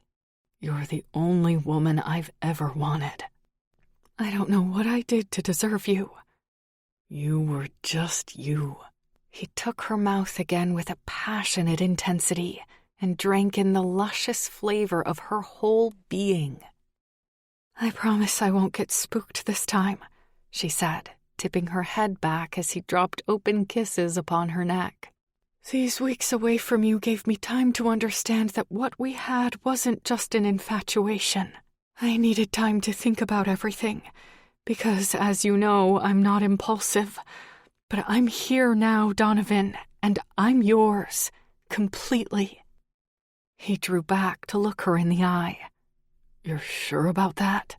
"I've never been more sure of anything." He kissed her again, long and slow, then sat back. "Will you stay here for a second?" "Sure." She watched him curiously as he kissed her on the forehead and left the room. He went to the safe in his bedroom and turned the knob left, 24, then right, 68, then left again to 5 and back to 0. He couldn't go fast enough. Finally, the safe clicked open, and he reached inside for the little velvet box he'd been saving his entire life. His heart was pounding like a hammer. He paused a moment and took a breath, feeling his whole world shift on its axis. Everything was changing. He slipped the box into his pocket. Donovan walked down the hall and returned to the living room, where Jocelyn waited on the sofa, all smiles, looking flushed and beautiful, like an angel from heaven. He slowly made his way toward her and knelt at her feet. His heart was racing. He'd never been so nervous about anything in his life. He took her hands in his and labored to keep his voice steady and controlled. "You're the one, Jocelyn. I know it as clearly as I know my own name. You're the one I want to spend my life with, the one I want to grow old with, and I promise I will make you happy forever. And I will never, ever leave you, if only you'll say yes." Her eyes were sparkling. She began to smile. "Yes, to what?" "Yes, to marrying me. I didn't propose properly last time. This time, I'm doing it right." He reached into his pocket, withdrew the box, and opened it before her. The diamond ring glittered magically. "This was my mother's. She left it to me in her will. My grandmother said it signified everlasting love, and that it would represent my mother's love for me even after she was gone, and that she hoped I would pass it on to my own children. It means a lot to me. Will you wear it and give it to our child someday?" Jocelyn covered her mouth with trembling fingers and stared down at the beautiful, sparkling, pear-shaped diamond. "It's the most beautiful ring I've ever seen." She took it out of the box and tried it on. "And it fits perfectly." Donovan got up off his knees to sit beside her on the sofa again. He touched her cheek lovingly. "You're meant to wear it, I guess." She began to nod. "Maybe so. I feel good about this. I feel really good about it." He exhaled a long sigh of contentment, then kissed her again, tenderly and passionately, stroking her hair and her shoulders. "I feel good too. I'll always feel good with you in my life, Jocelyn. I hope you don't want a long engagement." She smiled seductively. "I'll marry you tomorrow if you can get the time off." A swell of arousal moved through him at the sexy, silky tone of her voice. "Tomorrow might be a little difficult," he said. "How about the day after?" "What's so important tomorrow?" she asked, laying teasing little kisses on his chin and neck. The feel of her wet lips on his flesh sent a message to his nether regions, and he began to rise to this tantalizing occasion. "Tomorrow I'm helping you move in here," he replied. "That is, if you want to live here." "Of course I do." Her voice became serious. "It was your parents' place, Donovan, and look what they created while they lived here." She touched her palm to his cheek. "We have a lot to look forward to, don't we? But for now, I only want one thing." "And what's that?" Her eyes glimmered with desire. She pulled off her shirt to reveal a red lace teddy. "I want you to carry me to your bedroom so I can thank you for bringing out the woman in me." His hunger for his new fiancée intensified. He rubbed his nose up against hers. "We'll get there faster if we run." She laughed and leaped off the sofa.